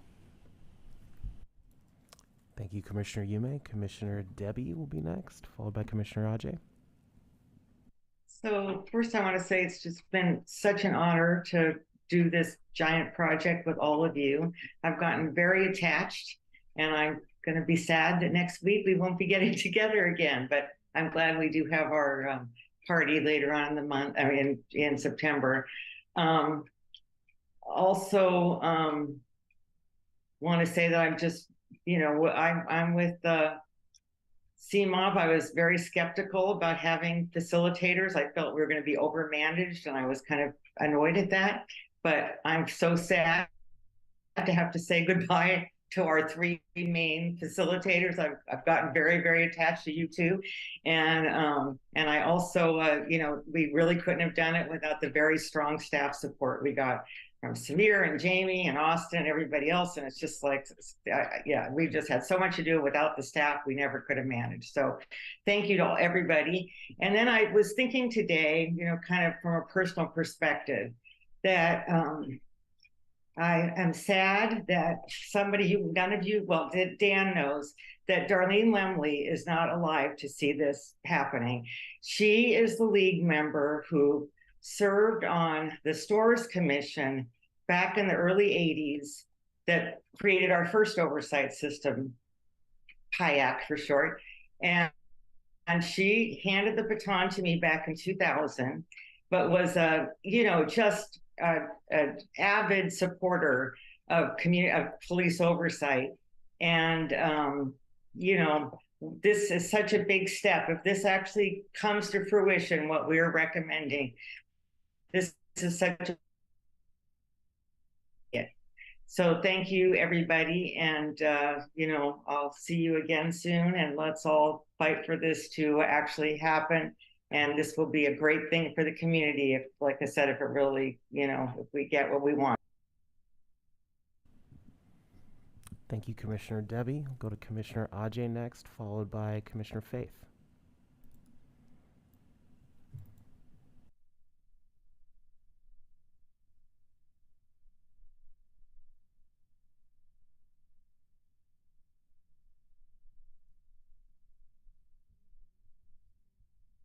Sorry, also I noticed I skipped KC in the order, so we'll go Commissioner J, then Commissioner KC. Sorry about that. Sorry about that. I'm getting ready for bed because I'm in Chicago right now, so it's like 1:30. But yeah, I just appreciate everybody, and yeah, I feel like I came into this not knowing what to expect, and also experiencing a lot of like doubt and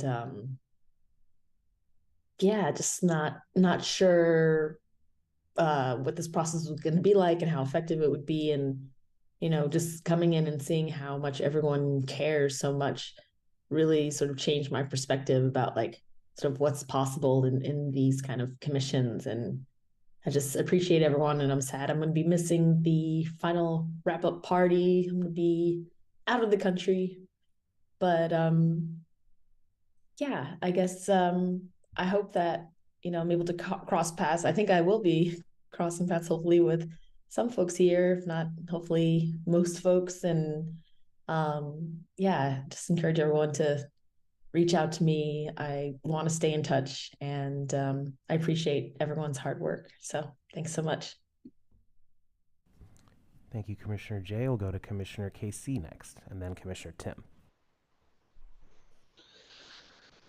I mean, everybody said everything that I want to say to each other and how grateful we are for each other. And I just keep coming back to the fact that when we were in the streets in 2020, one of the things that we kept saying is we protect us.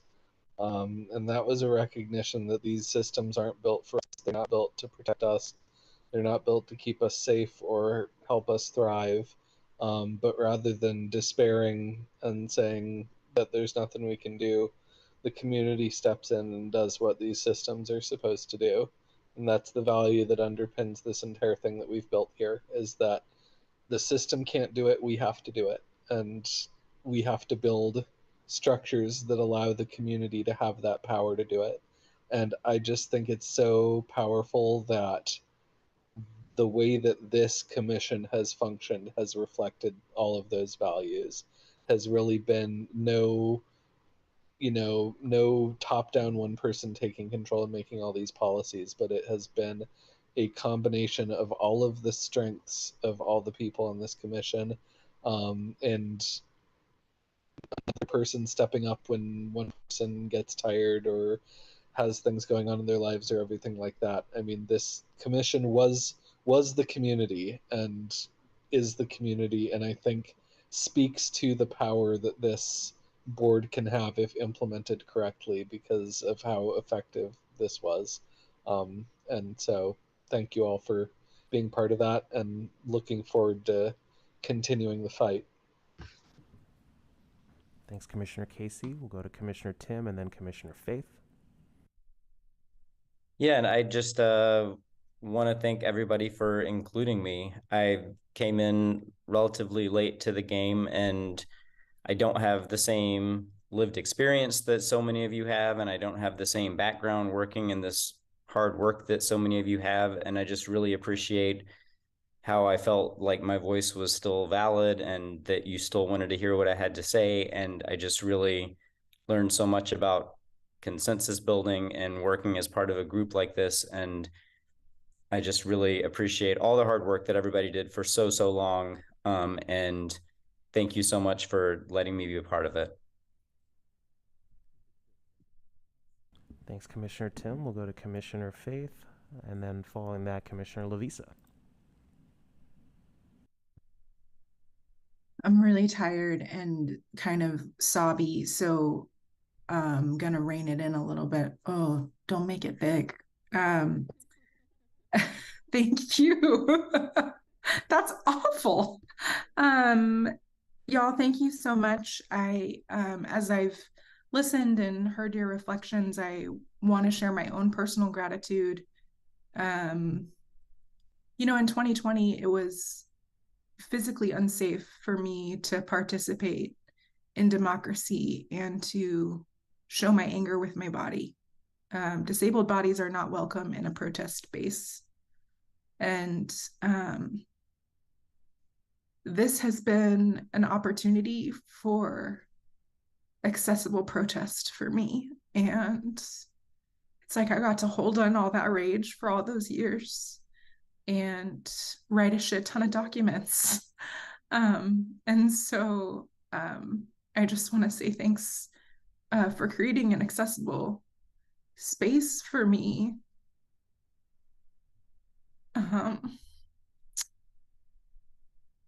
Yeah, shit ton of spreadsheets too.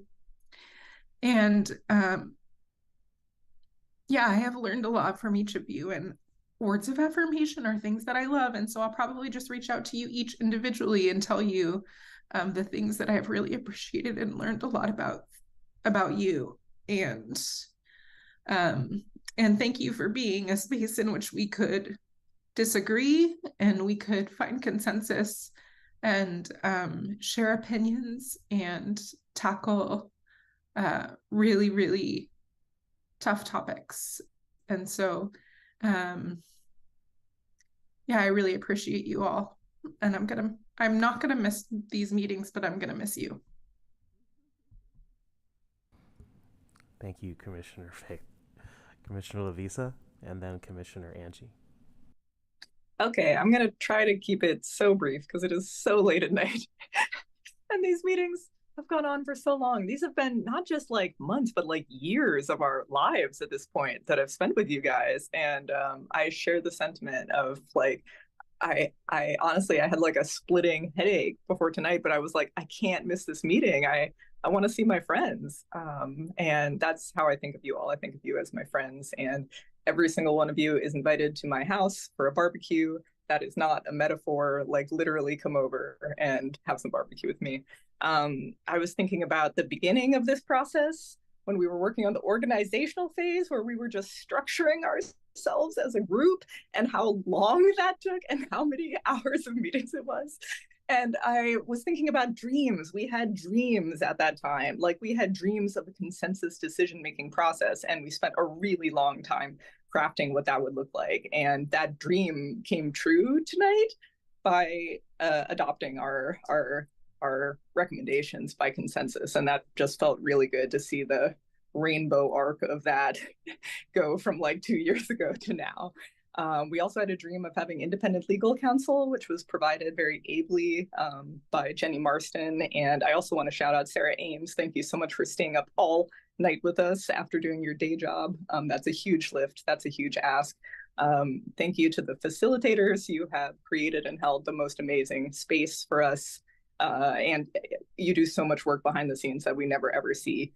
To the interpreters, especially, thank you for interpreting like endlessly without a break, like so many times. To Open Signal, to staff, I just can't, I can't possibly say enough about our staff. I mean, extreme shout out to Samir. I feel like you gave us probably 5 years off the end of your life. Like that's how stressful this has been. So I really hope you get to go on like a long vacation to a blue zone after this and try to counteract that. Old members, new members, it took a lot of courage for people to serve on this board. And I just wanted to like say that I like love every single one of you and I admire every single one of you. And as I think several people have said, this is not the end of anything. This is the start of something. This is not the end. So let's keep talking. Thank you, Commissioner Lavisa. And before going on to the last two, the Phase 1 co-chairs, I did want to also just shout out to the members that aren't able to be here today, and Commissioners Obi and Catherine, and Commissioners Christian and Tirsa as well. And I'm sure you'll have a chance to see them with the social events that come, at least hopefully. I'll pass it over to Commissioner Angie, and then we'll close out with Commissioner Sophia. Thank you. This was hard. This was really hard, and yeah, all of this work, and I feel like you guys all got all of my heart, and I got all of your heart, and I'm very grateful. But I also I want to be giggly about this, but I also, when I was 3 years old and my mom was 21, she had to go down and identify my dad's body. So this work is like freaking important. It's really, really important. And you guys, thank you. That's all I can say right now is just thank you to all of you, because this is important. Thanks. And I love you.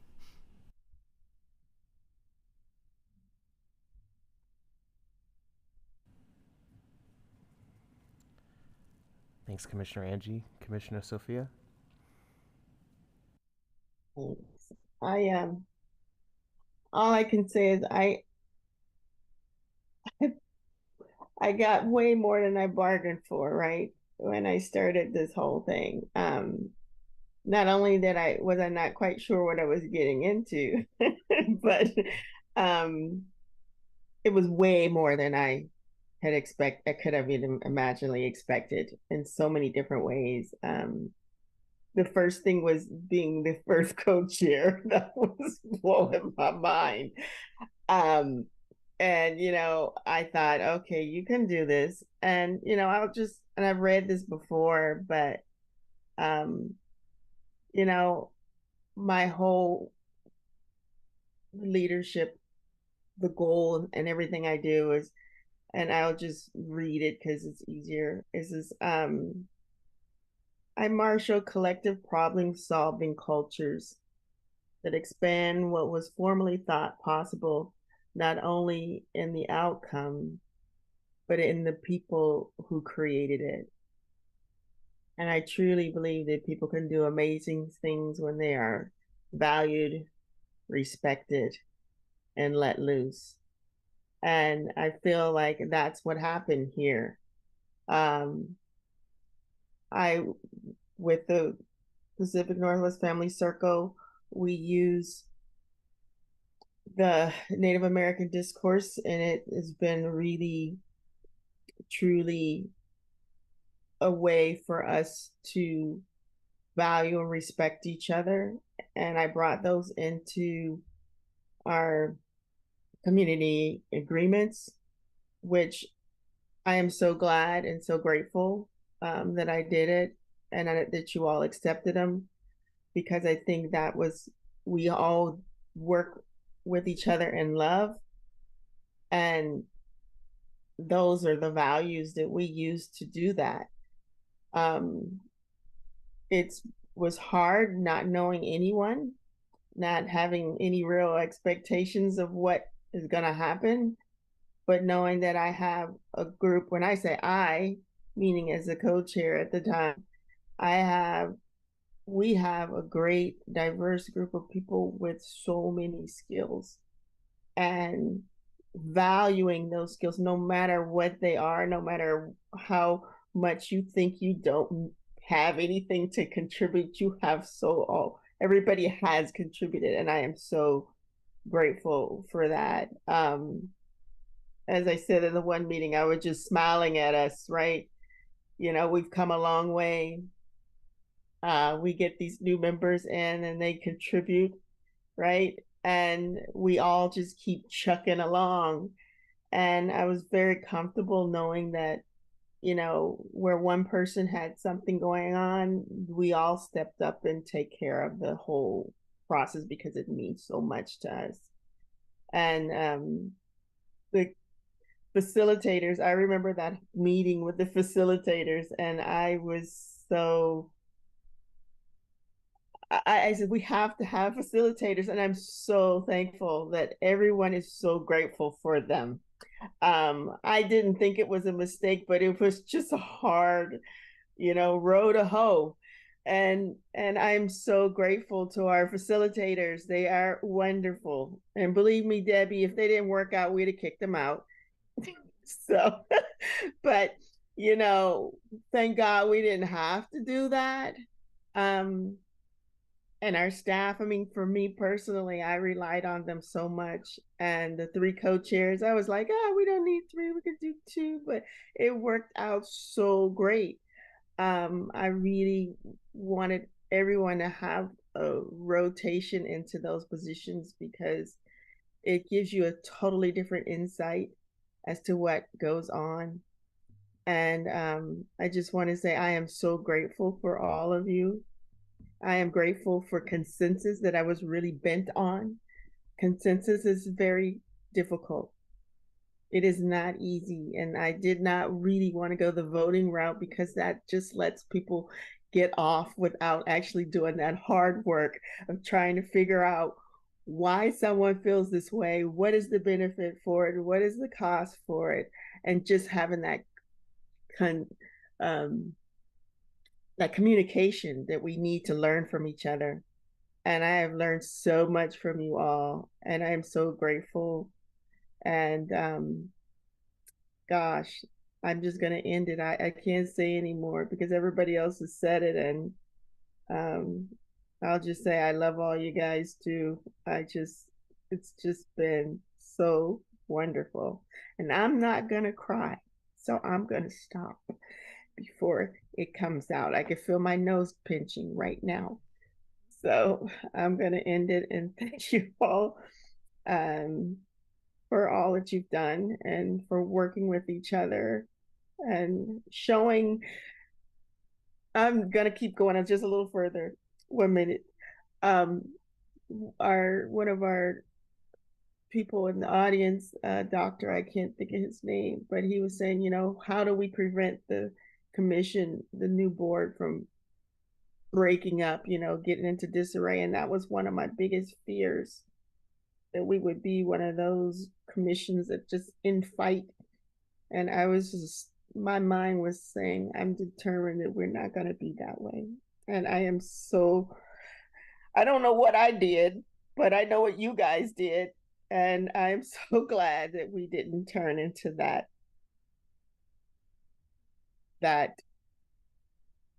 group that we see on TV fighting. And I just love you all for that. Thank you.